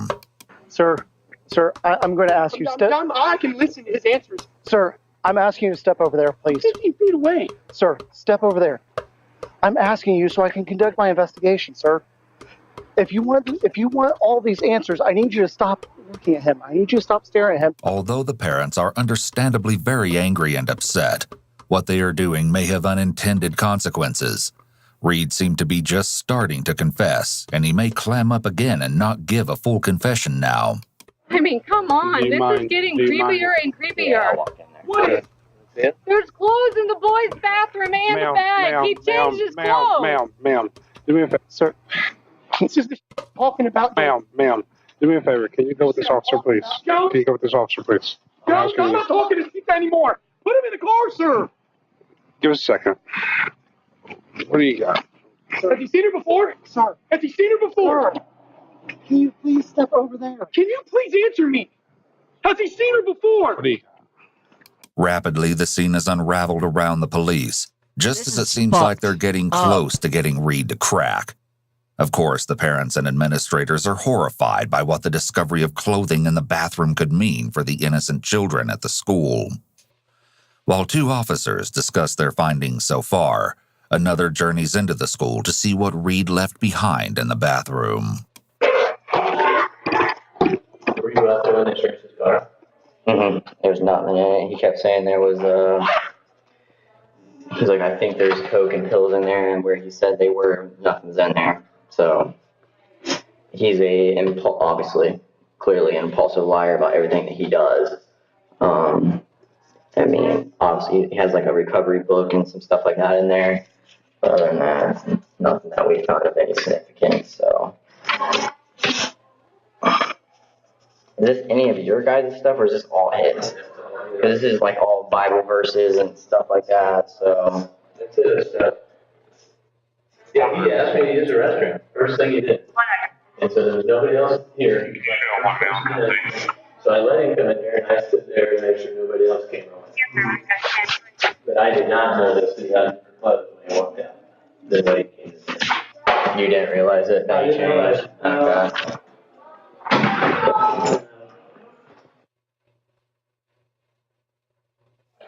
Just making sure nobody came or went. Somehow this guy's not on some kind of offenders list. I know, that's what I'm kind of shocked about. Where do you be now? Yeah, does this have to put him on?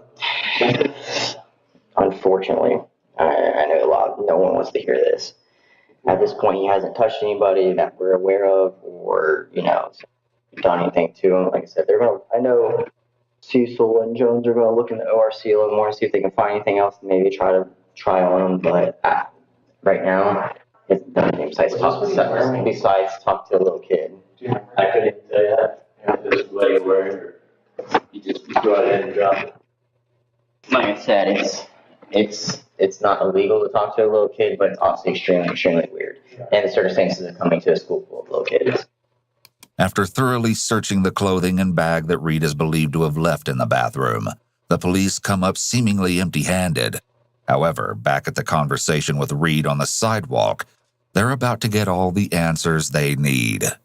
Be warned, what you're about to hear is incredibly disturbing. Can you pick up on your story where you left off with me? With him? With me. Or where were you with him? With him? Yeah. Why I was here? Okay. And why were you here, sir? Because of kids. Okay. What do you mean because of kids? Because I'm attracted to children. Okay, so you're attracted to children. What were you coming here to do tonight? Walk me through what was going to go on tonight. Kids. Okay. Just anyone in particular? Was there a specific? Just anyone in particular. Okay. So walk me through when you got here. What happened? Made up a story that I had a child that was going to school here. Okay. Did you give a name or anything for the child that was going to school? Or? I said. Okay. How'd you get that name? I just came up with a name that had J in it. Why did it have to be J? Just the first name that popped, first letter that popped. Is that honestly the truth? Because I think you saw that name or came up with that name some other way. So how'd you come up with that name? Just coming up with a name that goes with the letter J. Okay. So why J? What was specific about J? Yes, I just like the.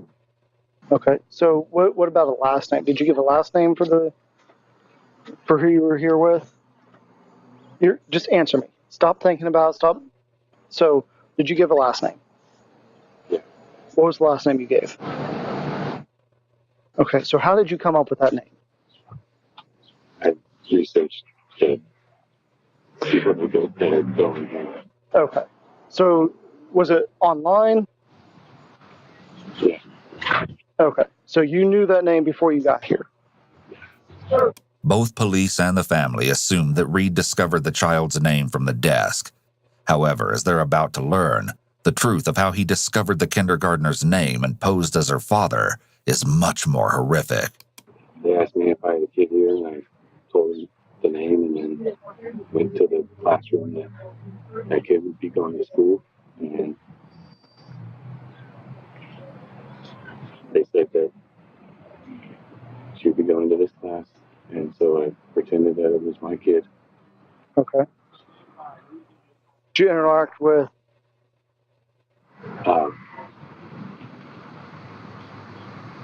I did not. I just kind of just behind her. You were behind her? Yeah, just kind of been near her. Okay. Were you here for her or for anybody else, or was it multiples? It was just her. Just her? Yeah. All right, look at me. All right. How'd you pick her? Just by her looks. Okay. Was this prior to tonight, or? Yeah. Okay. You say you were attracted to children, so you're a minor attracted adult. Is that correct? Yeah. Okay. Perhaps the officer uses the term minor attracted adult to make Reed feel as though his crimes aren't his fault, or aren't as serious as they truly are. Using this phrase, as disturbing as it is, may put Reed at ease, allowing the detective to get more information out of him. So, what was your plan tonight? To take her home with me. Okay. And what? Sure. Okay. Touch her how? Inappropriately. What do you mean inappropriately? Something you do to an adult. Mm-hmm. Hey, Peters. Okay. And what would be the purpose in this? Like, why did you want to come here and take her home with you and touch her? Why did you want to do that? Because it's a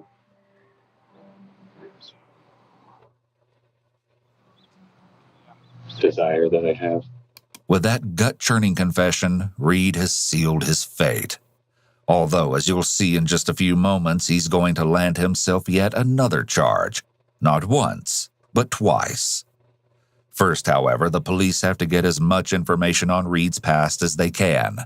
And those brochures and maps that they discovered he had in his car, they've brought some unsettling questions to the forefront of the officers' minds. You said you looked online. What did you look at other schools or just this school? Or? I've looked at other schools. Okay. I can't think of which ones I've looked at, but just looked at other schools. Okay. Have you gone to any other schools? Yeah. What school have you gone to? What school or schools have you gone to? I've gone to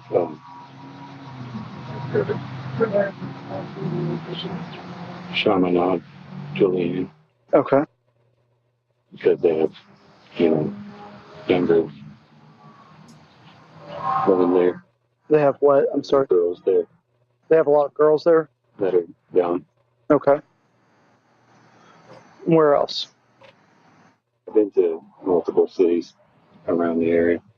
Like, what do you mean by, is it like in a general area? Is it further in the state? Do you go out of state? What do you mean by multiple cities? I've gone to like states that are not states, but cities that are a couple states over. Okay. I went to Normanton. I went to Denver Elementary. That's the one I can remember. And then other places. Okay. I've just driven past other schools and stuff. Okay. Have you ever stopped in any other schools? Yes. Okay. Have you taken girls from any other schools? Yes. Okay. Reed's disheartening admission that he has kidnapped girls from other schools adds another layer of horror to this case. This brings up another question that yields a harrowing answer. All right. So, do you take anything to jog your memory from these other schools? Keepsakes, momentums, anything like that? Yeah. Okay. What do you take? Took a piggy bank, Kermit the Frog. That's like interesting with a pirate. Mr. Green, it is? Duran. What is it? Duran. Duran. Sorry. Apologize. Would you be willing to come down to the station and talk with us some more? Yeah, that's fine. Okay. All right. Yeah, why don't you come on? Finally, police are able to bring Reed to the Justice Center for questioning, and things are about to take an insane turn. Notice they don't have him in handcuffs when he's placed in the car. It seems like police have enough for a detention, but not an arrest. This enters a gray area where an arrest, if not justified, contained anything learned during the drive to the station. Therefore, by asking him to voluntarily come down to the station, it can be argued that his participation in any questioning was voluntary and not a custodial interrogation. His future statements can potentially remain admissible under these circumstances. He swings from side to side in his chair, presumably overcome with anxiety. Soon he makes a terrible decision he'll likely regret.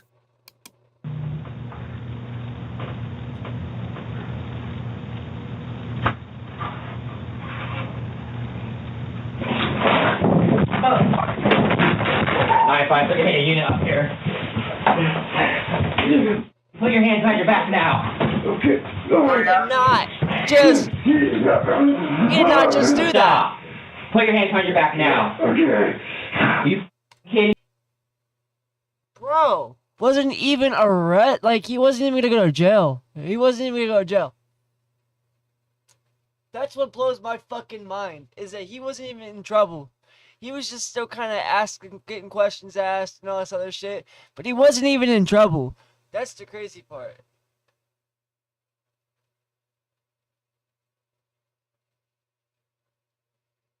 That's the crazy part. Like, what the fuck?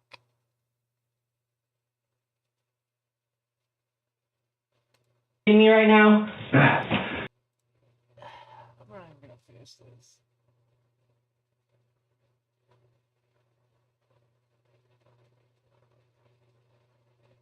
Well, you know, I was gonna play the game. I mean, I still could, but I'm kind of tired, I ain't gonna lie. Like, I'm just kind of like, bleh. I kind of could just lay down right now and watch TV. Like, should I continue to stream? And, should I take it in and just say, fuck it, it's been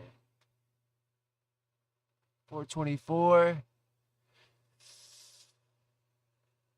I think it's been long enough. I think we should just call it a night. What do you think, chat? Well, unfortunately, there's nobody in here to tell me otherwise. So, guess what? Good night, everybody. I will see you guys in the afternoon, maybe, if you guys are there. Other than that, have a wonderful night.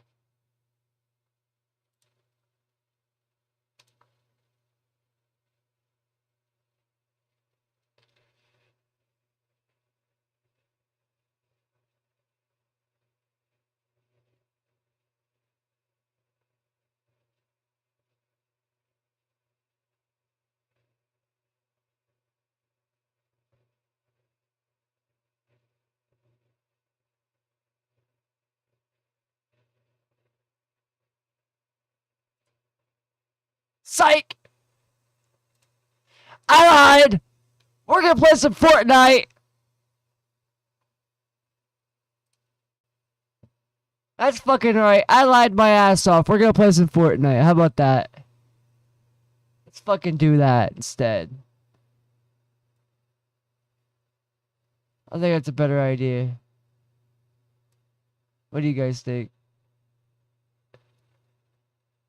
Oh, wait a minute. There's nobody here to tell me otherwise. So fuck it. Let's just do it. Woo! Let's just do it. Let's just do it. Let's just do it. Let's just do it. Let's just do it. Let's just do it. Let's just do it. Yeah. All right.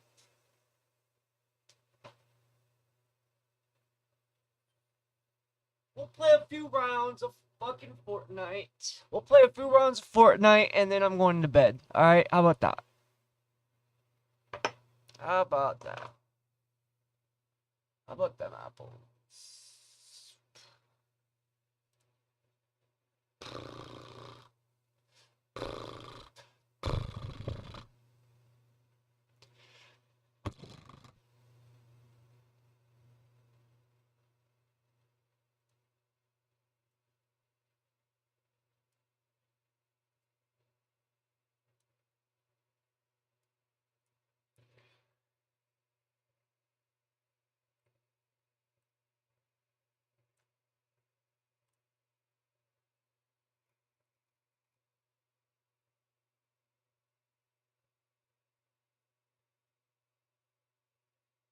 Guess I could just save it like that. It's not really that big of a deal, is it?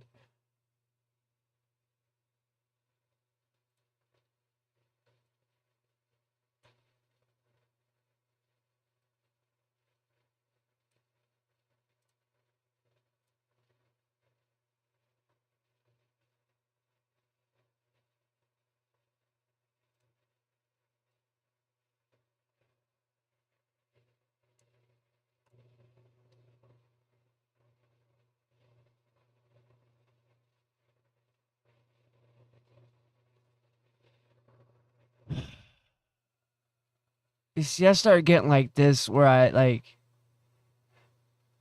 can't stop fucking with my camera shit and stuff, and it just really annoys the fuck out of me. I gotta stop doing that.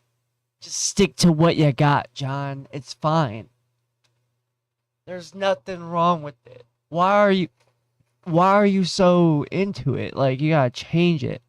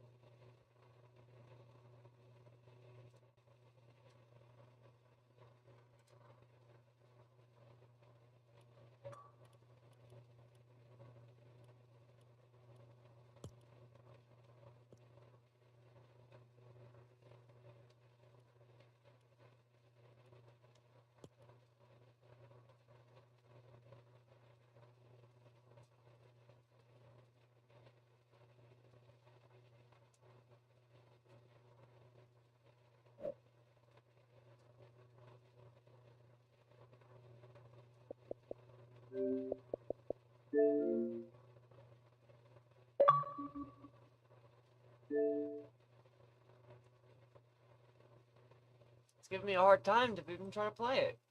What the fuck? What's the issue? Why can I not play? Fuck.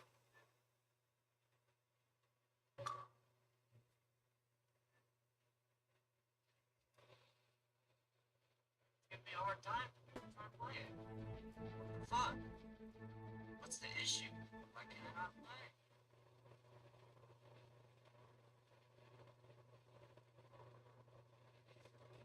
Doesn't seem like it wants me to play the game. Would you look at that?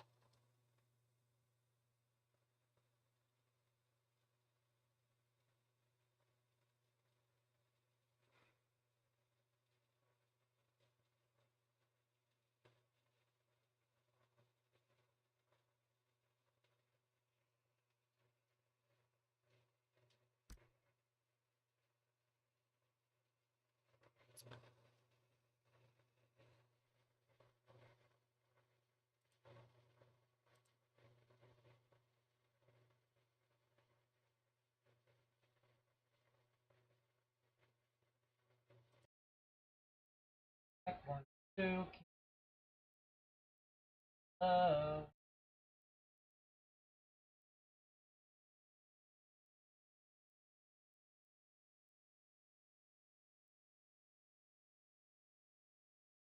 Well, some days are good, other days are bad, you know. I don't know. Check and make sure our audio is good.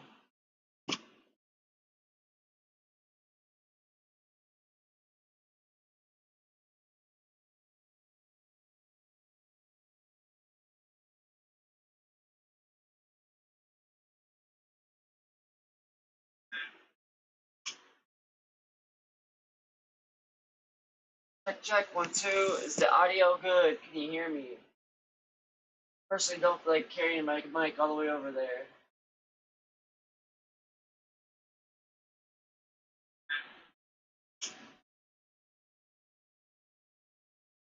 Check 1 2. Is the audio good? Can you hear me? Personally, don't feel like carrying my mic all the way over there.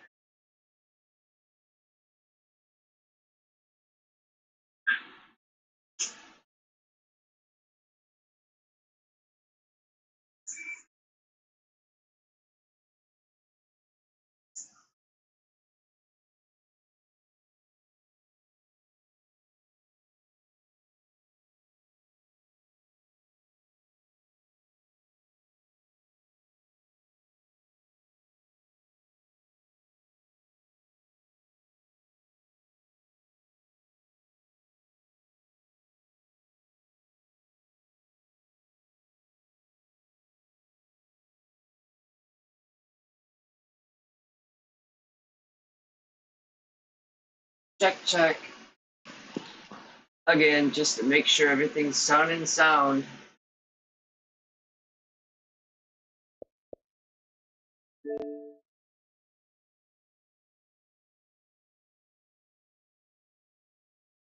Check. Again, just to make sure everything's sounding sound.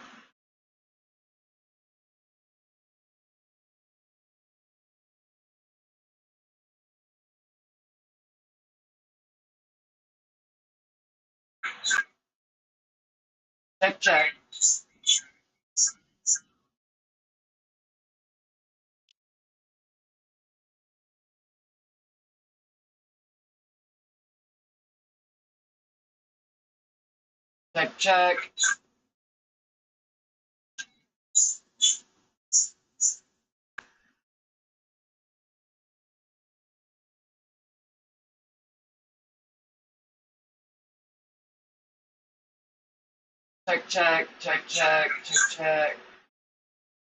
Check. Check.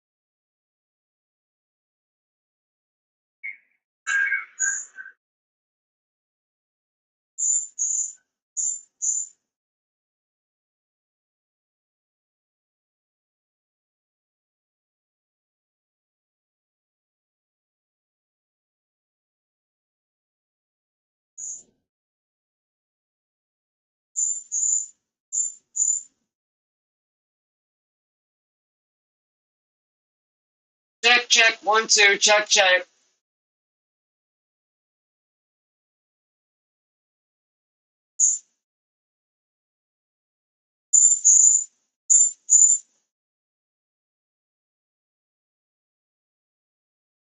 Check, check, 1, 2, check, check.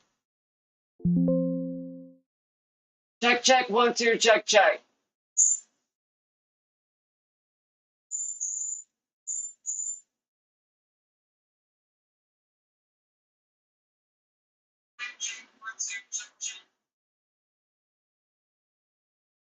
Check, check, 1, 2, check, check.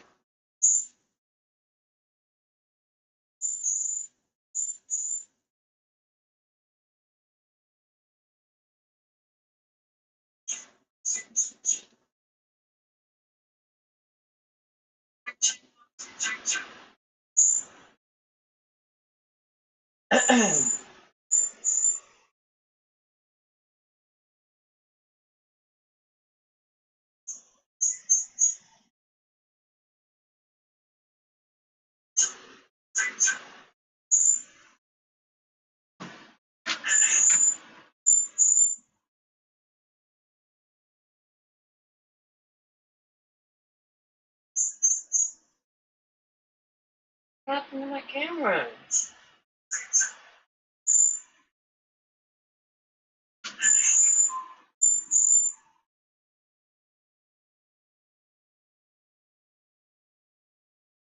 What, bro? I'm broken or something. What happened to my camera?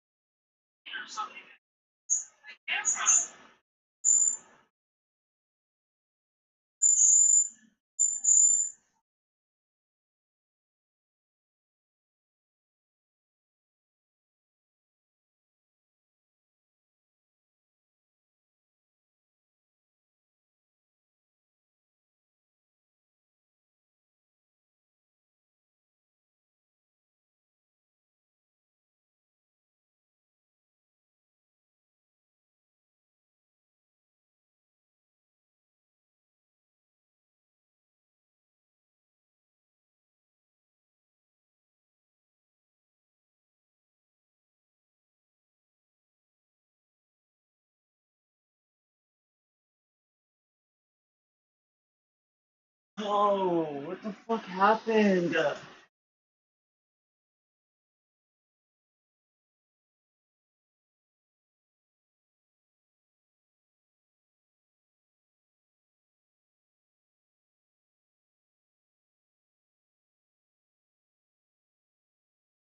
the fuck is flying around in my room?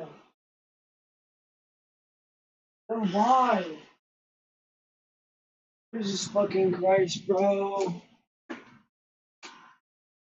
Probably because she's got a fucking hole or something in her fucking window.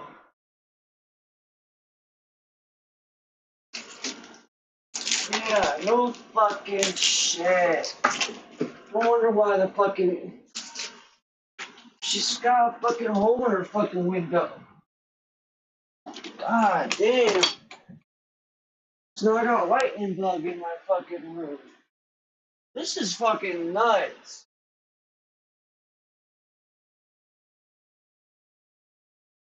What the fuck happened? Why did my camera start acting like that?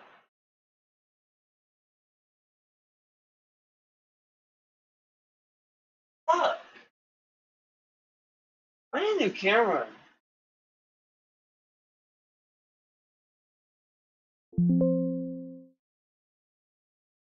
I need a new fucking camera, guys. Damn.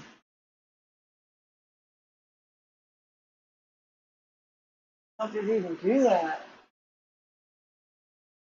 Jinxie, go get that fucking bug, bro. Bugging the shit out of me. We're gonna start playing something for at least a little bit. And I'm getting off. Alright?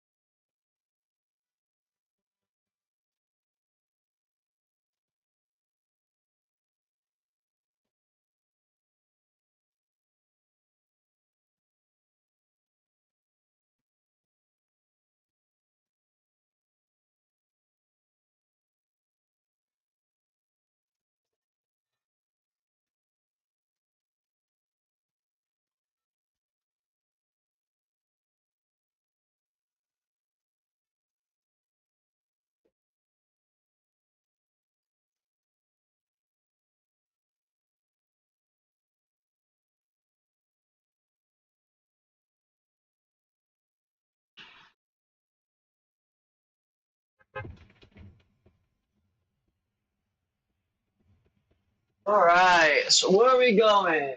Let's go to your mom's house. Ah! I think it's like right here. I think it's where your mom lives. Yeah, I remember correctly.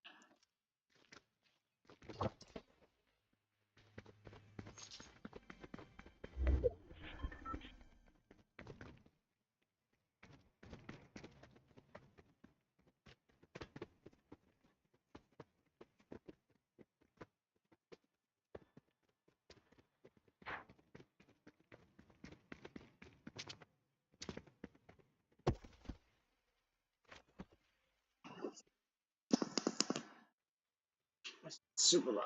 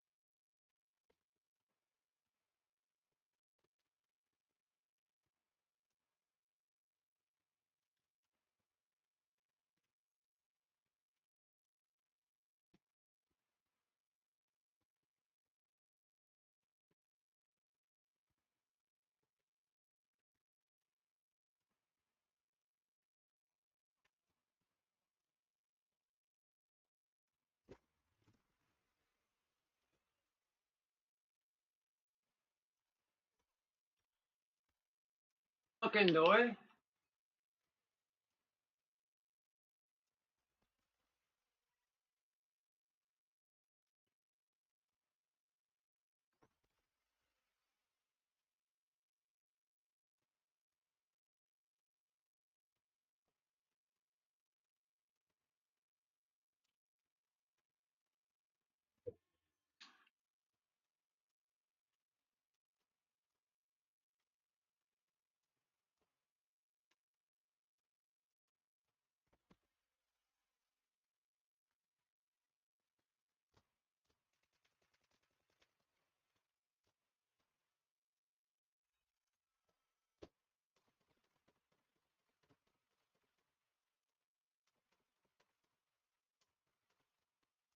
Bro, hold on. Why am I shooting like shit right now? Chill the fuck out.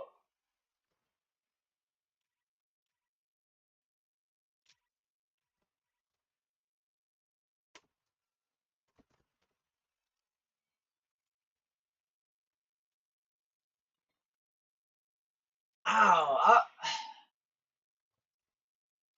Oh, because I stopped playing for a few fucking days and then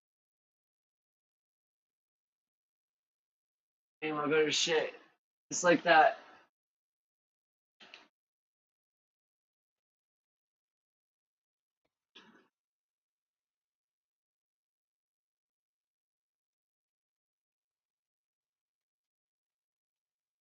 Like,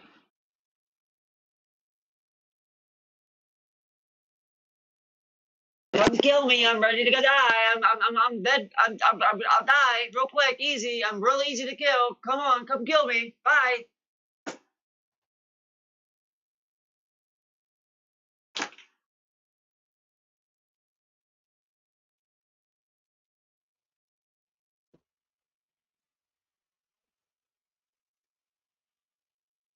Also, your mom misses you. Come say hi to her.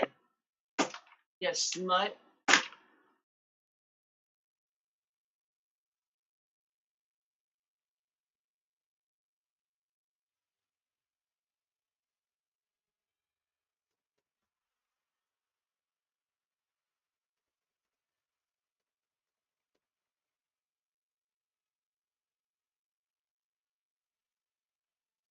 Looking at me.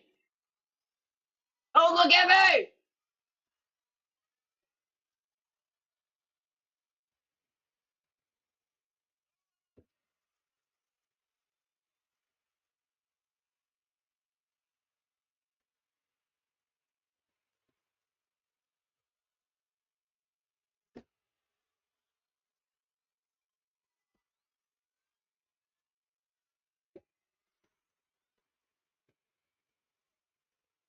Why are you dancing, bro? About to die. Whoa!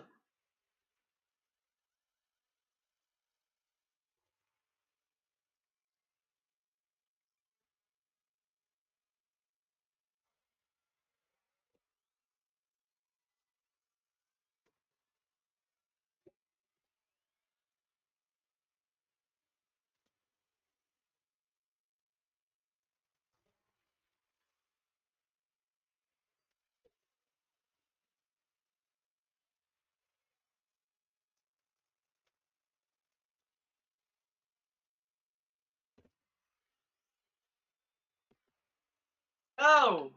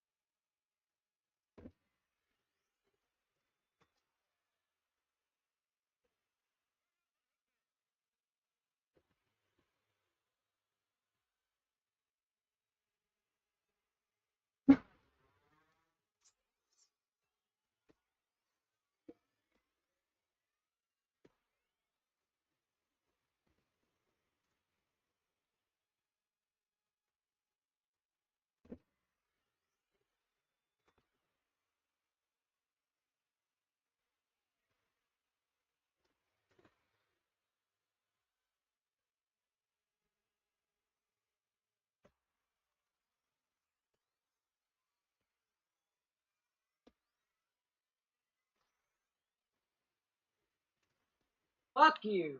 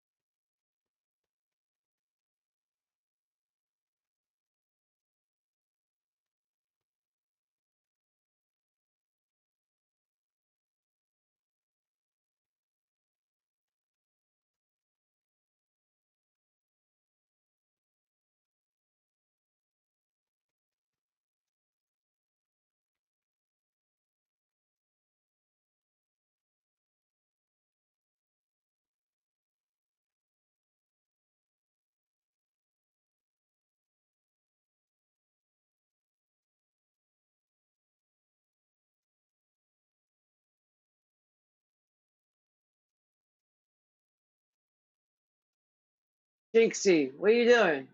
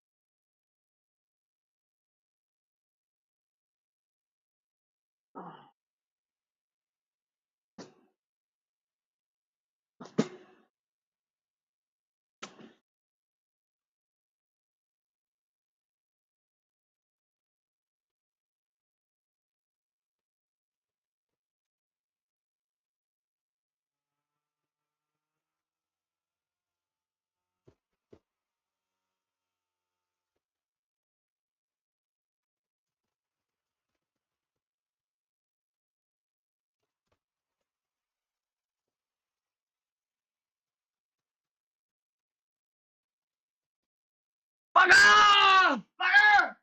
Go to bed! Fuck this shit!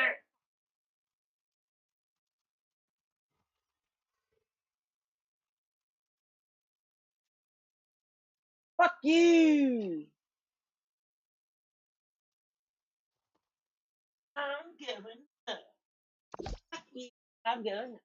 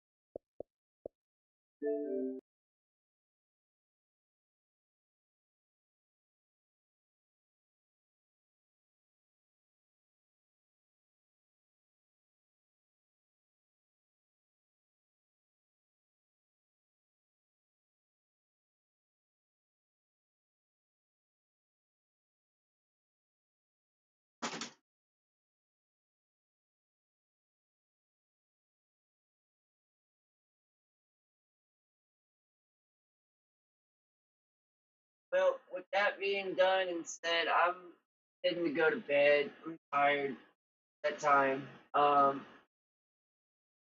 be back on later tomorrow. Of course, you guys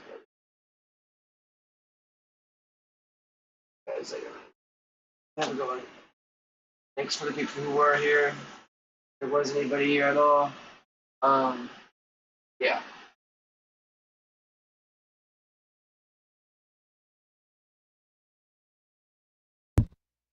Peace out. Have a great one. Oh yeah, don't forget. Got to raid. Got to raid. Got to raid. Even if there's nobody, got to raid. Hey, got to raid. Hey, got to raid. Hey, don't forget the raid. Don't forget the raid. Don't forget to raid. Never forget to raid. Never forget to raid.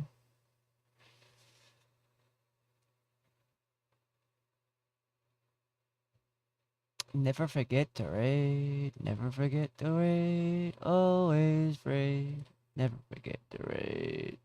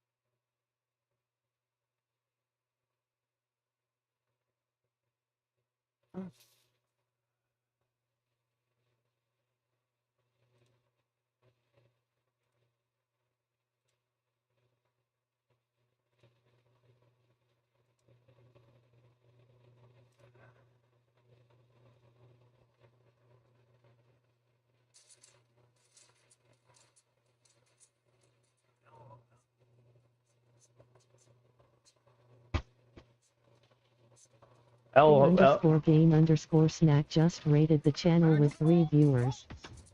Hope to have you here and welcome in Raiders. What's up? Thank you for the raid, friend. How was your raid? Never. How was your stream? I have to watch out. Punisher's just gonna try and corner camp me. Here comes old Iron Man coming through again. Oh my god, why is Punisher only just shooting at me, dude? Fucking can't stand it. It's so crazy. What's your shadow real quick? Yeah, Punisher's the only guy actually hitting shit. Great, thank you. Have a great stream, homie. Appreciate it, pregame.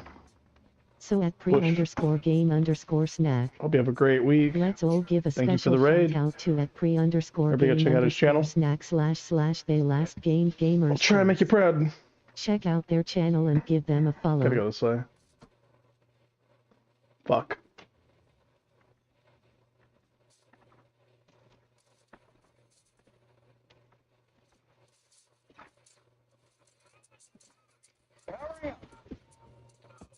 What's he got going on here? Uh-oh. Cover Star-Lord. Who's dead? Yeah, Loki took it. Yeah.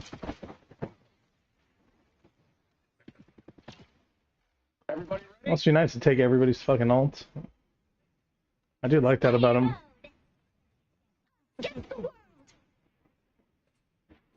Fuck.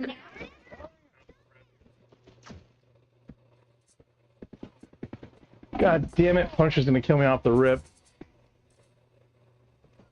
I'm gonna find whoever put me out last time. Alright, we legit just have to only focus on 2 guys. Star-Lord and Punisher. That's only people carrying them. All these other guys are just jack shit. Just focus on those guys. Here. Punisher is doing his bullshit again.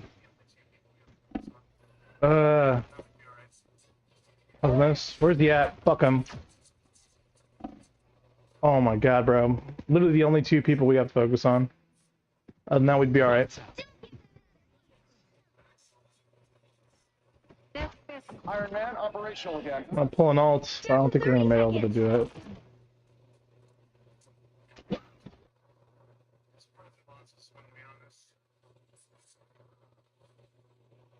Well, you're in the big leagues now. How was your vacation, sir? Oh, I needed one. With your 10% loyalty program discount, that's $225 for the night. Not bad. $155 for the night. Hold up. How? It's easy when you know where to look. Trivago compares hotel prices from hundreds of sites, so you can save up to 40%. Trivago's my secret tactic. Hotel? Trivago.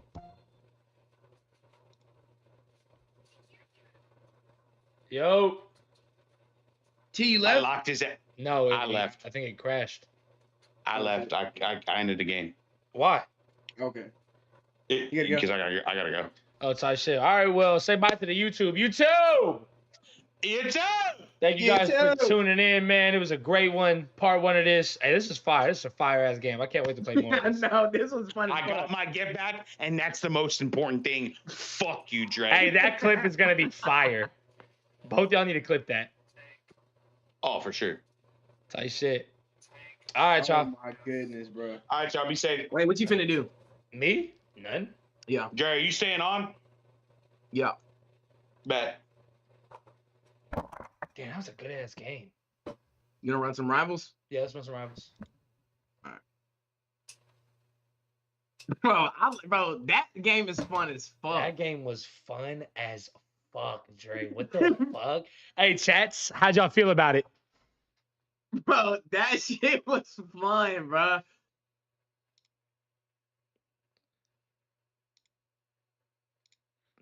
Oh my goodness, man. Hold up. Should I roll up? Yes, bet. If you say so. I mean, all you had to say is word. That's it. That is hilarious, bro. Okay, Rivals. Rival. Man, I haven't played Rivals in a minute, bro. No, it's been a grip. It's been a grip. Nah, I was playing it like maybe the other day, just for a little bit. Yeah, I played like a couple games, but I mean like a full like rival session in. I haven't. I'll be right back, Oh, Dre. yeah. I'm about to go get a blunt and some tree. Give me 1 second. All right. All right, chat. Give me 1 second. I'll throw on some music for y'all. All right, I'll be right back. Let me go get the tree. Smoke alert. Don't leave.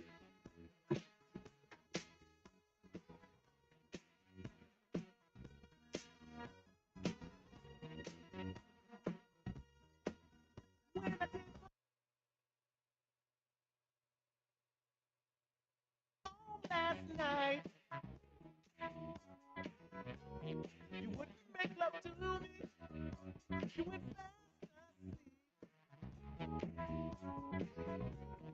You wouldn't even talk to me. So crazy.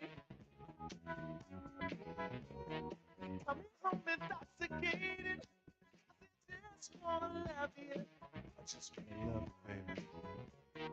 Yes, that's why I'm so elated. Give it to me, baby.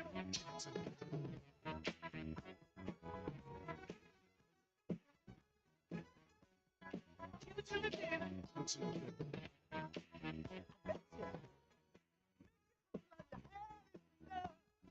Give it to me, baby.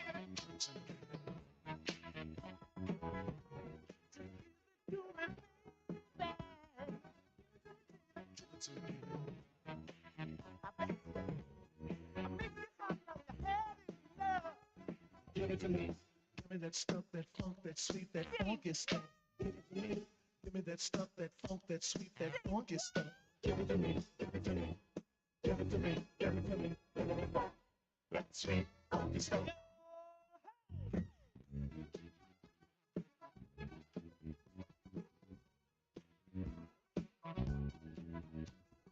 Give it to me.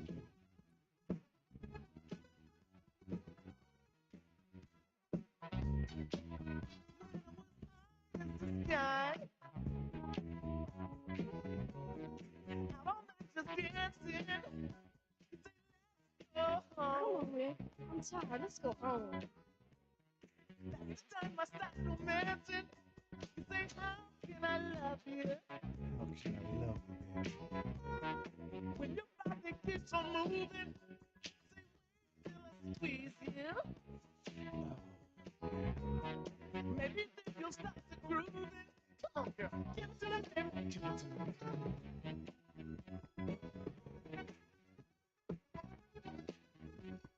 Give it to me, baby. Give it to me. I bet you. I'll make this hot like you had it, love. Give it to me, baby. Give it to me. Just give it to me. Give it to me, baby. Give it to me, baby. I bet you. I'll make this hot like you had it, love. Give it to me. Give me that stuff, that funk, that sweet, that funky stuff.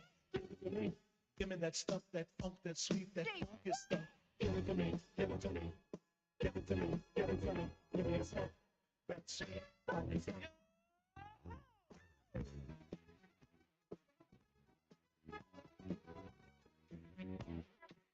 Hey, girl. Say, what you say? What you say? Hey, give it to me. What you say? Give it to me. What you say? Give it to me. Give it to me. Hey, girl. Say,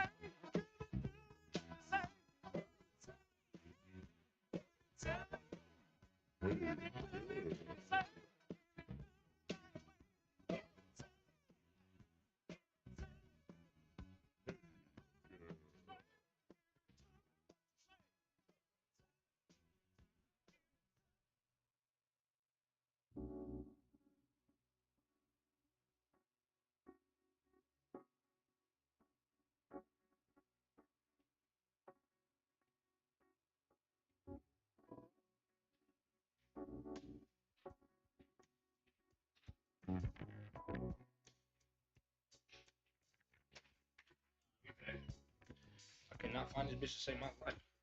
No way, I forgot this street. Can you believe? Can you believe? Your cheeseburger deserves a nice big slice of our Sargento family legacy. You can taste over 70 years of our family commitment to high quality, real, natural cheese in every bite. You have our word on it, you have our name on it. Sargento, a promise you can taste. Okay, Noah's gonna make a fire. Our job is to let him do it by himself. It's important to challenge young homeowners turning into their parents. Not a great start. You got to turn it. You got to turn it. Doesn't look structurally sound here. Tom? They can't help themselves. A fire starter? Okay. You know, cavemen, they built fires with nothing but their wits and their bare hands. Progressive can't protect you from becoming your parents, but we can protect your home and auto when you bundle with us. Can't watch this. With Apartments.com capturing the hearts of hundreds of millions of renters, everybody wants the secret to our success, but they're never going to get it. Will they, Craig? No, sir. Or the secret to the most rental listings. Not to mention our secrets for making renting easier with Matterport 3D virtual tours and online applications. Oh, this is good. Yay! Yay! Apartments.com. Ooh, the place to find a place. Well, you're in the big leagues now. How was your vacation, sir? Oh, I needed one. With your 10% loyalty program discount, that's $225 for the night. Not bad. $155 for the night. Hold up. How? It's easy when you know where to look. Trivago compares hotel prices from hundreds of sites, so you can save up to 40%. Trivago's my secret tactic. Hotel? Trivago. Prime Day is coming July 8th to the 11th with great deals on whatever you're getting into next. What's the move? There you go, King. Huh. Next. Look at that. They got one of DirecTV's new genre packs. Genre packs. Now they can pick just the TV they want. Pick the TV they want. Yeah, and now you're getting the picture. At Now, we believe the test of a high-quality supplement is testing. Test after test after test, 31,000 tests every month to ensure we're giving you the highest quality supplements available at the best price possible. Now, 31,000 reasons to feel good spending less. There he go right there. And Make oh sure y'all shit, follow W Dre. follows some goddamn nerd. W shout out, man. Oh shit, W follows some Everybody goddamn go follow nerd. Dre, man. It's free. There's too many. It's free, man. Everybody go follow Dre, man. It's free. Follows, man. Much It's love free, to y'all, man. Thank you, thank you. W follows, man. Much love to y'all, man. Thank you, thank you, thank you. Oh shit. Oh, we got a hype train. Oh shit. And we got a hype train. I'm at 1,300 followers. What the fuck? Oh shit. I'm at 1,300 followers. Oh shit. W King Daniel. Oh, what in the fuck for the sub? Much love. W sub. Oh shit. Like, am I gonna?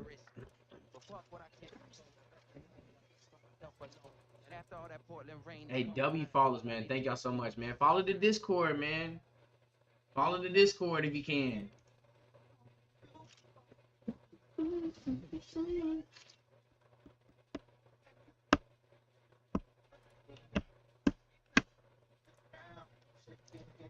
Tell Tony you been carrying him, bro. I've been carrying Tony, bro. I've been carrying Tony for the night, bro. I've been carrying him for the night. What up, y'all? W follows, man. What in the fuck, man? Much love to y'all, man.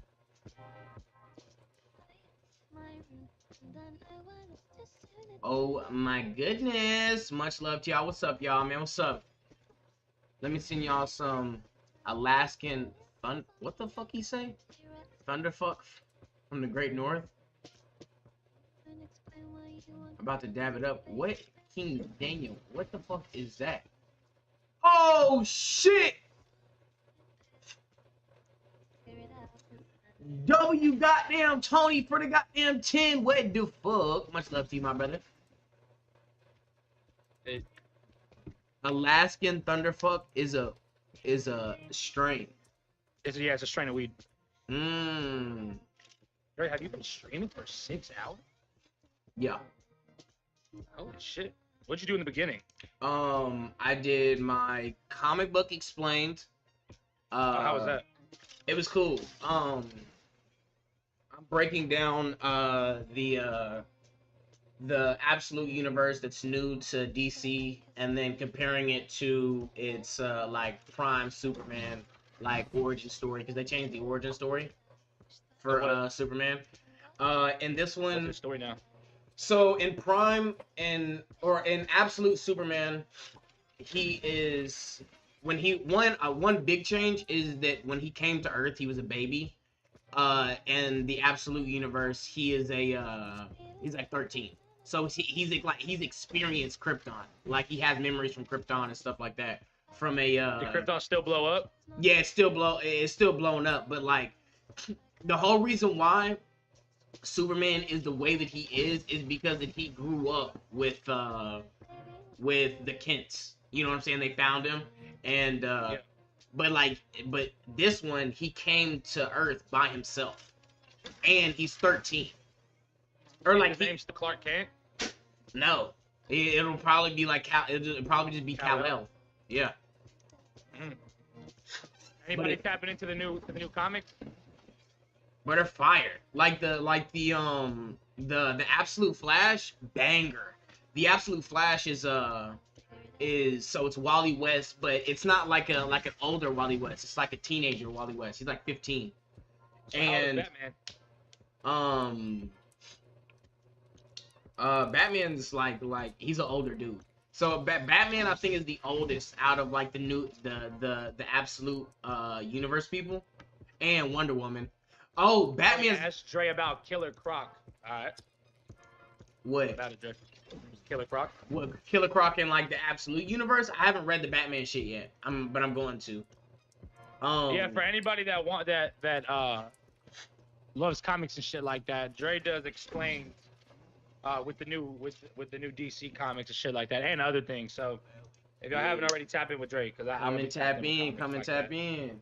The oh yeah, but so all right, so one change is that in the Flash, he doesn't have the speed from the Speed Force. It's like some other thing is giving him speed, but it's not the Speed Force. Number two, I don't know yet. It hasn't explained it. There's only 4 issues out. Then his biggest thing is Batman's not rich. Like, yeah, Bruce Wayne's he's not rich. Like all of his tools and stuff that he has, he made them all. Like his grappling hook and everything like that. Like everything that he uses is like self-made by him. But like in he uses a battle axe. Who? I think Batman. I haven't seen too much. I just know that for sure. Like his family wasn't rich.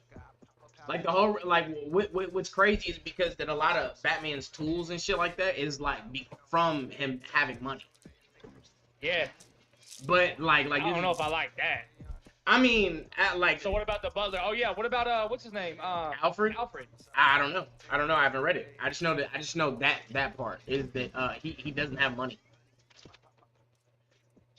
And I think like the only thing I know about Wonder Woman is that she has like one arm. She either was like born or created with one arm, or she got her shit cut off.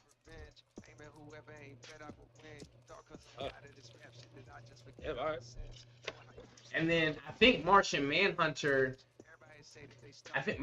shit is different. I don't know too much about that. I haven't read that yet. And the Green Lantern is a new Green Lantern. She's like like some black chick. Girl? Yeah, she's black. There's been one human Green Lantern girl. What about Aquaman? Aquaman hasn't been he's not in the absolute universe yet. Or I'm not sure if he is or isn't gonna be in it. You know what I'm saying? But so far, I think the Flash is the newest update to the series. So is it the Flash comics in this world, or is it the new universe, and it's just on the Flash story right now? No, they're all these they're all individual like stories to the Flash and like specifically for the Flash and Superman and Batman and so on. Okay, bet. Yeah. What up, L? Let's go. Yeah, sir. I'm feeling much better. But he built like how his dad was in the comics, where he's yeah, sad boy, exactly. What rank you? Oh, okay, we're both plat 3. Yeah, plat 3. Yo, Dre, you read any indie comics? I'm definitely open to reading some indie comics. As far as reading some like myself, no, I haven't. I think that I kind of kept to What hero do you think you want to be today? not mainstream, but Wind, cloud. I kept to like DC, Marvel, Image Comics, and stuff like that. So if you have any recommendations, Who am I gonna bang for this put the like join my Discord. Put them in my Put it in my Discord. On Venom, his finger is as big as Batman's neck, and Batman is like 6'7". Damn. Yeah, he's How fucking the hell we get back to this huge. game? No, why you saying that? I'm plat 3. What was I finna say? You watch One Piece? Mm-hmm. Yes, I've watched One Piece. You know what? You just reminded me, Dre. I need to catch up on One Piece. I'm still on Laugh Tale. Really? I'm catching up on One Piece right now. Yeah. Damn, that's crazy. I ain't gonna lie. Yeah, let's get Iron Man the fuck out of there. What was I finna say? I've watched One Piece 5 times, and I've read it 2 times, and I'm caught all the way up. I need to catch up too. The right heroes could make all the 5 times. Yeah, there was a point in time where he lying. No, he's not. Like we had to tell Dre to stop watching One Piece. One Piece is by far the greatest anime of all time. If you haven't watched it, go watch it. I don't know about that. What's better than One Piece? Naruto. That's not true. Oh shit, they got rid of Hella. Yeah, that's not true, bro. Yes, it is. That's not true. That means they're probably playing Flyers. Yeah, that's fine. I'm finna be Storm. Whoop their ass. Animal 2, thank you for the Attack on Titan. That's not true. Attack on Titan's ending is whack. It's lame. But it is not whack. It is lame as fuck.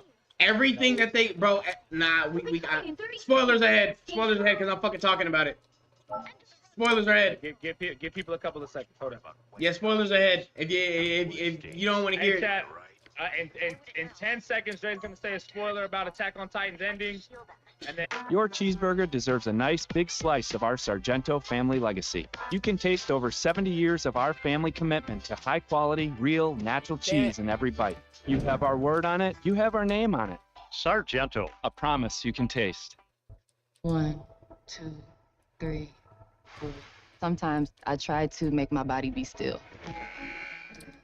2, 1. 1, 2. We train to get up on the equipment and do the routine. What we don't train for is the moment before. 1. Your mind is the most underrated but strongest muscle. 3, 2. 1.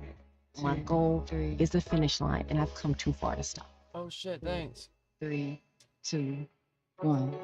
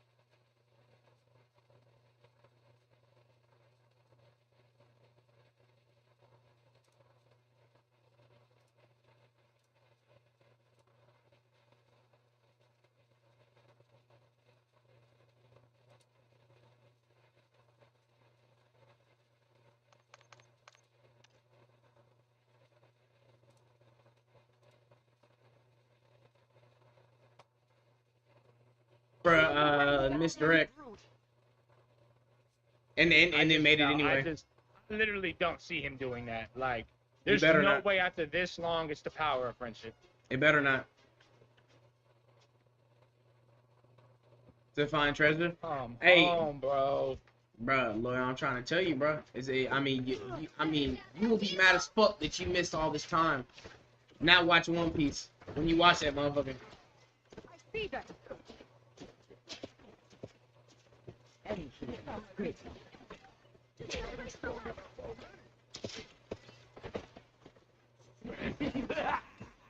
This is real firepower. Damn. Great. Okay.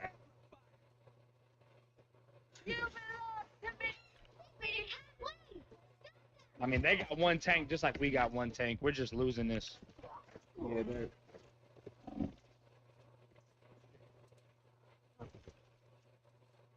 That storm is kind of with my ass. Is it on Netflix? What are y'all talking about? Well, yeah, she's 15 and 20.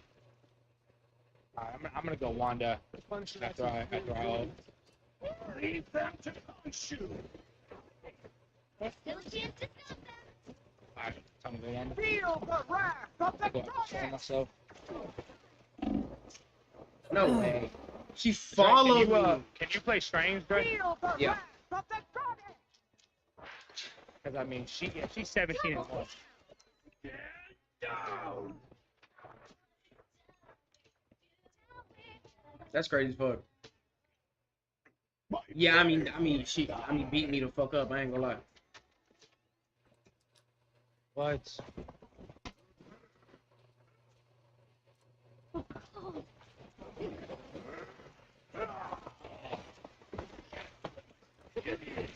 Goodbye.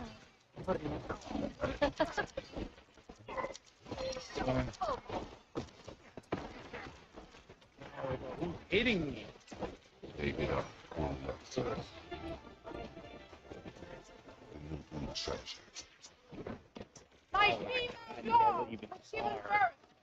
I have a little beautiful puppies that need a home. Would you like to see them? You have been wanting to get a dog. Aren't they cute? It's gonna be $700 to reserve your puppy today. You there? Get alerted before you fall for online scams. Because Free if it's game? weird for Free game, real, jumping in? it's weird for real.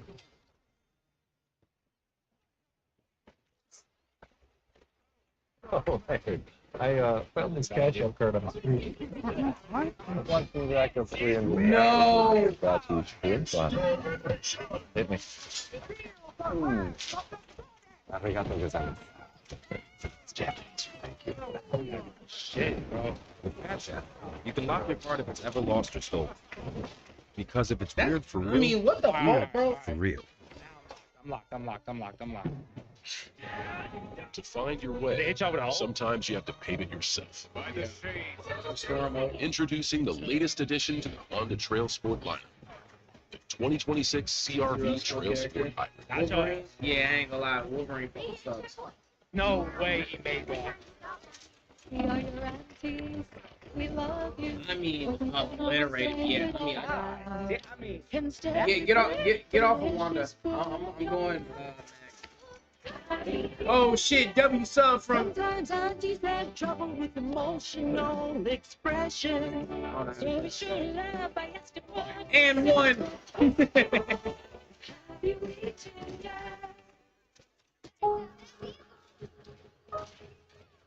Yo, I'm pressing shit.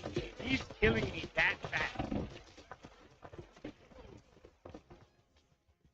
Like, Animus. That's great. You're great. I'm here to save you. I'm good. Only 60 seconds left. I think